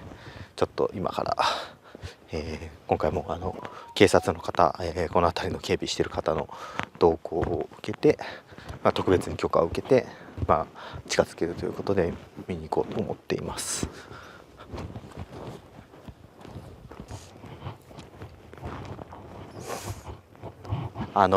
赤い屋根の建物、この丘から見える赤い屋根の建物のエリアがですね、いわゆる南オセチア、この辺りでいうとツヒンバリの場所になりますね。ロシア軍が占拠している場所です。でロシアが独立を、勝手にといいますか承認した場所になります。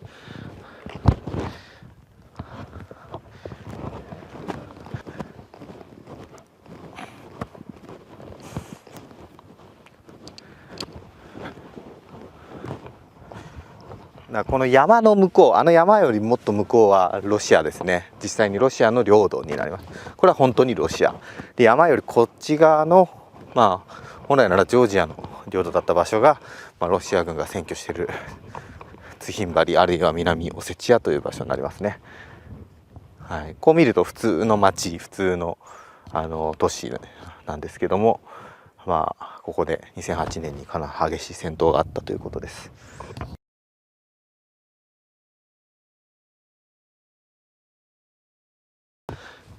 今ですね、ちょっと教えてもらったんですけど、ここから見える向こう側、いわゆるオセチアのロシア軍が占拠しているエリアで、ああいうビルディング、ちょっと壊れてるようなビルとか、結構ロシア軍がこっちを監視していたりするそうなんですね。ちょっと見えないとは思うんですけども、どうですかね。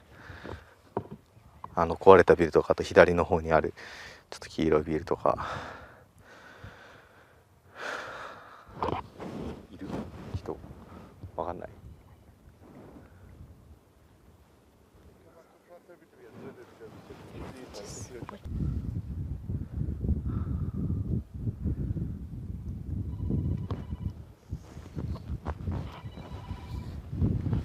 アンテナがあるところの下のあたりがなんかミリタリーポイント、ミリタリーベース、ロシア軍の基地があるだろうってとこですね。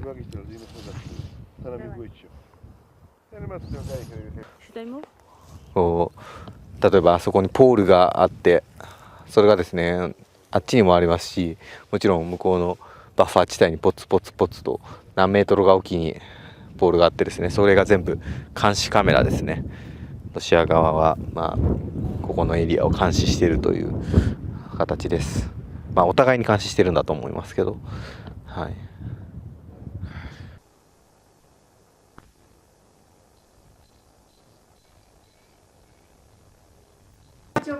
Yeah, sorry.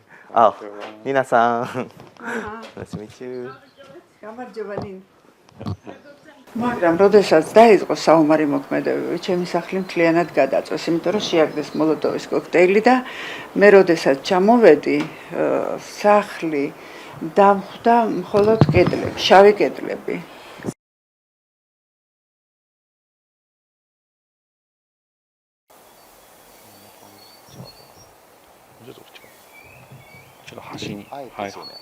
こちらジョージアにある2008年の南オセチア紛争に関するミュージアムです。地元の方の協力で作られたのですが、このようにですね、戦闘の激しさを物語る展示がたくさん置いてあります。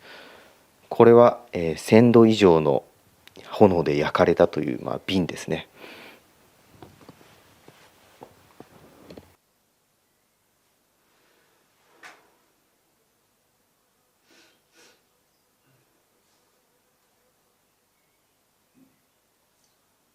მათ მოკლეს 12 ადამიანი ამ სოფელში მარტო. და პლუს ერთი ჩემი მეზობელი გიგო პაპა 90 წლის, რომელიც მწოლი არა იყო ლოგიში, თავის სახლთან ერთად გამოწვეს.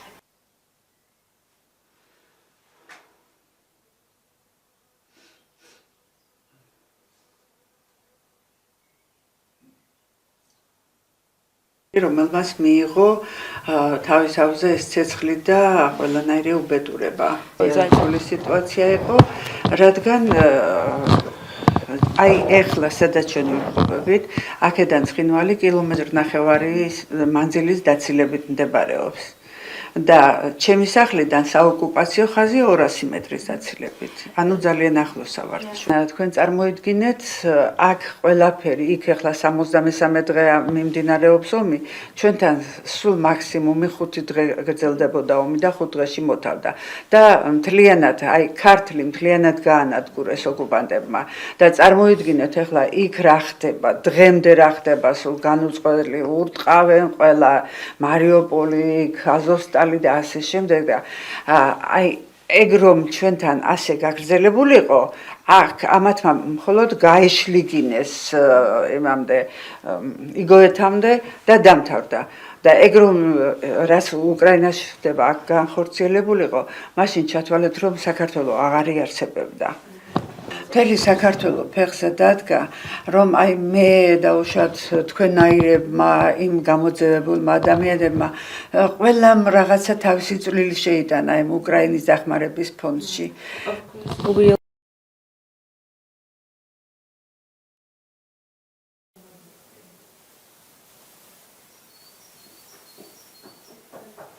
ამ ალბომში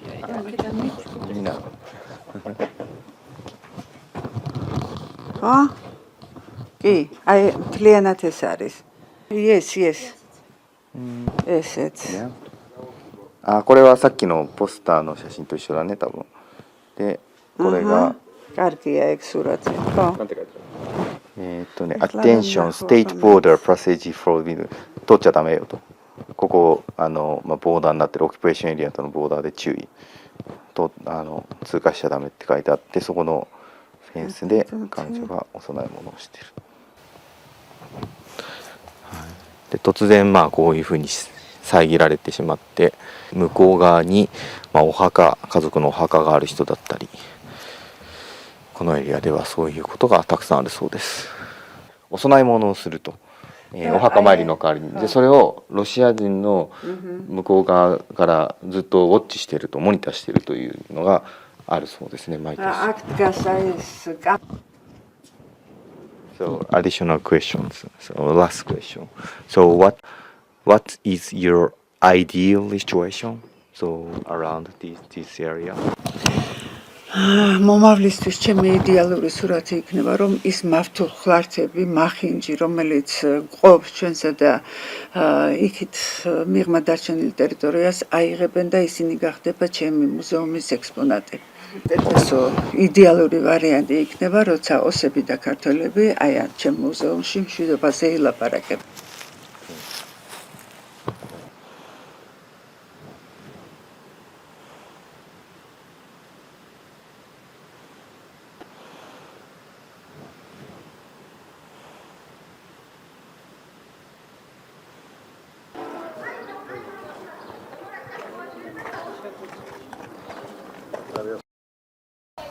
教会が運営している学校ですかね。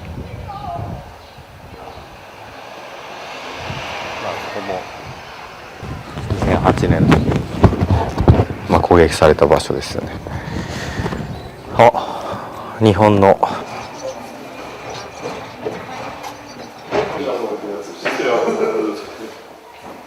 Hello, God bless you. Hello, you're welcome. Nice to meet you. Nice to meet you too. Yeah, that's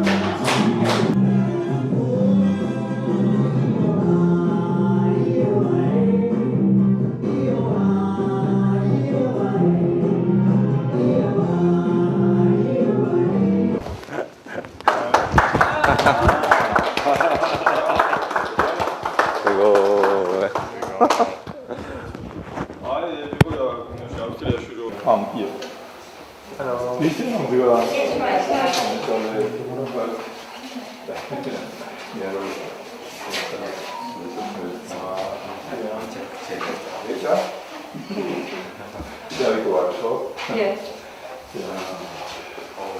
Here is a music. ამ ქვეყანამ ძალიან ბევრი დანაშაული ჩაიდინა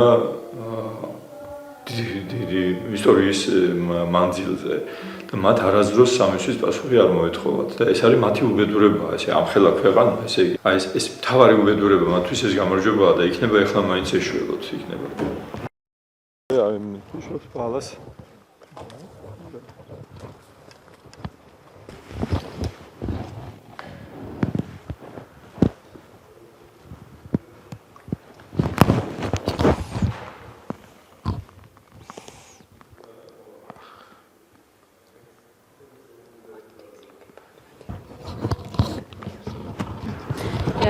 საერთოდ ომი ანგრევს რაღაცა, მაგრამ ომი რომ მთავრდება, უკეთესად კეთდება ხოლმე საერთოდ ყველაფერი და იმედი გვაქვს რომ უკრაინაშიც უფრო კარგად გააკეთებენ მერე ის მადლით დამთავრდეს ეს ომი რა.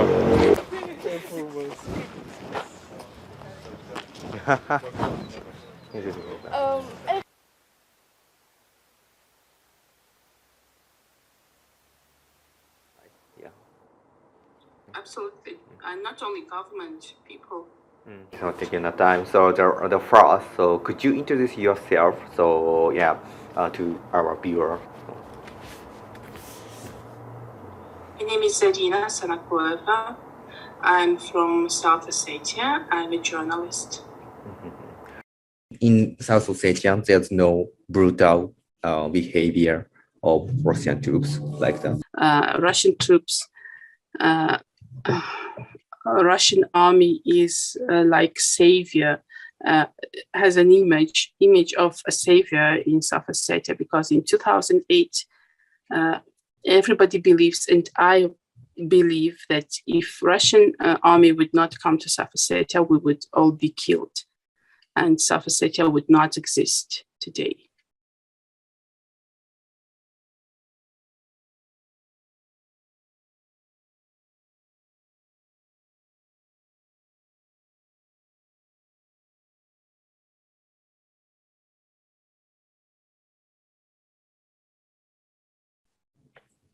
So, as for the current war in Ukraine, how does media outlet tell this matter in South Ossetia? Well, I would say first, to explain the situation to you, South Ossetia is all covered and is in the Russian media sphere. So people here watch Russian TV, get information from Russian resources. Our media is not so developed and not so strong, and our TV channel just broadcasts few hours a day, the only TV channel. So people get information from Russian media, and one can say that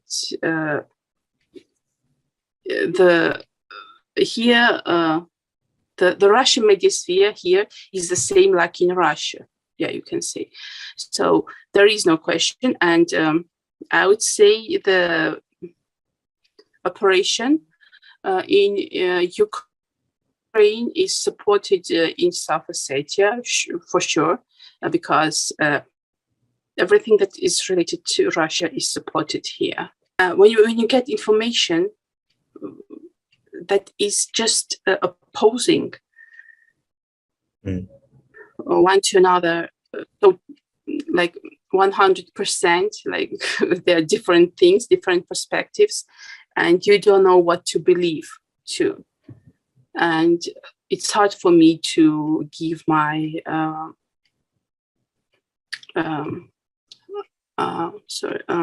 one moment.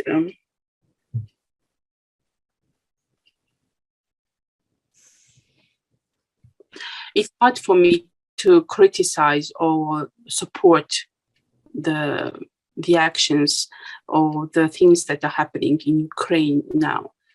So don't get me wrong, I don't want to talk about the Russian troops now, or Russian army in Ukraine.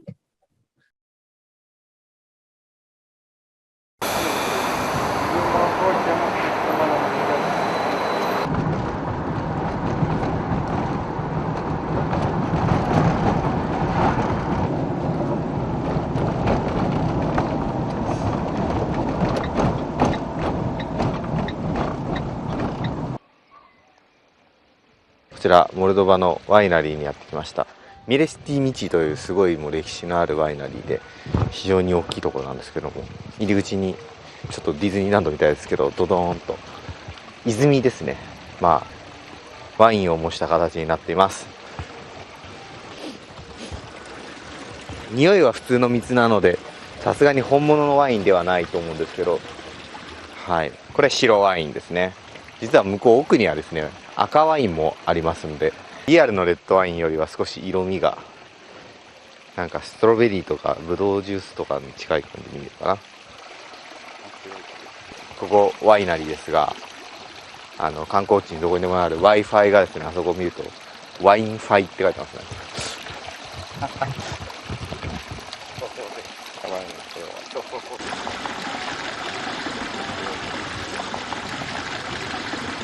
Hello, nice to meet you. I'm Wataru. Oh, nice to meet you. Nice to meet you. I'm Welcome Taku. to Nice to meet you. Cameraman Taku. Nice to meet you. Hello. Yeah, it's good. Называем.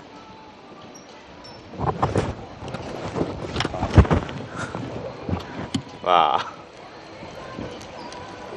Thank you. How many visitors do you have per year? So the the highest number of visitors was in 2019, and we had 39,000 visitors. 39,000. Yeah. Yeah. And the winery was established in 1969, but the funnels. So people extract stone here for about 300 years for their home necessities. But after the Second World War, local authorities started to extract limestone to rebuild Chisinau city. I will show you later. And they dug these funnels, and when they finished, they saw that this is constant temperature about 12 degrees, high humidity, which is a good condition for wine aging.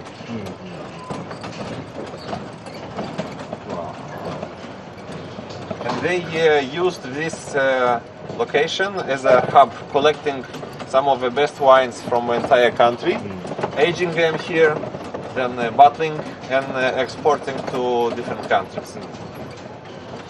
本当に迷路みたいですね。わあ。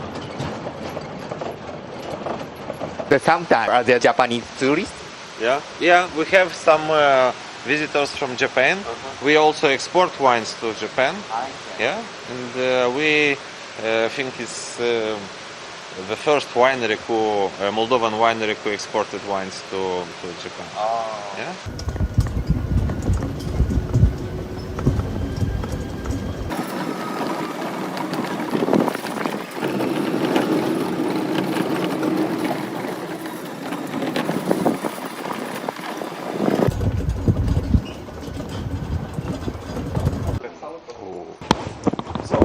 Here is the place where is located the biggest wine collection in the world, registered in the Guinness Book. In the world? Yeah, in the world. So it's registered with 1.5 million bottles. So now we have a bit more, 1.7 million bottles, and we still want to increase it. Wow. Here is a copy of Guinness certificate of the biggest one. だからギネス記録になったのは 1.5 ミリオンボトル、150万ボトルがありますよと。この55キロにわたって地下のアンダーグラウンドにあるというのでギネス記録に。We had some sad periods too. Gorbachev, the last governor of Soviet Union, he decided to fight with alcoholism, cutting the vineyards. And Moldova being the biggest plantations, and there was a risk to destroy the wines from this winery too. And the people from this village and from this winery, they decided to save even a part of this wine, because you see here is a huge volume of wines. They built a secret room where they where they to hide some wines. So here is the secret room.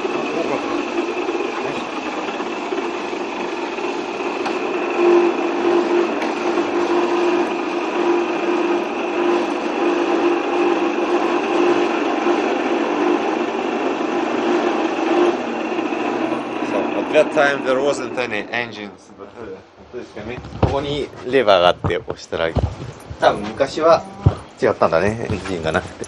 おお、secret room. And if on that side of the door you may see wines from 86 and younger, so here you may see all the wines. For example, just next to you there is a wine from 1983. Here you may see from 1980. And the oldest wine that we have here, this is from 1975. So the oldest wine that we have in our collection is from 1973. これだからそのゴルバチョフ時代に渡された中でもシークレットルームと。だからちょっと古いやつが多いっていうことですね。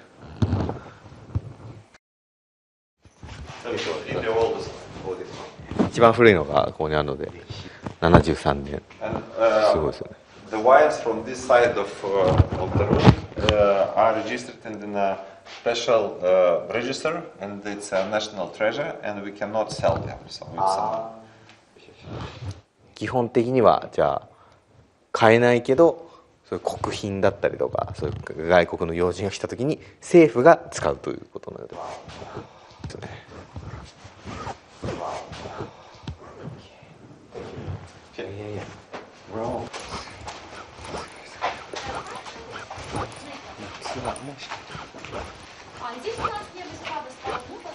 Here we have some private collections. So the from different countries. Yeah, you can buy some wines from us and to store them here and paying a fee for. なるほどね。ここを見てもですね、ちょっとさっきもちろんこの近隣国もあるんですけども、ここのは中国の人で1、2と向こう側もこれも中国の人なんで、結構中国勢のなんというか投資あるいはお金の使う額の大きさっていうのをすごく感じますね。こういうことがもう中国ですよね。What's the purpose to secure this seller? First of all, it's a good place to store your wines because here's a constant temperature, so it's a very good temperature for wine storing. And the second, when you have each year, the price of these wines is higher and higher, so it's a kind of investment. Oh, investment. So, yeah.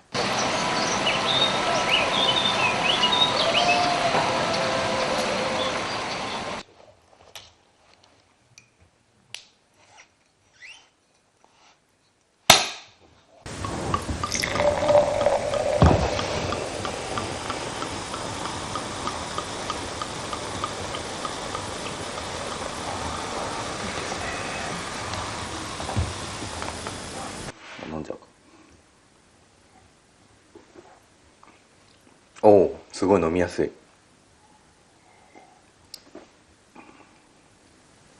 So could you tell us the percentage of the destination export? 90s years, the Russian Federation had about 85% of all our export of wine.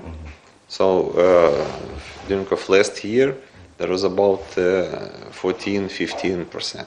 So it's much less because during of these years we had many bans of export of Moldovan wines to Russian Federation, and Moldovan wineries found another markets such Japan, China, Canada, USA, and other European countries. Question is get affected by this war on your business, so especially in terms of export.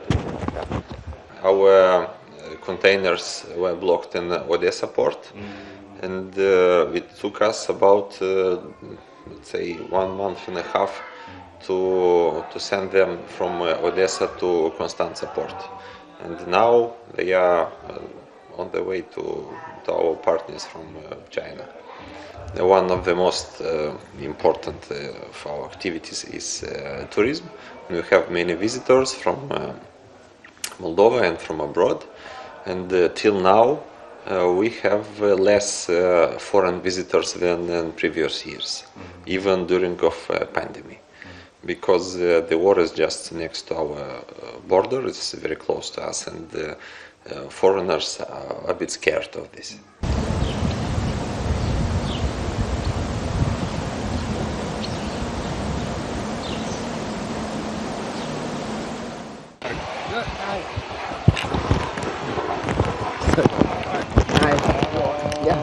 I'm Watari. He's cameraman. From products means product.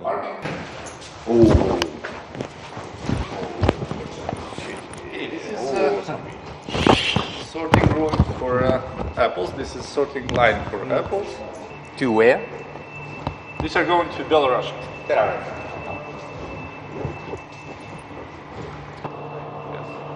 これ見ていただければ分かるんですけど、リンゴをちょっと保管する場所で、これがだいたい1度、0度から1度の温度にしてあるそうです。で、季節が終わりかけなので全部ここに普段2つのところに分かれているのを1つのところにまとめるということで今移動していると。はい。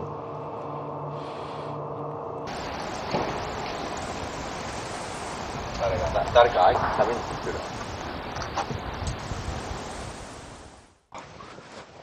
ジュエリーみたいですね。わあ、すごい。I know Japan likes cherries, right? Yeah. How much they are in Japan?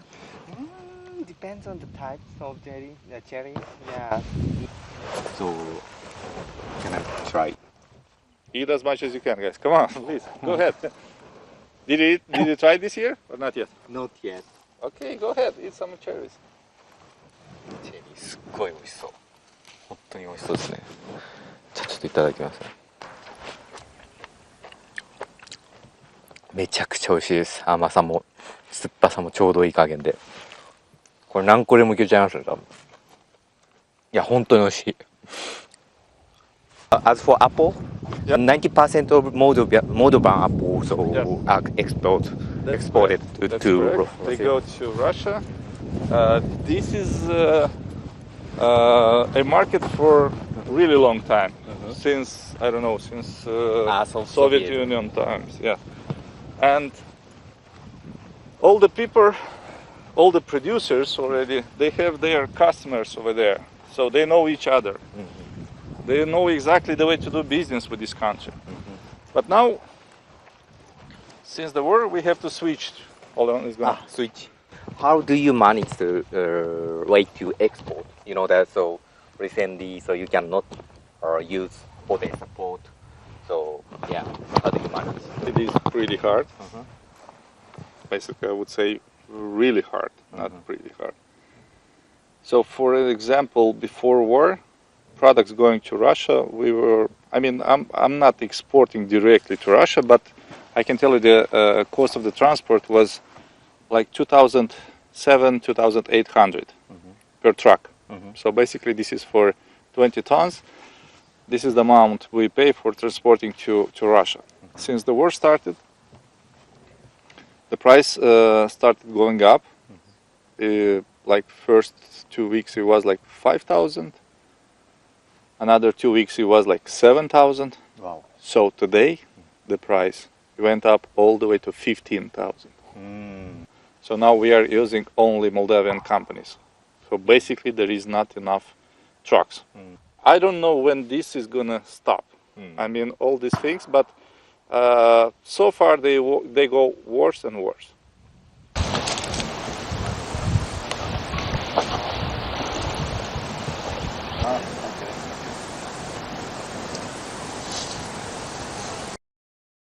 テレ東BIZのどこでもライブ配信ご覧いただきありがとうございます。今夜はですね、こちら東京テレビ東京本社とイギリスファンボローにありますファンボロー国際空港で行われているファンボロー国際航空ショーの現場をつないでライブ配信で送っていきたいと思います。伝えしていきたいと思います。だいたい配信の時間、今1時間程度ぐらいをちょっと予定してるんですけど、ちょっと状況によって変わるかもしれません。それでは早速呼んでみたいと思います。ファンボロー国際航空ショーを取材しているテレビ東京ロンドン支局の中村さん、聞こえますか？聞こえます、ロンドン支局中村です。ちょっと最初にお断りしておきたいのが、すごいラフな格好に見えるんですが、昨日までですね、熱波で40度以上行っていた街もあったぐらいイギリス暑かったので、そのつもりで来たんですけども、今日ちょっと今26度ぐらいで、ちょっと格好を間違えて豊島さんに後で怒られるんじゃないかとドキドキしております。はい、こちらファンボローに来ております。このファンボロー国際航空ショーというのはですね、ただのエアショーという飛行機が飛ぶだけのショーではなくてですね、いろいろな展示があって、ビジネスにもつながったり、あとは防衛産業の開発にもつながったりというので、かなり大規模で世界中からいろいろな人が訪れます。ここ入り口なんですけども、ちょっと中見てみるとですね、もう皆さんマスクもしてない状況で、もう普通にいろいろ情報交換をし合ったり展示物を見たりしております。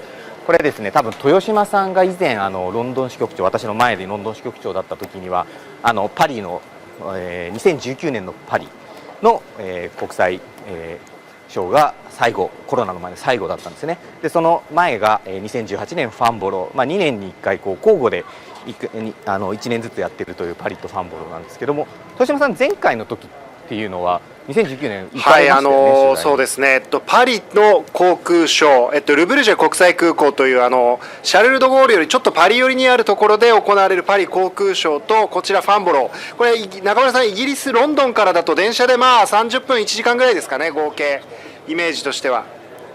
はい、そうですね、そこがヨーロッパでまあ交互に開かれているというところなので、今年はファンボローなので来年はルブルジェのパリ航空ショーじゃないかと思うんですが、確かに取材してきました。はい、はい、でですね、2019年コロナ前とかなり変わっているところもあるので、少しお伝えしたいと思いますが、ここは最初のホール、入り口、メインエントランスから入ったところのホールなんですけども、この間、かなりドローンの開発というのも進んで、軍事用のドローンというか、この辺は民間のドローンも多いんですけれども、これは実際にですね、空飛ぶタクシーと呼ばれる、これドイツの会社ですね。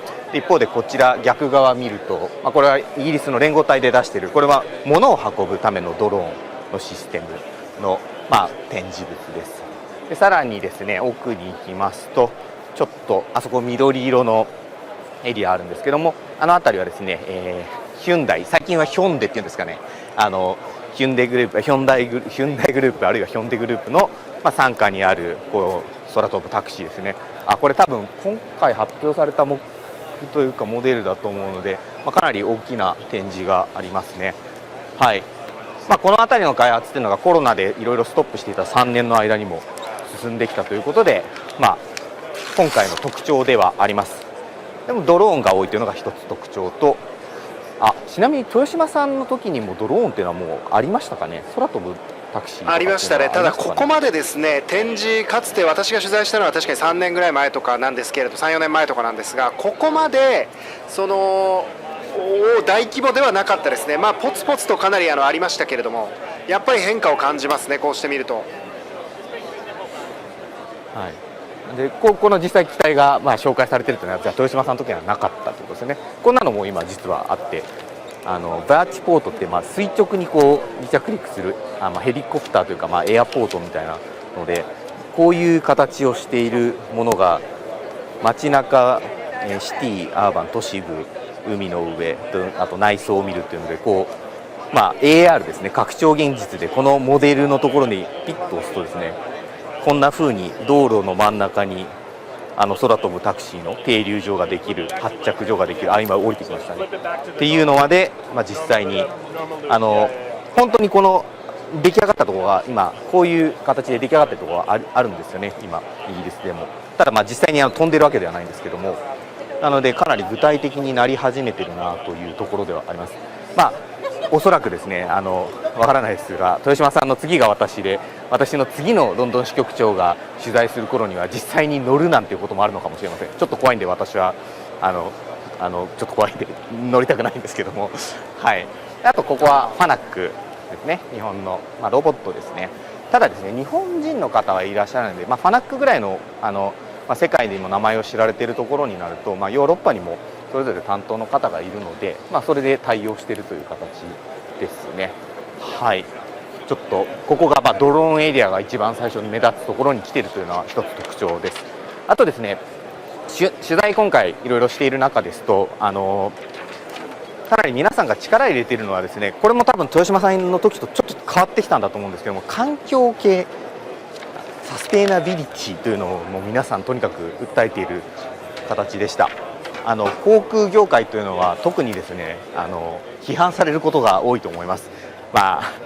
環境に優しくないということで、実際にですね、そういう批判に対して、責任を取るという意味で、今でいうと SAF っていう、すみません、サステイナブルアビエーションフュールですね。だからサステイナビリティのある、サステイナブルな航空燃料を使うぞというのを訴えていたりですか、あとは開発、製造段階でのそういう環境負荷を減らすですとか、あとは実際の新しい機体での燃費効率を高めるというのもあります。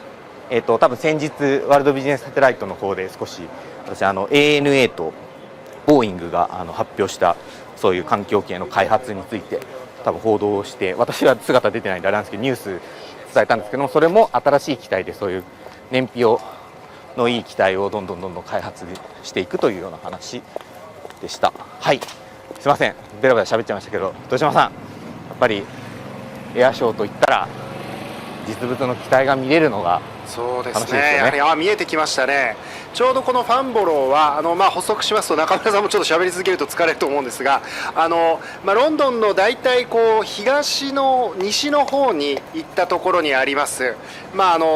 大体電車で30分1時間のところにあるところで、空港なんですけれども、日本でいうとちょっと田舎の空港よりちょっとでかい感じの空港が、こうやって2年に1回航空ショーの会場になって、この滑走路とこのエプロンの脇にいろいろとこう展示ホールが作られて、そこでショー段階が行われたり、結構大型のボーイングが大型の受注、エアバスも受注しのぎを削って航空会社の間で多くの受注が取り交わされたりで、軍事用の兵器、戦闘機も見えますねというのも来ていて、その展示飛行なんかも行われるというところです。でチャット欄ではですね、今結構多くの方に見ていただいてますけど、チャット欄でも質問なども受け付けますので、ぜひ中村記者ですとか私にもし質問があれば書いていただければということと、あともし何か私たちが言うところで間違ったらちょっとご指摘いただければとも思っています。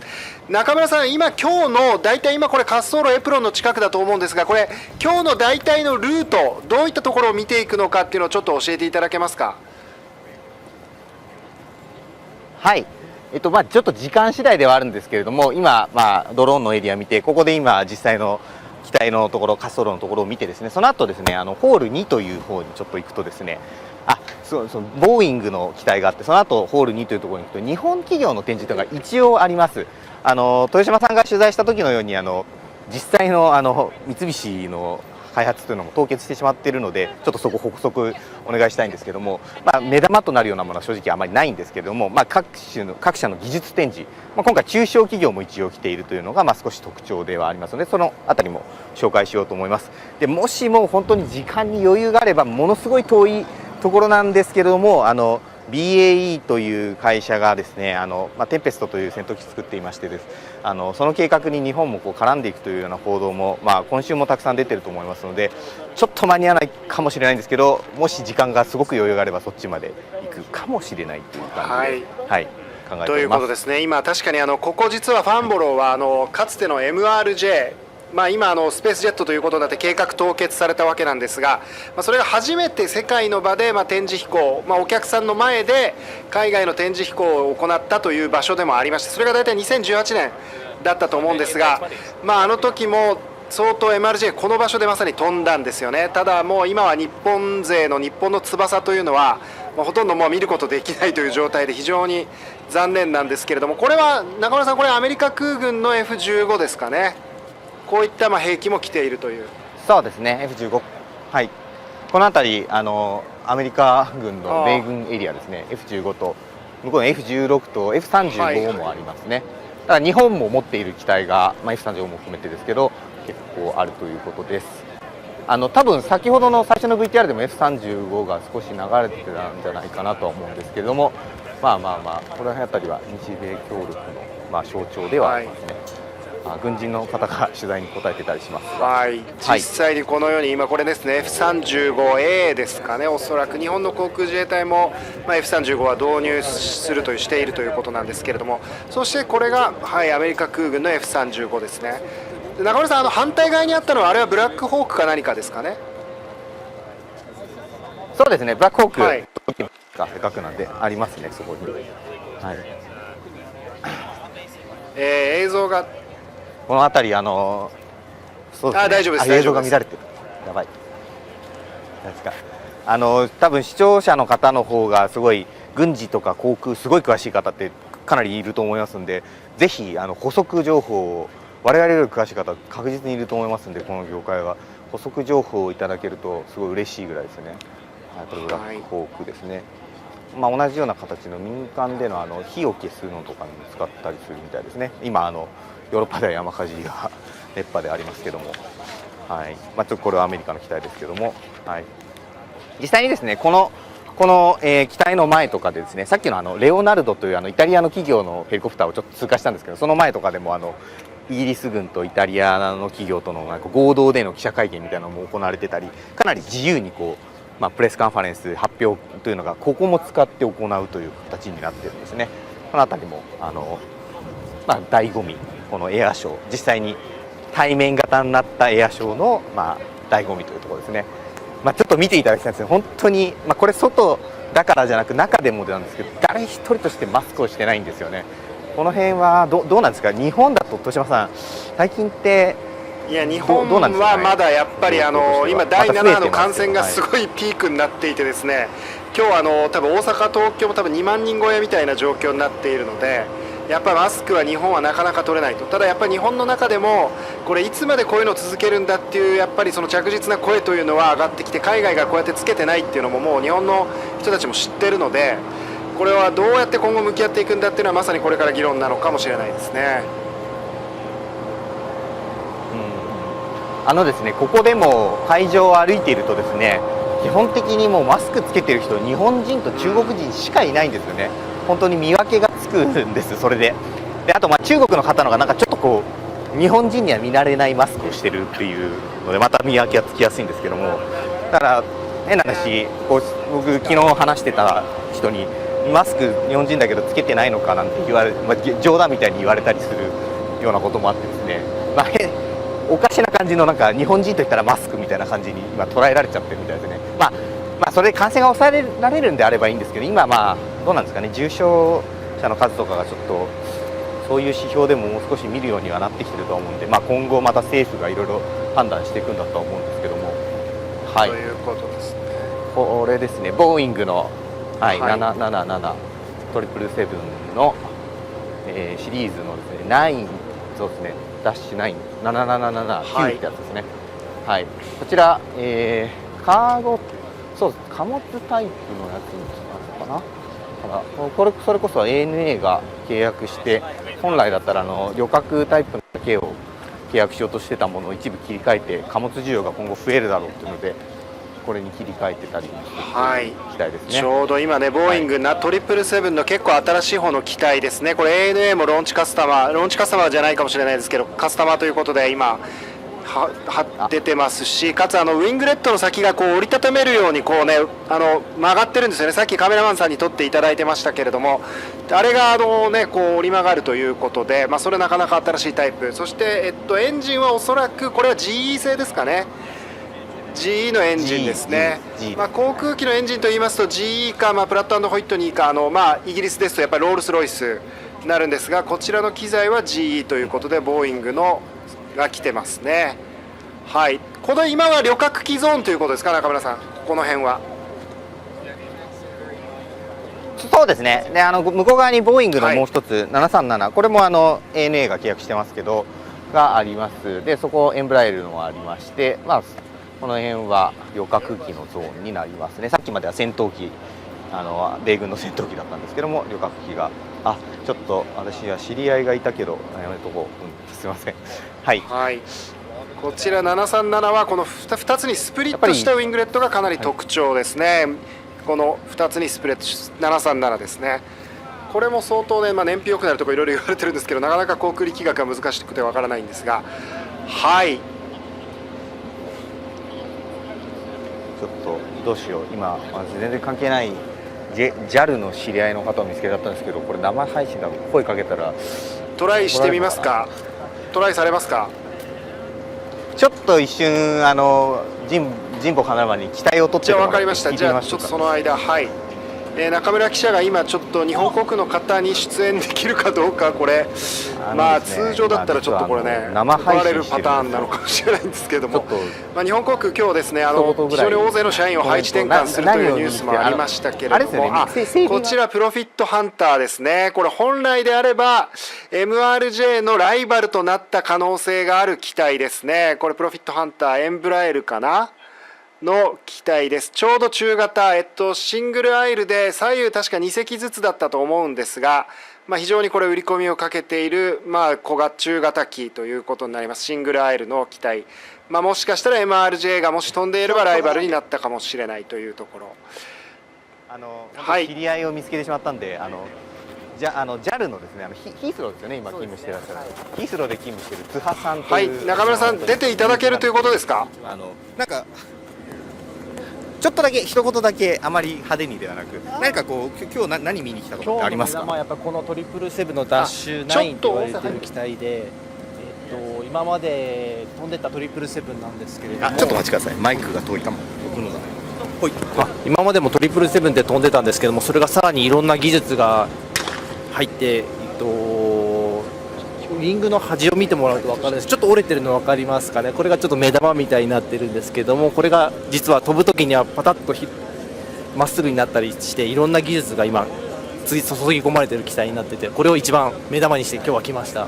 整備とかのお仕事されてるんですね。そうですね、私は整備ですね。整備という観点でいうと、この機体はかなり ANA さんが持ってる。そうですね。整備という観点だと整備の観点だと何かこう見るべきポイントってのはあるんですか？やっぱり整備からすると、いろんな整備作業で使うパネルだったりとか、タイヤの交換どうやってやるのかなとかっていうのはやっぱどうしても職業から見ちゃいますね。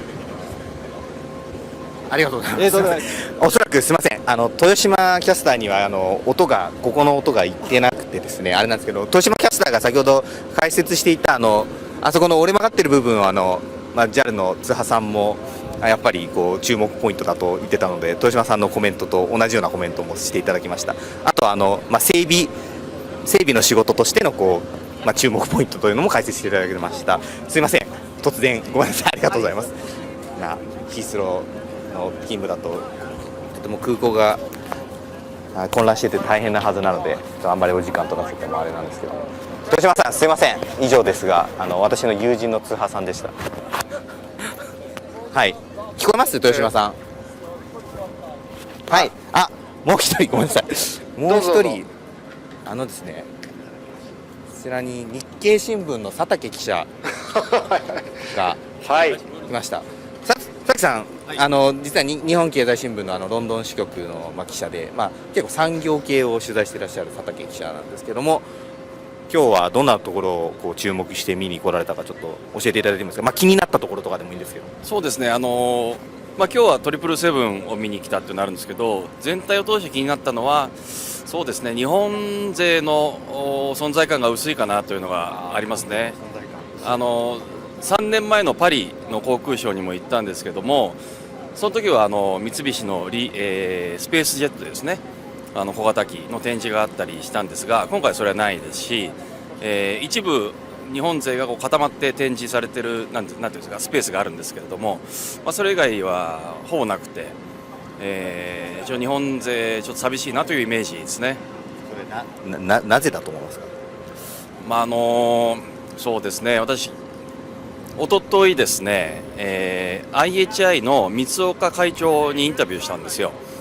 で、三岡会長が言っていたのは、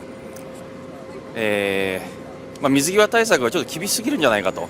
だから直接の原因ではないと思うんですけども、やっぱり日本に戻るために PCR 受けなくちゃいけないというなると、やっぱり出張しづらいわけですよね。これって3月の MWC モバイルワールドコングレスでもそうだったんですけど、結局それがビジネス出張の妨げになっていて、日本勢はどんどん置いていかれているという状況なんじゃないかなと思いますね。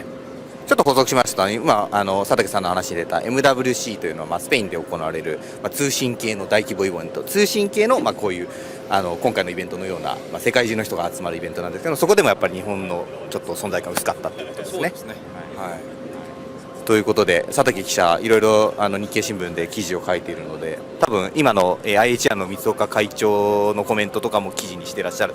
それはすでに出ました。で、他のそうですね、企業の幹部にも話聞いていて、同じようなことを言ってますね。やっぱりビジネスをしている人はよく分かってらっしゃると思うんですよ。日本の水際対策がいかにある意味過剰であるか。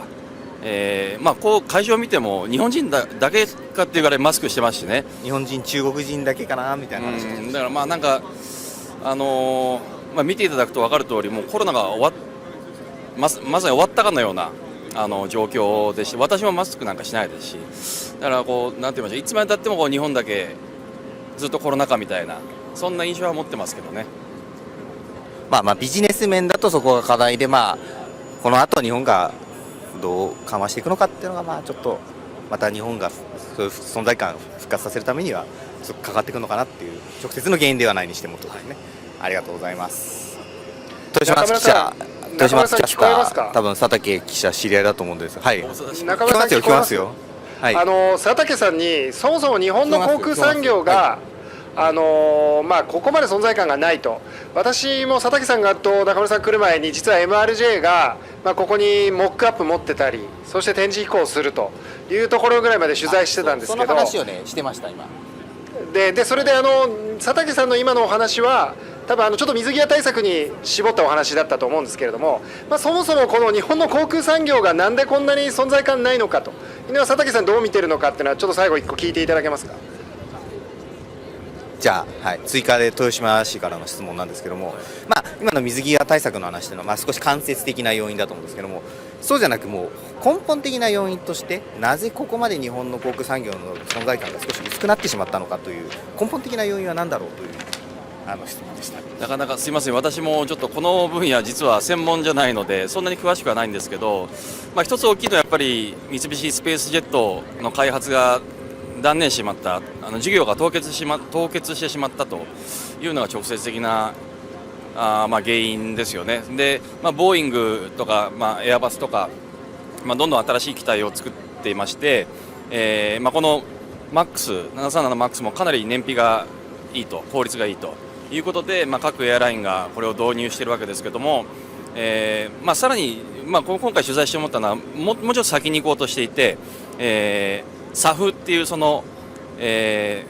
何の略か忘れましたが環境にいい燃料ですとか水素ですとかそれをどう開発していくかという段階になってるんで、そこに絡んでいかないとなかなか日本企業が戻っていくのは難しいかなと。で三菱重工は、昨日ボーイングと覚書を結んでましてですね、そういう次世代、燃料やなんかを一緒に開発していきましょうというのをやってるんですが、そういう欧米の2強のスピードにですねやっぱりついていかないとなかなか厳しいなというところはありますね。だから三菱スペースジェットはある意味象徴的な事例だったのかなというような気はします。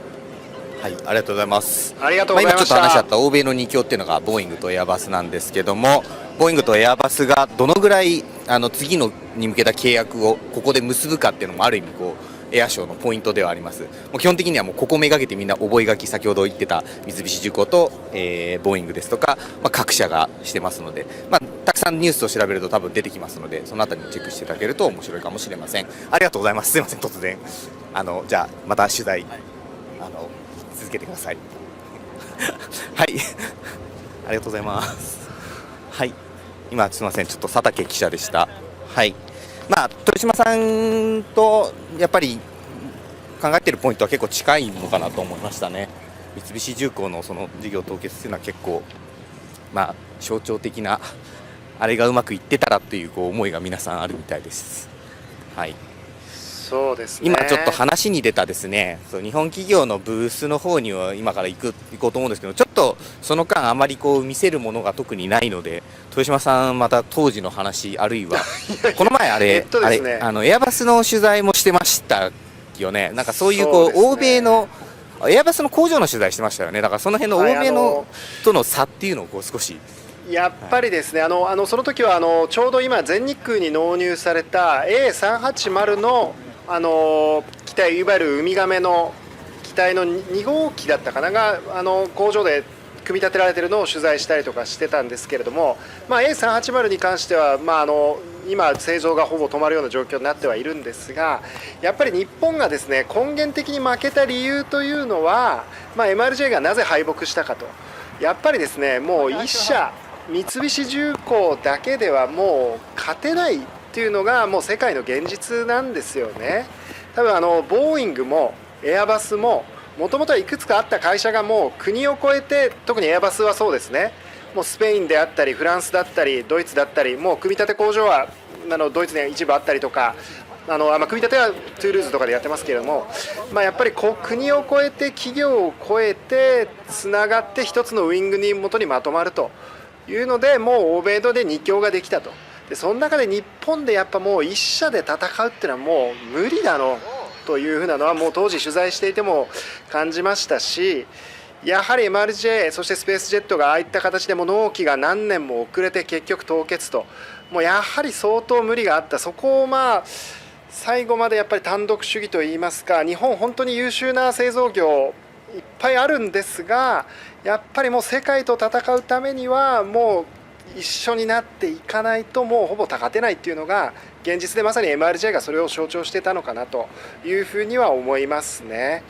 ただなかなかいろんな方に聞くと、やっぱなかなか日本企業、日本で一つの翼になるっていうのは難しいというふうなことをおっしゃってました。それはいろんな会社でもそうだと思うんですが、なかなかファンボロとかパリとか行きますと、もうやっぱり差を、海外勢との圧倒的な力の差を感じるというところですね。もともと戦後飛行機の製造を禁止されてから日本の翼の悲劇は始まってるわけなんですけれども、本当に航空ショーの現場いるとそう感じますし、今全く見る影もないという、これからは日本の企業がいくつかその部品とかそういったところをそうですね、ブースですかね。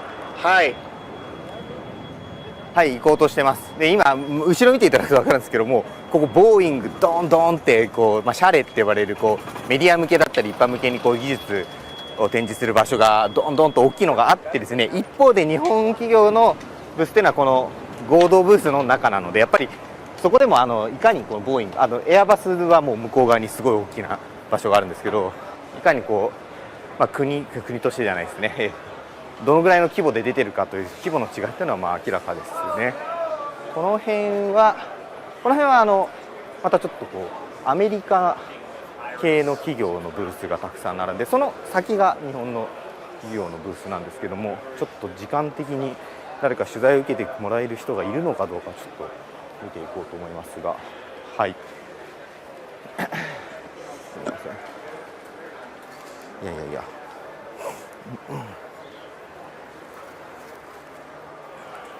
あとですね、先ほどのエアバスと、ボーイングも含めて、あとは航空会社エアラインの方もですね、かなりいろいろな技術への投資というのをしていて、今面白いのが皆さんスタートアップに投資をしてるんですね。さっきちょっと、話を聞いた JAL の方いましたけど、あの方ではないんですけども、JAL のシリコンバレーの担当の方なんかが見に来ていまして、きっといろいろ技術展示を見ているんですけども、JAL 自体も例えばスーパーソニックか、ブームスーパーソニックというですね、超音速飛行機の開発に出資をしていたりしてですね、それ本当に未来の技術なんですけども、そういったところにも皆さん、エアラインとそういう製造会社としているというところで、航空業界がかなり変わろうとしているんだなというのが、いくつかのポイントで、ドローン、あとは超音速もそうです。先ほどの環境系というので、今までのままじゃいられないというので、かなり変わろうとしている様子が今回の展示会でも見て取れました。ここなんですけども、大丈夫かな。日本の展示がある場所がここです。そうですね、ちょっとやってきましたが、いいのかな。失礼します。もうここが IHI さんですね。ちょっと一言だけ声をかけてきますね。はい。今、日本の展示ブースに中村記者が到着しています。ご覧のようにですね、おそらく部品系の会社、MRJ がやっぱりですね、凍結されてから機体の組み立てという日本勢っていうのはもはやない状況なんですね。なかなかそこは寂しいところなんですが、こうやって日本優れた部品メーカー、機体メーカーいろいろあります、部品メーカーありますので、そういったところが出展をしているということですね。今これ生配信をしています。なのでこちら川崎重工ですかね。出てきています。世界は今やこれはだから P かな、自衛隊に納入している輸送機などの模型が置いてありますね。そうですね。こちらはあとは豊島さん。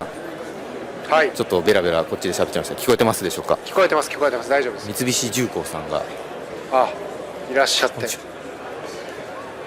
さあ今はどういったものを展示してるんですかね、三菱重工さん。今ここれですね、テレ今中村記者が YouTube のチャンネルで生配信中なんですけど、取材交渉しています。これは、防衛システムの方っていうこと、ちょっとだけお話ししてもらってもいいですか。すみません、もう一度、三菱重工の小山さんにお話しいただきます。これ防衛システム関連でどういった技術を展示しているんでしょうか。こちらもともと防衛技術、弊社防衛宇宙製品を扱っておりますので、そちらで培った技術を用いまして、デュアルユースと技術としまして、無人機を活用した監視システム、監視点検システムでございましたり、衛星画像を活用したビッグデータの解析システムでございましたり、あとは制御システム向け、サイバーセキュリティ技術としまして、インターセプトという名前で製品を製造しております。これつまりは、海中ドローン、空中ドローン、あと何ですかね。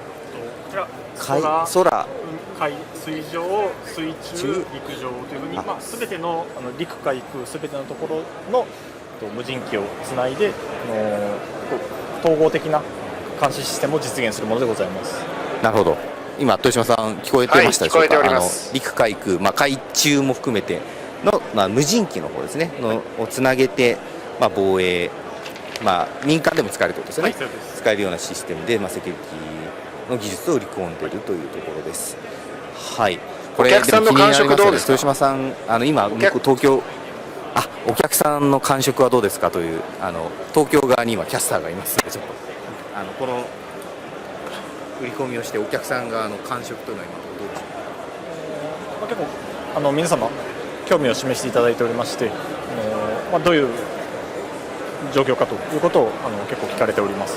やっぱり最新なんですね、お客さんの。そうですね。あんまり。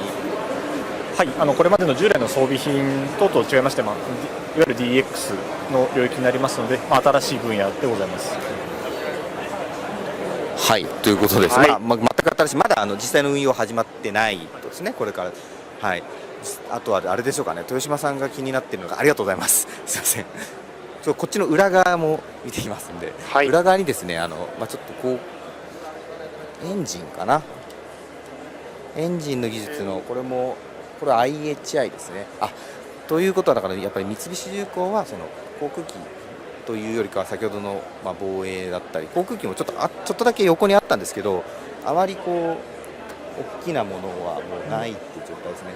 そこに少しあるだけで、はい、っていう状況で、やっぱり前回とはちょっと東京の今いるキャスターが東京にいるんですけど、この向こう側に以前のジェットの話の2018年19年にこっちで取材をしていた人間なので、ちょっとその時とこう三菱重工さんのやっぱりこう展示といいますか規模はやっぱり違うのが少し寂しいなという話をしていたので、そうですね。はい。すみません。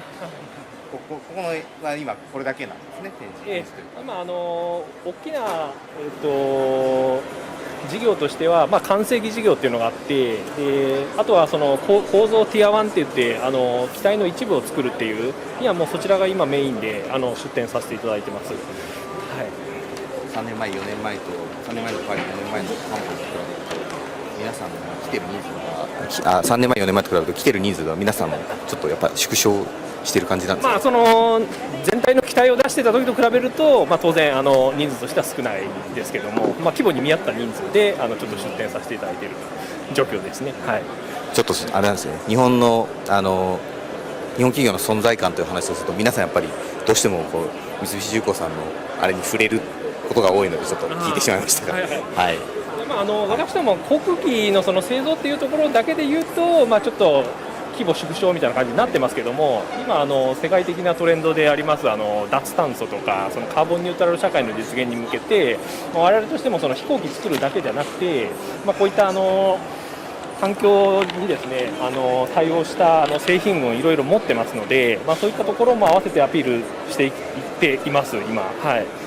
じゃあそれが完成機を作るんじゃないなんか存在感の示し方になるようにっていう、会社全体としてのそのシナジーというか、その機体だけというよりも、こういったその関連するその環境対応技術とかも含めた上でそのお客様に訴求していくっていう、そういったところをアピールしていきたいなと思ってます。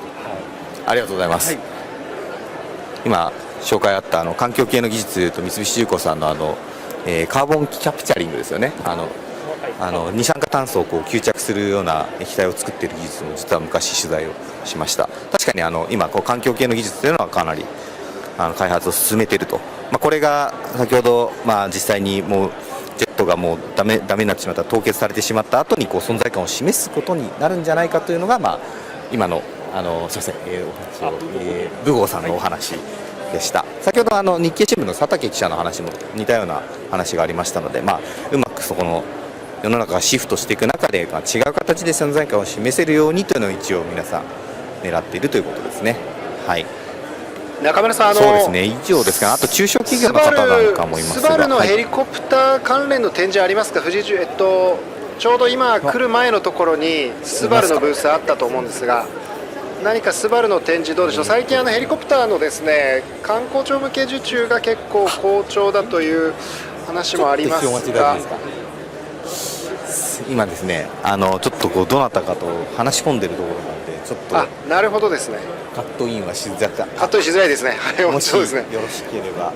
はい、スバルのすみません、今テレビ東京の YouTube のチャンネルで生配信してるんですけど、ちょっとこの日本企業の集まってるブースにも来て、実は今東京側にキャスターが一人いて喋ってるんですが、少し質問があるようで、豊島さん、ごめんなさい、質問もう一度お願いしてもいいですか？ヘリコプターのスバルのヘリコプター受注状況今どうですか？そちらのお客さんの反応など。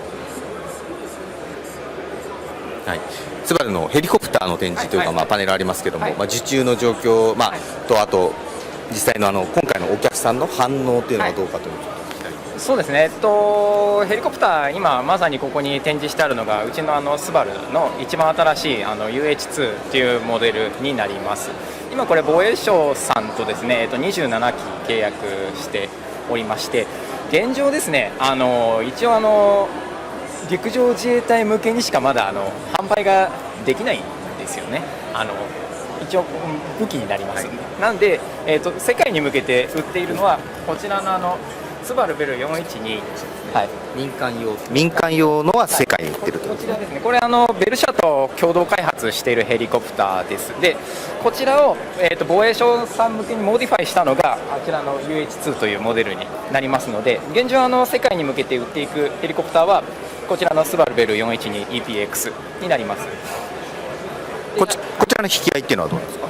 引き合い、興味をまずですね、ここに来られてるお客様はまずスバル、車作ってるよねっていう形ので、ヘリコプターも作ってるんだっていう反応で、基本的に現状ここでの展示会での引き合いはないんですけど、UH2 含めてですね、現状ベル社のヘリコプターに乗られている方だとか、例えばUH の方であれば前の形の UH1 っていうヘリコプターがあるんですけども、そちらをお使いいただいているお客様が、結構興味を持たれているなという印象があります。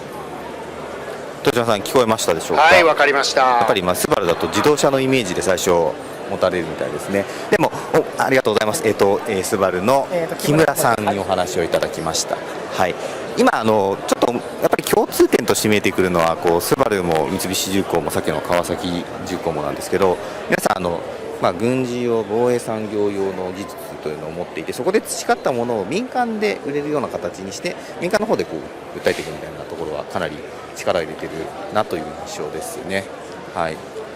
実際に防衛産業のものっていうのは実際海外に売ろうとすると制限が武器として輸出勝手にはできないので制限がかかりますので、そんなところですかね。今ちょうど1時間ぐらい経ちましたかね。そうですね。そしたらちょっとこの辺り抜けてどうでしょう、中村さん、例えば中国とかはブースは遠いですか？中国企業など。中国の企業が意外と中国企業って見かけた？中国の人が見に来てる側はかなりあるんですけど、例年ですね、時々コマックブースの今調べてみましょうか。はい。さあ今世界はだいたい3強になるのかどうか、 ABC でですね、エアバスの A とボーイングの B、 そして中国のコマック、なかなか形証明は世界中では中国のコマックまだ取れてないんですが、かなりでかい旅客機を作ってきているということで、毎回モックアップみたいなのを置いたりしてですね展示してるんですが、どうかというところ。はい、結構遠いですが、行ってみます？いやいやいいですよ。ここがホール2でホール4、ちょっとち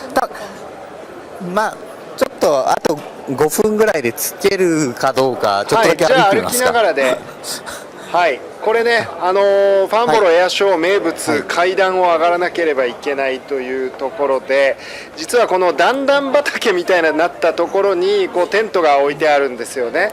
その滑走路を見下ろす丘みたいなところにこのように展示ブースファンボロ置いてありまして、このようにそこを移動して各企業のブースを回っていくというところ、これがかなり広大なんですよね。しかも上がっていくと結構疲れますし、これがねファンボロの現場でフラットになっている他の航空ショーですとか、展示場とは全く違うというところ。さあ中村さんが迷わずに、中国系の展示などに行けるのかどうかというところ、そしたら一つ、今回、カメラは、神保拓也で、コーディネーションで、トム・パイク・シーザーが協力してくれています。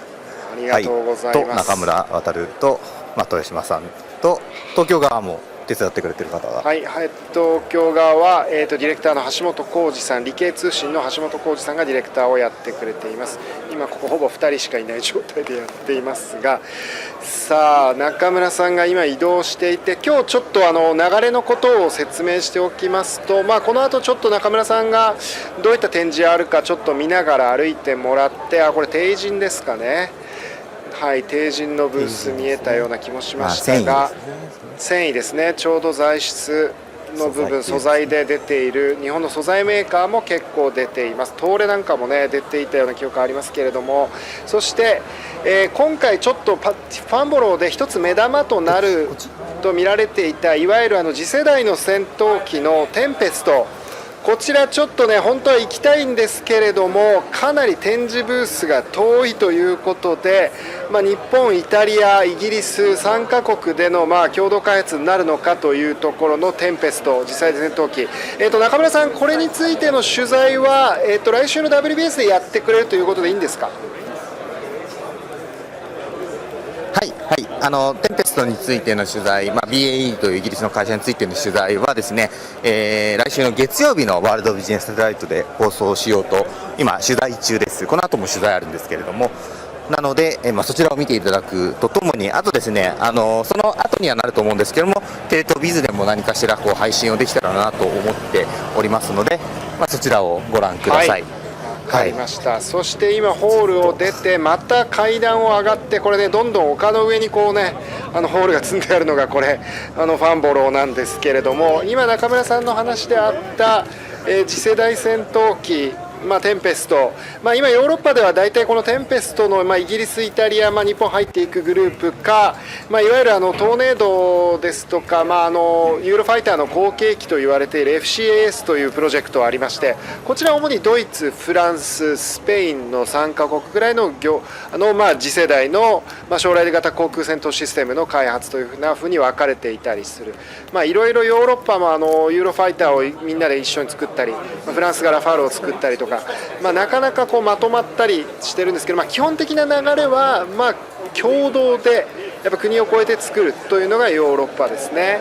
でアメリカがそれで一国でやっぱロッキードとか、作れる会社がアメリカは単発ではあるんですけど、ヨーロッパでもどちらかというと基本的に一緒になって作るというのがもう世界の流れ、日本もそれに入っていくのかどうかというところ、そのあたりもですね、こういったエアショー実は一つのテーマになってきたり、いろんな覚書が交わせたりですね、受注合戦が繰り広げられたり、世界中の軍人なんかも来るわけです。これはランディングギアですね。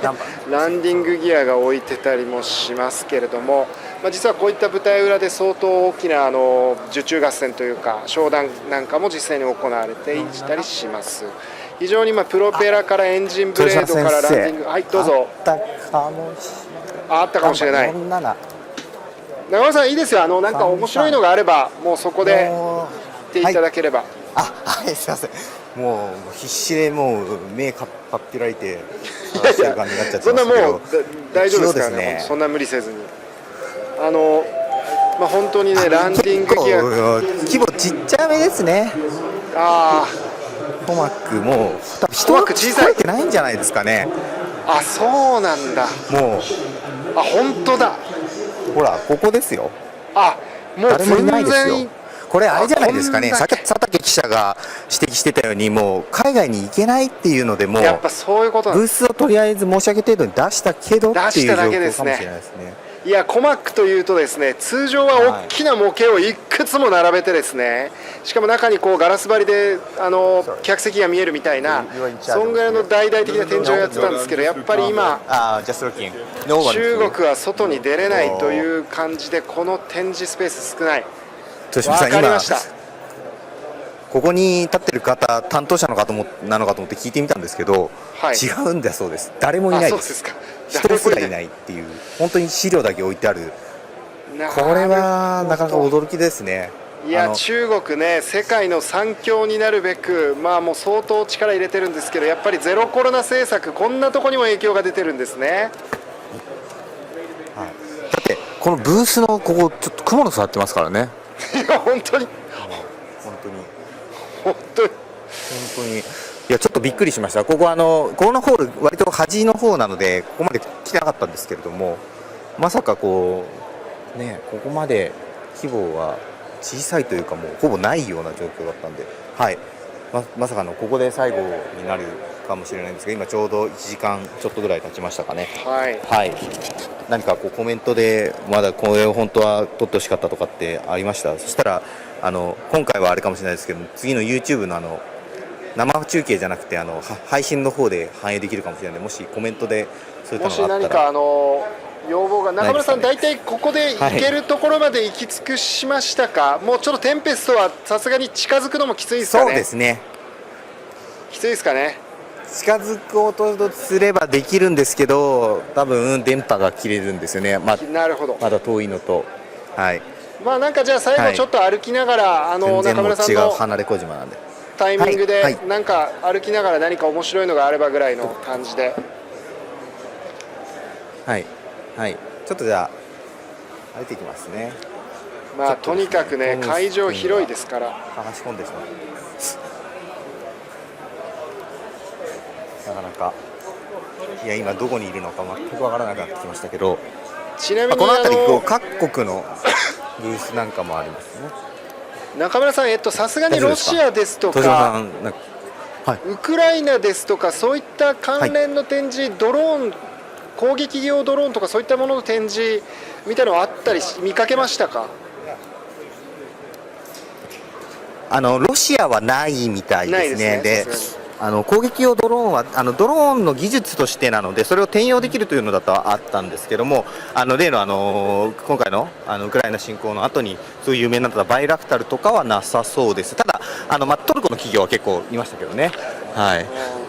技術を持っているトルコの企業はいましたが、そうですね、あまりなんかそんなに展示自体ですごく今のウクライナでの戦いを示しているという感じではなかったですね。もちろん裏側で皆さん交渉が行われてたり、技術を見てそれを自分たちの防衛にどう生かすかという話をしているんだと思うんですけども、はい、いやということで、かなりね、実はこれ会場が広くて、ちょっと多分地上波の番組用の取材もしながらなので、多分ね、ここを一人で回るのって3日4日はかかるので、多分どこに何があるのかっていうのはちょっと私もね、かつて行った時は本当分かんなくなっちゃったので大変だと思うんですが、今中村さん、これ向かってる方向としては、いや、もうですね、はい、見晴らしのいいところに行こうかなと思ったんですけど、ちょっとないですね。ないですね。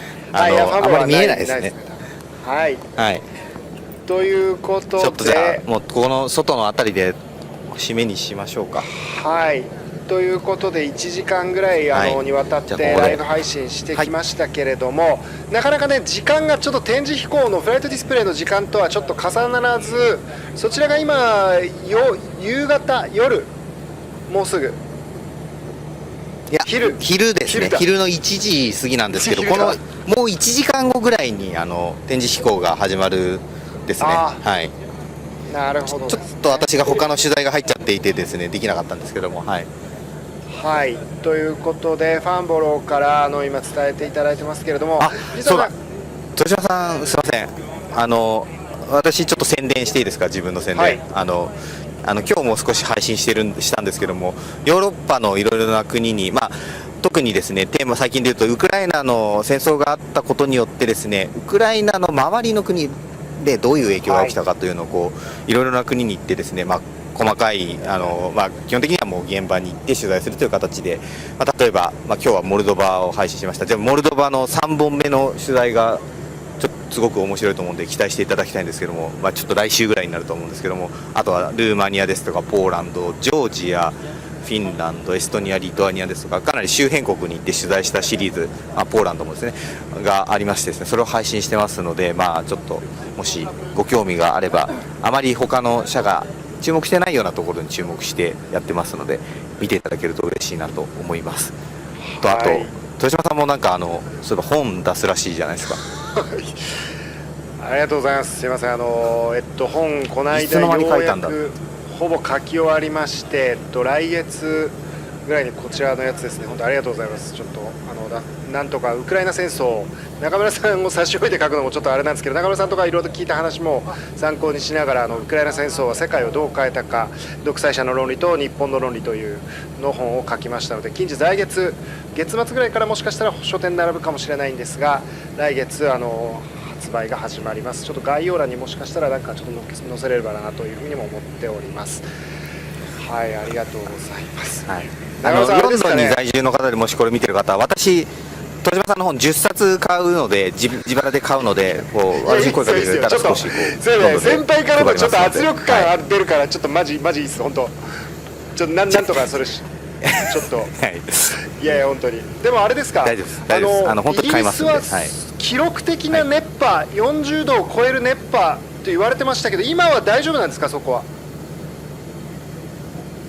ですね、正直今日全然暑くないですね。本当昨日までは40度超えで、鉄道も止まり、飛行機もルートンという空港では滑走路になんか滑走路が盛り上がってしまったとかで飛べなくなって大混乱というのがあったんですけれども、あとそもそもイギリスってエアコンが基本的にないので、扇風機を皆さん急いで買いに行ったりとか混乱してたんですけども、今日は全くですね、なんなら若干涼しいぐらいの感じです。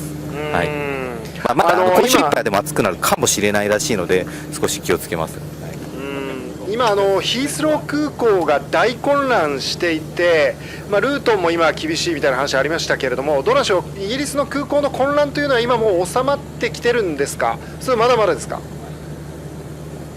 もうヒースローはもう大変ですね。もう人手不足とプラスアルファでなんかストライキをしているグループもいたり、それぞれの職業ごとにストライキしてたりですとか、そもそもの人手不足で、さらにそれによってですね、かなり航空機キャンセルされて、まずブリティッシュエアウェイズという会社としてキャンセルされて、さらにですね、ヒースロー空港がもう無理だからキャンセルしてくれと航空会社に依頼したり、この夏の旅をしようとしている人はかなり混乱していますね。空港で海外から来た人なんかも外に出るまで3時間とかかかるというのもよく聞きますので、全く混乱収まってないですね。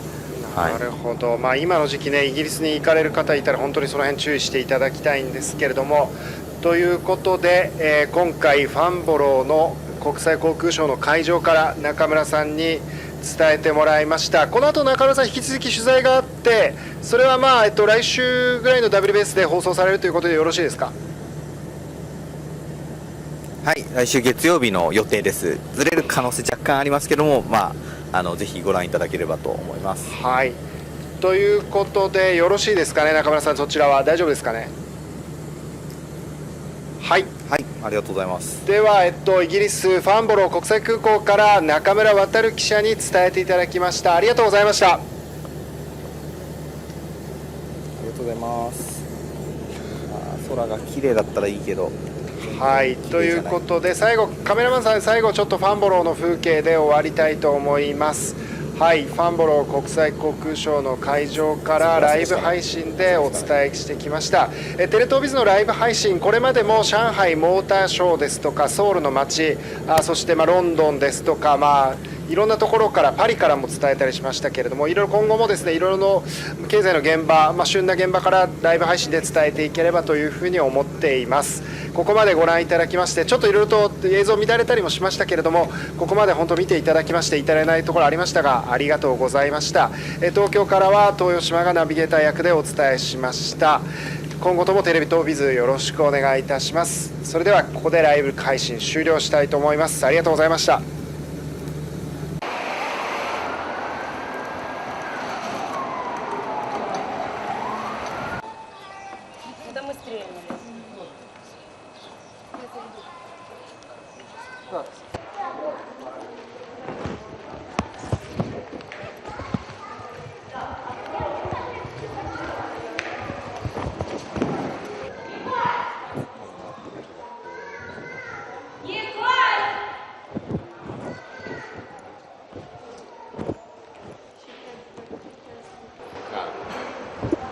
ちょっとこう見てもらうと面白いというとあれですけれども、興味深いのがこのパーテーションで区切られているところが実はコロナの隔離用のエリアだとちょっと中ベッドがあるんでちょっとだけ見てもらえると、それを避難民の方のスペースとして使ってるってことですね。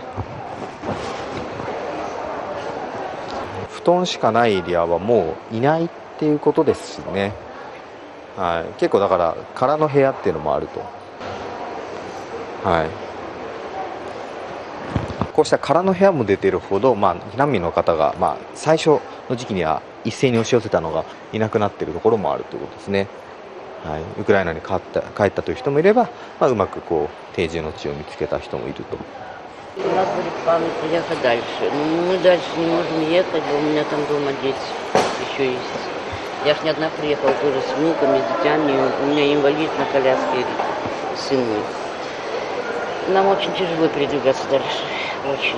Мы бы хотели бы дальше, но думаю, может скоро закончится, поедем домой. А далеко поехать, когда мы будем дома приезжать? Мы сами не знаем, как что делать. Ждем, может быть, закончится и поедем домой, дай бог. Мы с Одессы. С Одессы. Хорошо, спасибо. Помощь есть и денежная помощь, и детям помогают, памперсы, все дают. Все здесь нельзя жаловаться.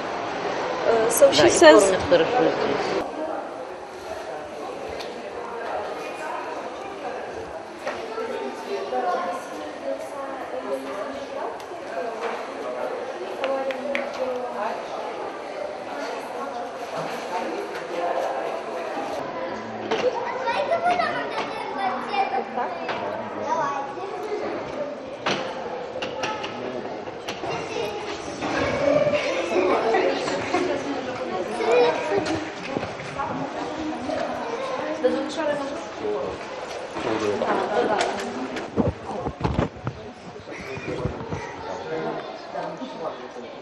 What kind of assistance do Ukrainians need? Starting of this crisis, a lot of people came here without right documents, without international passports. They can't go just with internal ID.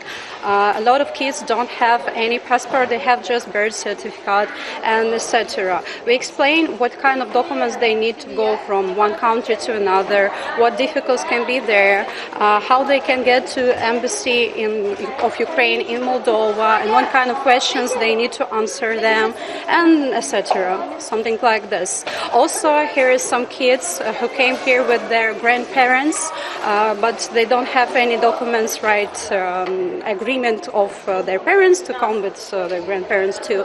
They have just birth certificate. Also, we establish these kind of questions too, and help with these things. People go to other countries of European Union, and the small part go back there in Ukraine, but it's a small part just because they are saturated with that crisis. They want to go home, they want to go stay away from this home, they're stressful, and at the moment they don't understand that in Ukrainian it's a war, but they want to go home, and without any reasons they want to go and stay in their home and their usual life, because it's a problem too, because those people who came back, I don't know what's going to be there. We explain them, please think about it, it's not safe there, please think one more time. We have a lot of programs for European Union countries, and also you can stay in Moldova for legally till the end of the war. It's not a problem, you can stay here, be accommodated here, we're welcome. Also here we have some information about conditions in different countries. For example, in Austria, and here you can scan this thing, and there. Oh, sorry, my phone.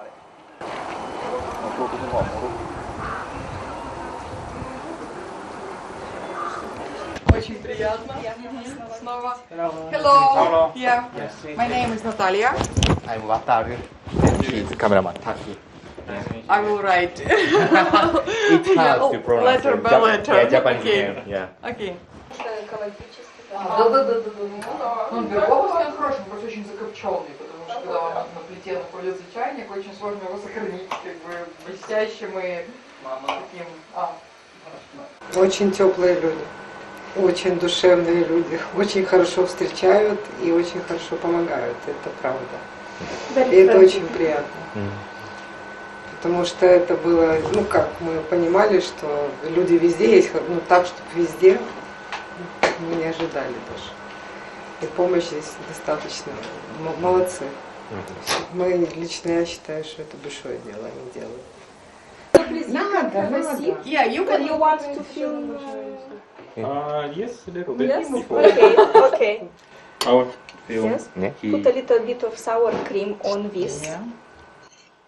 ほら中にこうお肉、この中にお肉とかで周りがキャベツで包まれてる。Sauce cream design. Yeah. Okay.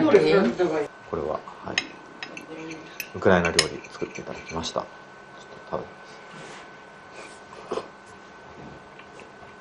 べます。美味しい。日本のロールキャベツとすごい似てますね。味もちゃんとしっかり染み込んでて。Budget is getting harder. So what do you think about this situation? So, The situation, I understand what you mean. It means that it's really difficult according financial situation in Moldova to help to support, but it's really important to have support from abroad. It's very important because really we have not enough budget to help these people fully. And here it was opened a lot of special centers for refugees, and it was a lot of beds, some food, and it was done by our government, but of course it was support from abroad. do you see some some subsidy from the government? Probably again it's not from government. Not from government. It was two kind of financial support. One financial support is for refugees, and every family, it means one person or 10 persons, but it's family. Just family. Can have this sum about 100 euro. But they can have it every month. But it started not from the beginning, but for people hosters. Also we can have sum just one time, no more, and it's about 150 euro. But it means if I have 2 people at home or I have 10 people at home, doesn't matter. It's just this fixed sum, 150, one time per all period that the refugees stayed in my place. And we can support Ukrainian people with support of international society. Больше, я старше. Юра, Я эмигрировал после аварии. Ты кто?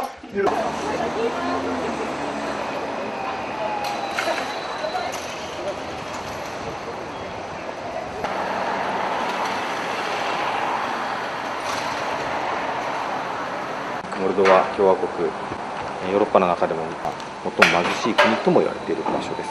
ここのですね、内務省、国内のこと、主に治安ですとか、あとは移民難民対策などについても担当している内務省の大臣にこれから話を聞きます。ここが内務省の庁舎ということですね。Hello. So I'm Wataru from TV Tokyo. Nice to meet you. He's cameraman Taku. So how do you support the refugee, like something like that?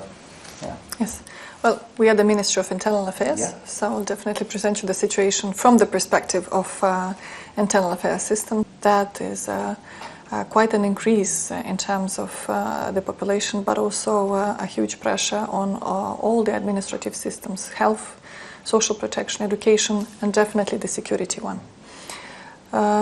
We've pulled together all the resources that we have had. Of course, you have to understand that the system of internal affairs was calibrated for peace times, which means that in order to tackle all the challenges to public order, to cross-border crime, to public security, we had to pull all the resources and including increase the number of shifts. So the system was definitely overstretched. We've activated the command center since day number one. We've opened call centers for refugees. We've activated mobile patrolling teams. We have created special analytical task forces. So the response mechanism from the perspective of internal affairs was quite quick, quite complex, and we managed to overcome possible threats to public security. So, in addition to the refugees issue, so Moldova, as a country, Moldova faced with a big issue, economic problem. You know exactly. that. So, yeah, the inflation rate is so dramatically increasing. So, unfortunately, it can have a negative effect because the poverty can be further deepened. And poverty is also a favoring factor to various specific categories of crimes. We understand that this, not only the war, which is at our borders, and not only the cross-border crime, but also internal domestic affairs and other possible crises such as security, such as food crisis, such as energetic crisis, such as we feel now inflation, could also be factors that favor unfortunately, various changes in the security picture domestically. Thank you so much. Yeah. Of course. Yeah. Unfortunately, maybe I should have mentioned it. You know, in only 9 months, this government has declared 3 times a state of emergency. It never happened before in our 30 years of independence. Just in 9 months. The first one related to COVID. The second one was energy crisis, and now, in addition, that also fueled a huge increase in prices, and now we have the war.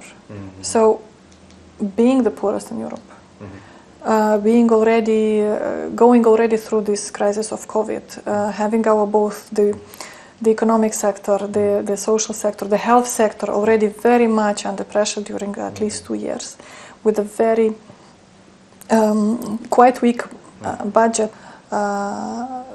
We understand our vulnerabilities. We have also our estimates, but we also seek external support to be able to go through this crisis and secure the well development of our country. This effort is definitely as a pressure doubled because we are bordering with the war, and because we understand that any changes in the scene in Ukraine could eventually generate a second inflow. So we also have to stay ready for that, because we will leave no one behind the war. Moldova will continue to open its borders for the refugees.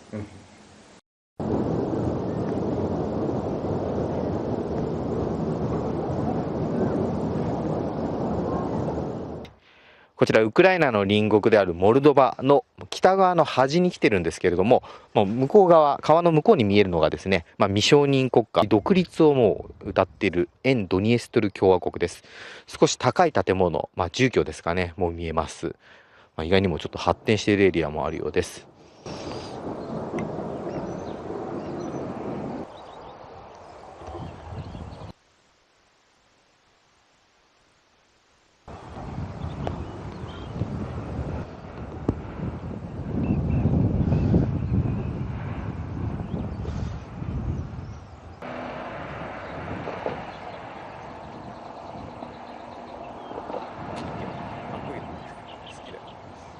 俺も結構好きですね。燃費スーパーあるそうです。ちょっと丸い。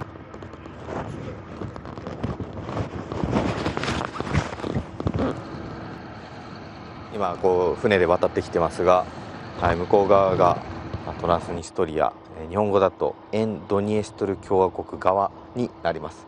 しかし川の向こうにもですね、モルドバ側が管轄しているエリアというのがありましてですね、今向かっているのはそこですね。その沿ドニエストル共和国と自称している場所に囲まれたエリアということです。ちょっと特殊なエリアですね。今この普通に船でフェリーでですね、車とともに渡るというのができるんですが、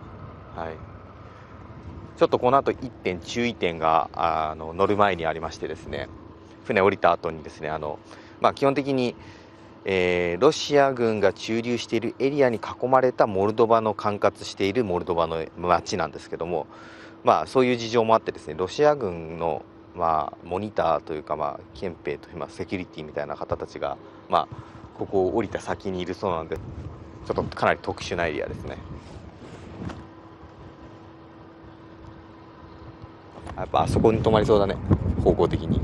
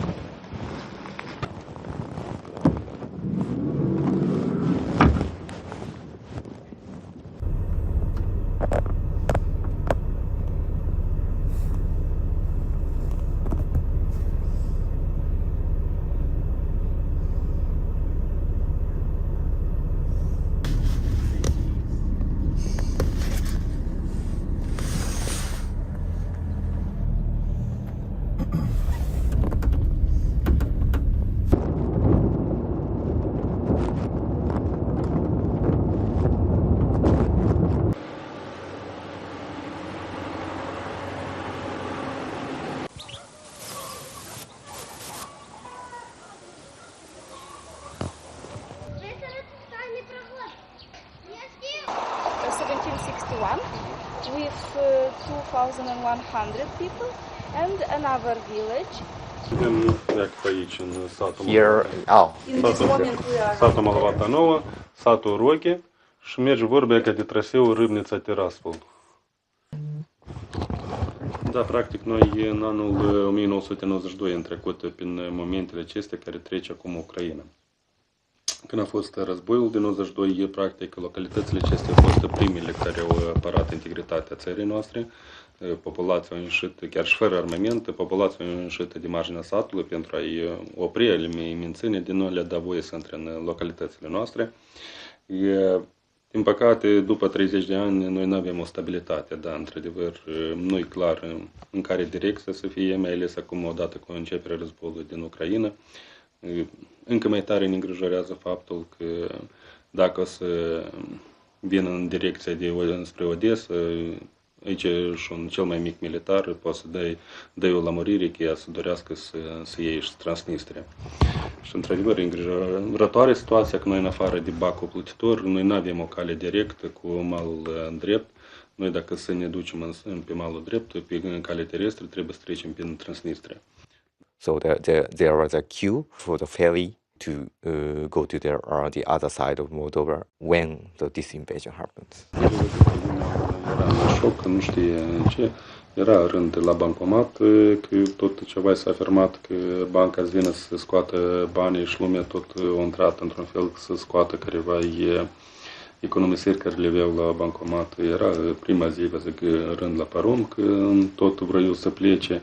După aceasta am avut o întrevedere, chiar a fost viceprim-ministru în teritoriu, ne-a dat niște asigurări că situația până ce la control nu se vede o primejdie până ce pentru teritoriul dat și s-au mai liniștit un pic spiritele la...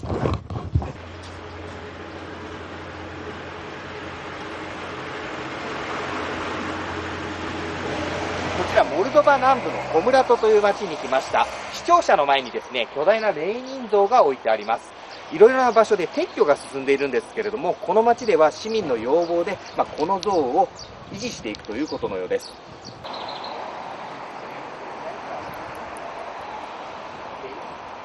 レーニン像はさすがにここ。That's why we don't want to. これ普普通にこう街歩いててもこれロシアのいわゆるキリル文字がすごいありますね。看板でも多分あそこの看板とかもそうだし、ほとんどがやっぱりそういうエリアなんだなっていう。Ну, лично я считаю то, что и Россия, и Украина в первую очередь это братские народы, потому что, ну, испокон веков это все было у нас, и во времена СССР это все продолжалось. То есть я считаю то, что братским народам нужно помогать, и во всех братских народах бывают все-таки разногласия, и это все заканчивается когда-нибудь миром. Они сегодня попали в такой стрём. Я не хочу сказать, что американцы. Не американцы там делают. Американцы там туда-сюда. Это президента Украины используют как кумскати. Как надо. Надо это, он это говорит, надо то. Там делает совсем другая компания. Что американцы виноваты в этой войне? Не, они инициаторы. И им надо старые продукты, старый товар сбыть и приобрести новый. Нет, русские не провоцировали, они надоели. А украинцы, не украинцы, это американцы подшепывали. Откуда сегодня финансы, откуда оружие идет сегодня? 100% мы поддерживаем только Россию. Пусть Америка дает сколько хочет, но Россия все равно победит. We will have to show our passports and we will have to explain what is the goal of our trip. こちらですね、今チェックポイントのイミグレーションですね、いわゆる。で、We don't have to lose these tickets. Okay. These tickets are with our personal information.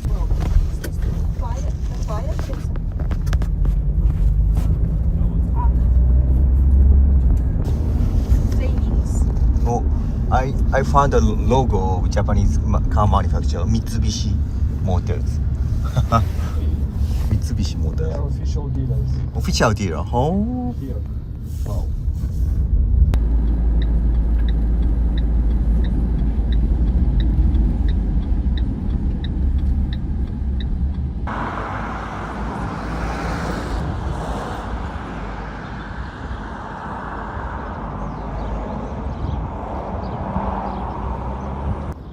こちらですね、沿ドニエストル共和国の中心地に来ました。観光エリアのような場所もあってですね、このようにですね、観光パンフレット、1枚のビラなんですけどもあったりします。で、横にはですね、昔の戦争の時のことを称える、戦車だったり、ちょっと向こう側にはですね、後ほど見に来ますけど、ロシアの旗も立っていますね。旧ソ連圏で、しかも今もロシアの影響力が強いところということで、あそこの政府庁舎、彼らが政府と名乗っているビルの前にはレーニン像がドドーンと茶色いやつですね。あります。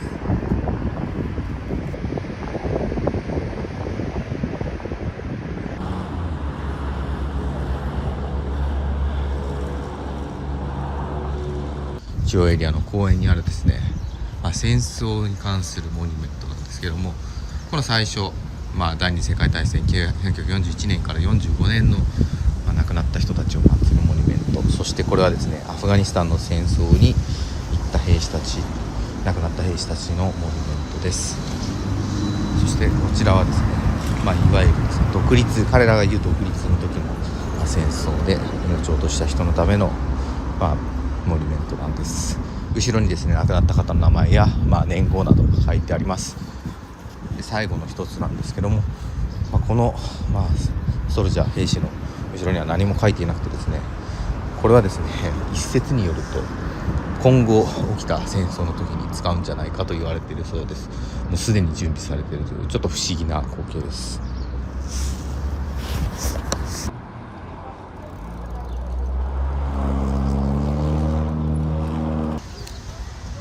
こちらですね、沿ドニエストル共和国の中心部のティラスポリという町の、その中でも中心部の広場なんですけども、公園なんですけども、そこに国父と言われる、ツブロフさんという人の、銅像がありまして、どうですか、銅像ですか。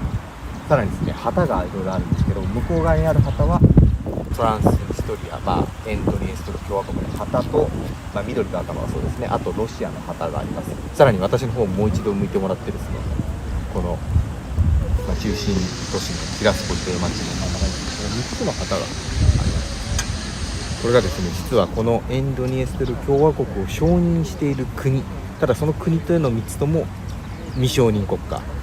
一つが、南オセチア、一つがナゴルノカラバフ、もう一つが、アブハジアという、まあ、ジョージアにある2つなど、まあ、世界的にも承認されていない国がこのエンドニエストル共和国を承認しているという、まあ、かなり異質な形ですね。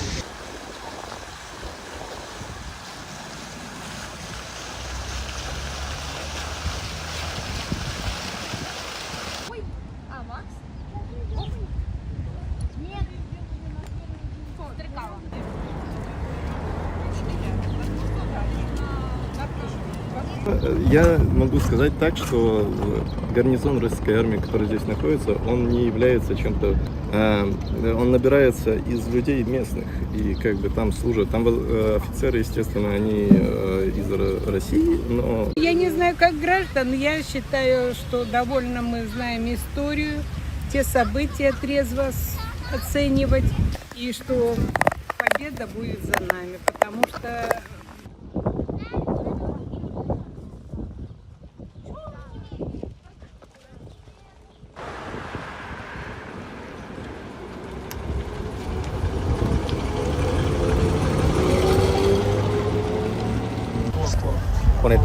小ネタだけど、この車、こういういろんな車ナンバープレートあるんですけども、これもこのエリアのエンドニエストル共和国の、まあ、ナンバープレートがついてるという、他のエリアは走れないらしいです。ウクライナとモルドバだけ隣だけ入れるということです。かなり特殊な、はい、ですね。こちらを、まあ、旧ソ連式のレストランのことですね。上を見るとソ連の旗が裏になんというか、まあ、これを観光資源にしてるってことなのかな。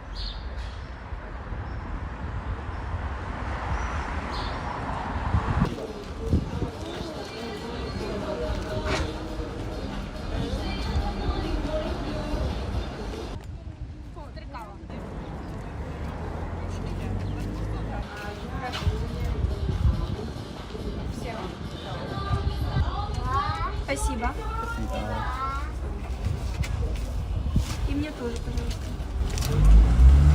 400モルドバリルが今334のこの金持ちトランスニストリアというか、エンドニエストル共和国のね、通貨も全く違う。こっちがモルドバの通貨なんですけど、もうちょっと質感も全然違う。ここはバンクオブモルドバとナショナル銀行、ナショナルバンクオブモルドバって書いてますが、これはですね、ここに書いてあるんだろうな。これだ、スボロフというこのエリアの独立に貢献した人ですね。広場の名前にもなってる。全然とディファレンスもあるんですね。トランスニストリアンバンクが発行したというのがロシアの言葉、そうです。ロシアン・ウクライナモードバー。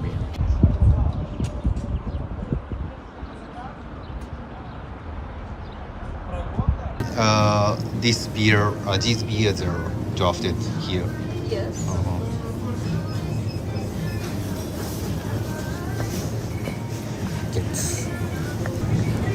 Oh, new cola. This is not Coca-Cola. This is Russian cola. Yes. New cola. ロシアンコーラです。ちょっとビールを買ってみます。わお。Black caviar. キャビアがありますが。でもやっぱキャビアはちょっと高い。They have very good prices. Sorry. How can I pronounce it? Kvint. By the way, it is written that it is produced here in Moldova, Transnistria. Look. So it's complicated here.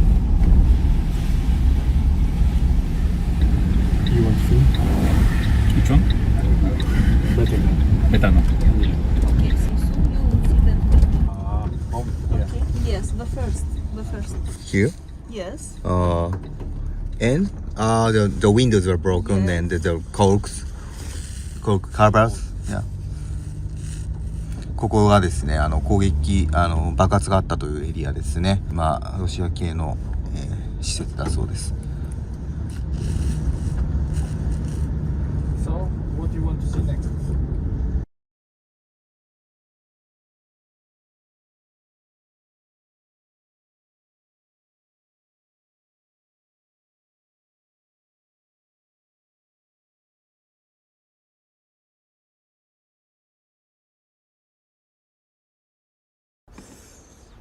はい、ありがとうございます。久しぶりに登場しました、テレビ東京ロンドン支局の中村です。ご覧いただきましたのは、ウクライナの、ロシアによるウクライナ侵攻というのが始まってから、始まる直前からですね、の、ヨーロッパのニュースについて私が伝えてきたものをまとめて配信しました。これが、36時間、欧州沸騰現場全部見せますのパート4、第4部でした。いかがでしたでしょうか。かなりいろんな国の取材が入っているパートだったと思います。フィンランド、モルドバ、ポーランド、エストニア、リトアニア、ジョージアなどなど、はい、実際に、ロシアの脅威を感じつつ、ずっと中立を保っていた国など、いろいろとポジションを、確認しながら生きてきた国が今回のウクライナへの侵攻が実際に起きてしまって、どれだけ衝撃を受けて、どれだけ政策を変更したのか、またあるいは難民の方をどれだけ自分ごとのように受け入れてきたのかというのが分かったパートだったんじゃないかなと思います。あれですね、ちょっと日本では岸田総理の演説の時に、爆発物を持った男がいて、実際に少し爆発して、それすぐに取り押さえられたということなんですけども、というニュースが入っていたみたいですね。ちょっとまだこちらの報道で、今現時点、これ生なんですけども、日本時間で午後4時ですかね。こちらの報道ではまだあまり見かけてないんですけども、時期に放送されるかもしれませんが、BBC とスカイニュースというところをチェックしてるんですが、はい。岸田総理はすごいですね。もうすでにコメントを出して、しかも犯人取り押さえられた後も演説を続けたそうですね。はい。ツイッターでコメント出してて、私たちの国にとって民主主義にとっても最も大切である選挙を行っています。この国の主役である皆さん一人一人の思いをしっかり示していただかなければなりません。その思いで私は街頭演説の場に立ち続けます。この大切な選挙をぜひ国民の皆さんと力を合わせて最後までやり通す覚悟ですと述べています。今回補欠選挙の場所でのこういった事態で、おそらく頭の中には安倍元総理の銃撃事件というのがあるとは思うんですが、なかなか肝の据わった発言をされていますね。民主主義の根幹である選挙、それを暴力で脅かすことは決して許されないというような趣旨だと思います。これ実はロシアによるウクライナ侵攻に関してもですね、割と民主主義国家の根幹だったりとか、そういう一つの民主主義国が、独立した国が、他国に暴力によって現状変更されるのは許されないっていう、結構はっきりとポジションを明確にしてコメントを発するっていうのは、割と岸田流なのかもしれません。ちょっと話それちゃうんですけども、イギリスでもですね、国会議員が、襲われる事件っていうのはたびたび起きています。イギリスだとですね、サージェリーっていう集会があるんですね。保健室とか外科手術っていう意味の単語が、そういう国会議員の人たちが地元の方たちと対話集会ですかね、日本語で言うとサージェリーって言うんですけども、その場で襲われるというのが実際ありましてですね、2年前にはですね、刺殺されてしまった保守党の議員の方もいました。その時にもですね、もちろん警備をどうするかという問題が常に、議論になるんですけども、一方で民主主義国家として政治家が市民と対話をするというのは、かなり重要なファクター、重要な要素になるので、この点を全く排除することはできないよねというので、すごく、バランスが難しく問われるところです。警備と、実際に市民の方と議員が触れ合う機会をどう作るのかというところですね。なんです。以前はですね、そのサージェリーも、自由に、会いに行けるという形だったそうなんですけども、もう最近は、事前の予約が必要で、どこまで、チェックして、来る人の身分をチェックしているのか不明なんですけども、少なくとも前よりはかなり厳しくなっているということはあります。あと私が取材した関連で言うとですね、ちょっと VTR、この YouTube での欧州沸騰現場の中では反映してないんですけども、そうですね、孤独担当大臣というのがイギリスいます。日本も後からできました。これイギリスを真似してできたんですけども、その孤独担当大臣というのがイギリスにできるきっかけとなった女性の議員の方がいたんですね。はい。ジョー・コックスさんという女性議員なんですけども、この方、ブレグジットに関する投票が行われる直前に、殺されてるんです。この時は、そうですね、2016年ですね。2016年に殺害されているんですけども、こういう国を二分するような議論が行われている時とか、あるいは、憎悪の感情を煽られるような、ちょっと分断された、政治テーマなど、今ですね、ちょうど BBC でも流れてますね。Japanese PM evacuated って書いてあって、日本の首相が、ちょっと映すと権利のはあるかもしれないですけど、日本の首相が避難したという書き方が書いて、文雄岸田、unharmed after smoke bomb thrown at him、発煙筒というか、煙の出ている爆弾を彼に向けて投げられたんだけども、その後に、怪我はなかったという、今、岸田首相の写真も出ていてですね、その前にはですね、動画で犯人が取り押さえられている映像も出ていました。はい。なかなか、衝撃的な事件です。イギリスの報道だとおそらくですね、ちょっとお待ちください。ブレイキングと書いてありますので、今見てみたいと思いますが、ちょっと皆さんに画面をお見せすることが、ちょっと権利がどうなるかわからないので今見せられませんが、そうですね、サブタイトルが出ればもっと見やすいですが、はい、今取り押さえられた犯人なのかな、取り押さえられている時の様子などが紹介されていますね。はい、写真と動画を交えて、イギリスのニュース、BBC でもですね、ブレイキングニュースとして扱われています。岸田首相が、爆発物のようなものを投げつけられたということですね。でも、総理には、怪我はなかったということが、ブレイキングニュース、速報としてですね、BBC の、こちら今朝の8時10分なんですけども、そのニュースの中でも取り上げられました。はい。なかなか衝撃のニュースだということになっているんですね。はい。そうですね。ちょっと話の途中だったんですけれども、はい。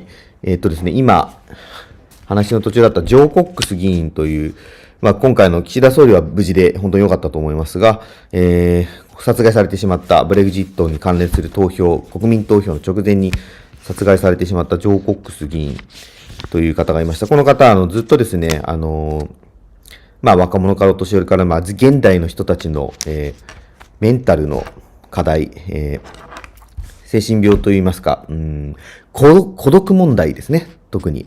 それによって引き起こされる、精神の病だったりとか、いろいろな問題について取り組んできた人で、亡くなってしまった、殺されてしまったということを受けてですね、イギリスはもう党を超えてですね、彼女の意思を継ごうということで、この孤独問題に取り組むようになりましてですね、実際にそれで新しい孤独担当大臣とポジションを作って、どういうふうに社会の中で、距離を取り残されてしまうような方々を救うかという取り組みを、非常に多くするようになりました。そしてですね、実際その後に、そのジョー・コックス議員のですね、お姉さんかな、も出馬して、意思を継ぐという形で、選挙に出て当選してですね、これ野党の労働党の方ですけれども、その時にも、いろいろとですね、また民主主義の価値をどう守っていくかみたいな話も話題になり、そうなんですよね、難しいんですけども、市民との対話を保ちながらも、それでも議員の方が殺されてしまうというのは、ね、あってはならないことですので、はい、そのあたりを非常に市民の意見を聞くというのと、警備をするというのをバランスを保ちながら、イギリスもやってきたと。ただそこがどこまで警備をすれば、守れるのか、それとも市民の方への意見を聞くというのもできるのかというのが、なかなかイギリスでも難しいところになってますね。はい。これもですね、ジョー・コックスさんの話で言うと、非常に彼女、いろんな人に慕われていて、イギリスだとですね、よく分断、特にブレイク分断というのが少しテーマになってしまうので、ジョー・コックスさんはでも、ずっと伝え続けてた、メッセージが、モア・イン・コモンというのがありましてですね、私たち、人間ですよね、主に。人間の中には違いはたくさんあるけども、それ以上に共通のことがたくさんあるよ。つまり分断を超えて、意見が違っても共通点が多い我々は前を見て生きていくというメッセージをずっと伝えていた方でした。私もですね、取材、直接彼女が生きていた時に取材したことないんですけども、彼女のことを知る人たちに取材をしていたら、すごい信念がある方なんだなというのとともに、こういう民主主義、選挙というのが民主主義の根幹ですので、それを揺るがす事態というのがいかに重いものなのかというのは感じました。今日本当に岸田総理が大丈夫でよかったなと思います。はい、話が岸田総理のニュースからそれましたが、ニュースを受けてそれましたが、ちょっと、そうですね、質問が来ているものに答えていこうかなと思いますが、あまり今回来てなかったんですが、裏話を聞きたい。そうですね、裏話、難しいな。ちょっと話せる話と話せない話がありますので、非常に悩ましいところなんですけど、先ほどの最後の VTR で多分流れたかな、沿ドニエストル共和国。これ非常に不思議な国でして、そうですね、モルドバとウクライナの国境、モルドバ、ウクライナとの境目、ポーランドじゃない、ルーマニアとウクライナの間に囲まれた形でモルドバという国あるんですけども、さらにそれの、ウクライナとの国境の方にですね、川沿いに沿ドニエストル共和国、川沿いという意味で、ドニエストル川沿いということで沿ドニエストル共和国という言い方を、しているんですけども、もちろん国としては日本は認めておらずですね、ロシア軍が駐留していて、ただ現地の人にとって、これそもそもモルドバという国が、成り立った時に、から揉めている話ですので、また他の国にロシアが侵攻したのとはちょっと違う事例なんですけども、とっても不思議な国でした。独自の通貨もあって、でも一方でモルドバも沿ドニエストル共和国からエネルギーをもらっている。一応モルドバの立場としてはもちろんモルドバの国内なんですけども、なのでなかなか強硬な姿勢を貫きづらいと言いますか、非常に難しいバランスの上で、正直グレーな中で国が成り立っているのが見えてですね、非常に印象的でした。あとよく言われる、私も言い方しますけど、自称独立国家ですとか、未承認国家みたいな言い方をしますけど、これ基本的にですね、我々で言うと日本政府の立場を尊重して、言っている形ですね。ただ非常にこれ悩ましいところは、台湾についてはですね、日本政府は国とは言ってないんですけども、事実上独立している形であるというような言い方もしていますし、この辺の表現というのは今ここで短い時間で説明するの難しいんですけども、日本の報道を見てるとですね、ちょっとどういう表現をしているかがすごいわかる、いろんな考え抜いた末にいろんな表現をしているというのがわかるかもしれません。はい。あとはですね、岸田さんの評価、イギリスではどうなんでしょうか。結果的にキーウ訪問のおまけ程度ではない支持率上昇ですよ。そうですね。イギリスでの評価といいますか、海外全般から見たその国の首相、あるいは総理大臣の評価って、基本的に他の国から見ると割と外交問題とか、外交に関して評価されるんですよね。ただ国内、日本だったら岸田首相の国内の政治、あるいはイギリスでもスナク首相、国内での人気っていうことについてはですね、これ経済の問題がかなり直結するので、正直言ってあまり外交は支持率にはつながらないとよく言われてるんですね。それもあってか、割と、岸田首相は、外務大臣4年間やってていろいろやってましたけど、外交問題に関心を持ちやすい、国会議員の方っていうのは、受かる余裕のある、割と世襲の方だったりとか、人気のある方の方が、外交に力を注ぐ可能性が高いと言われています。これは一般論と言いますか、総論という形なんですけども、これなぜかというとですね、やっぱり外交にばっかり力を入れていて、国内問題、主に選挙に関して言うとですね、地元の問題だったりとかにあまり関心を払ってないと思われてしまうとですね、選挙に落ちてしまうんですね。ということもあって、外交は、そんなに数字にならない、支持率にそこまで繋がらないっていうのはよく言われるんです。だから今回のキーウ訪問もですね、そういうふうに見るメディアもたくさんあって、私も、もしかしたらテレビ東京の報道でもそういう報道の仕方されている場合もあるかもしれないんですけど、私個人としては、海外から見ている形で言うとですね、外交、今回のキーウ訪問自体っていうのは、支持率とは別に切り離して考えた方がいいんじゃないかなと思ってます。海外からどう評価されるか。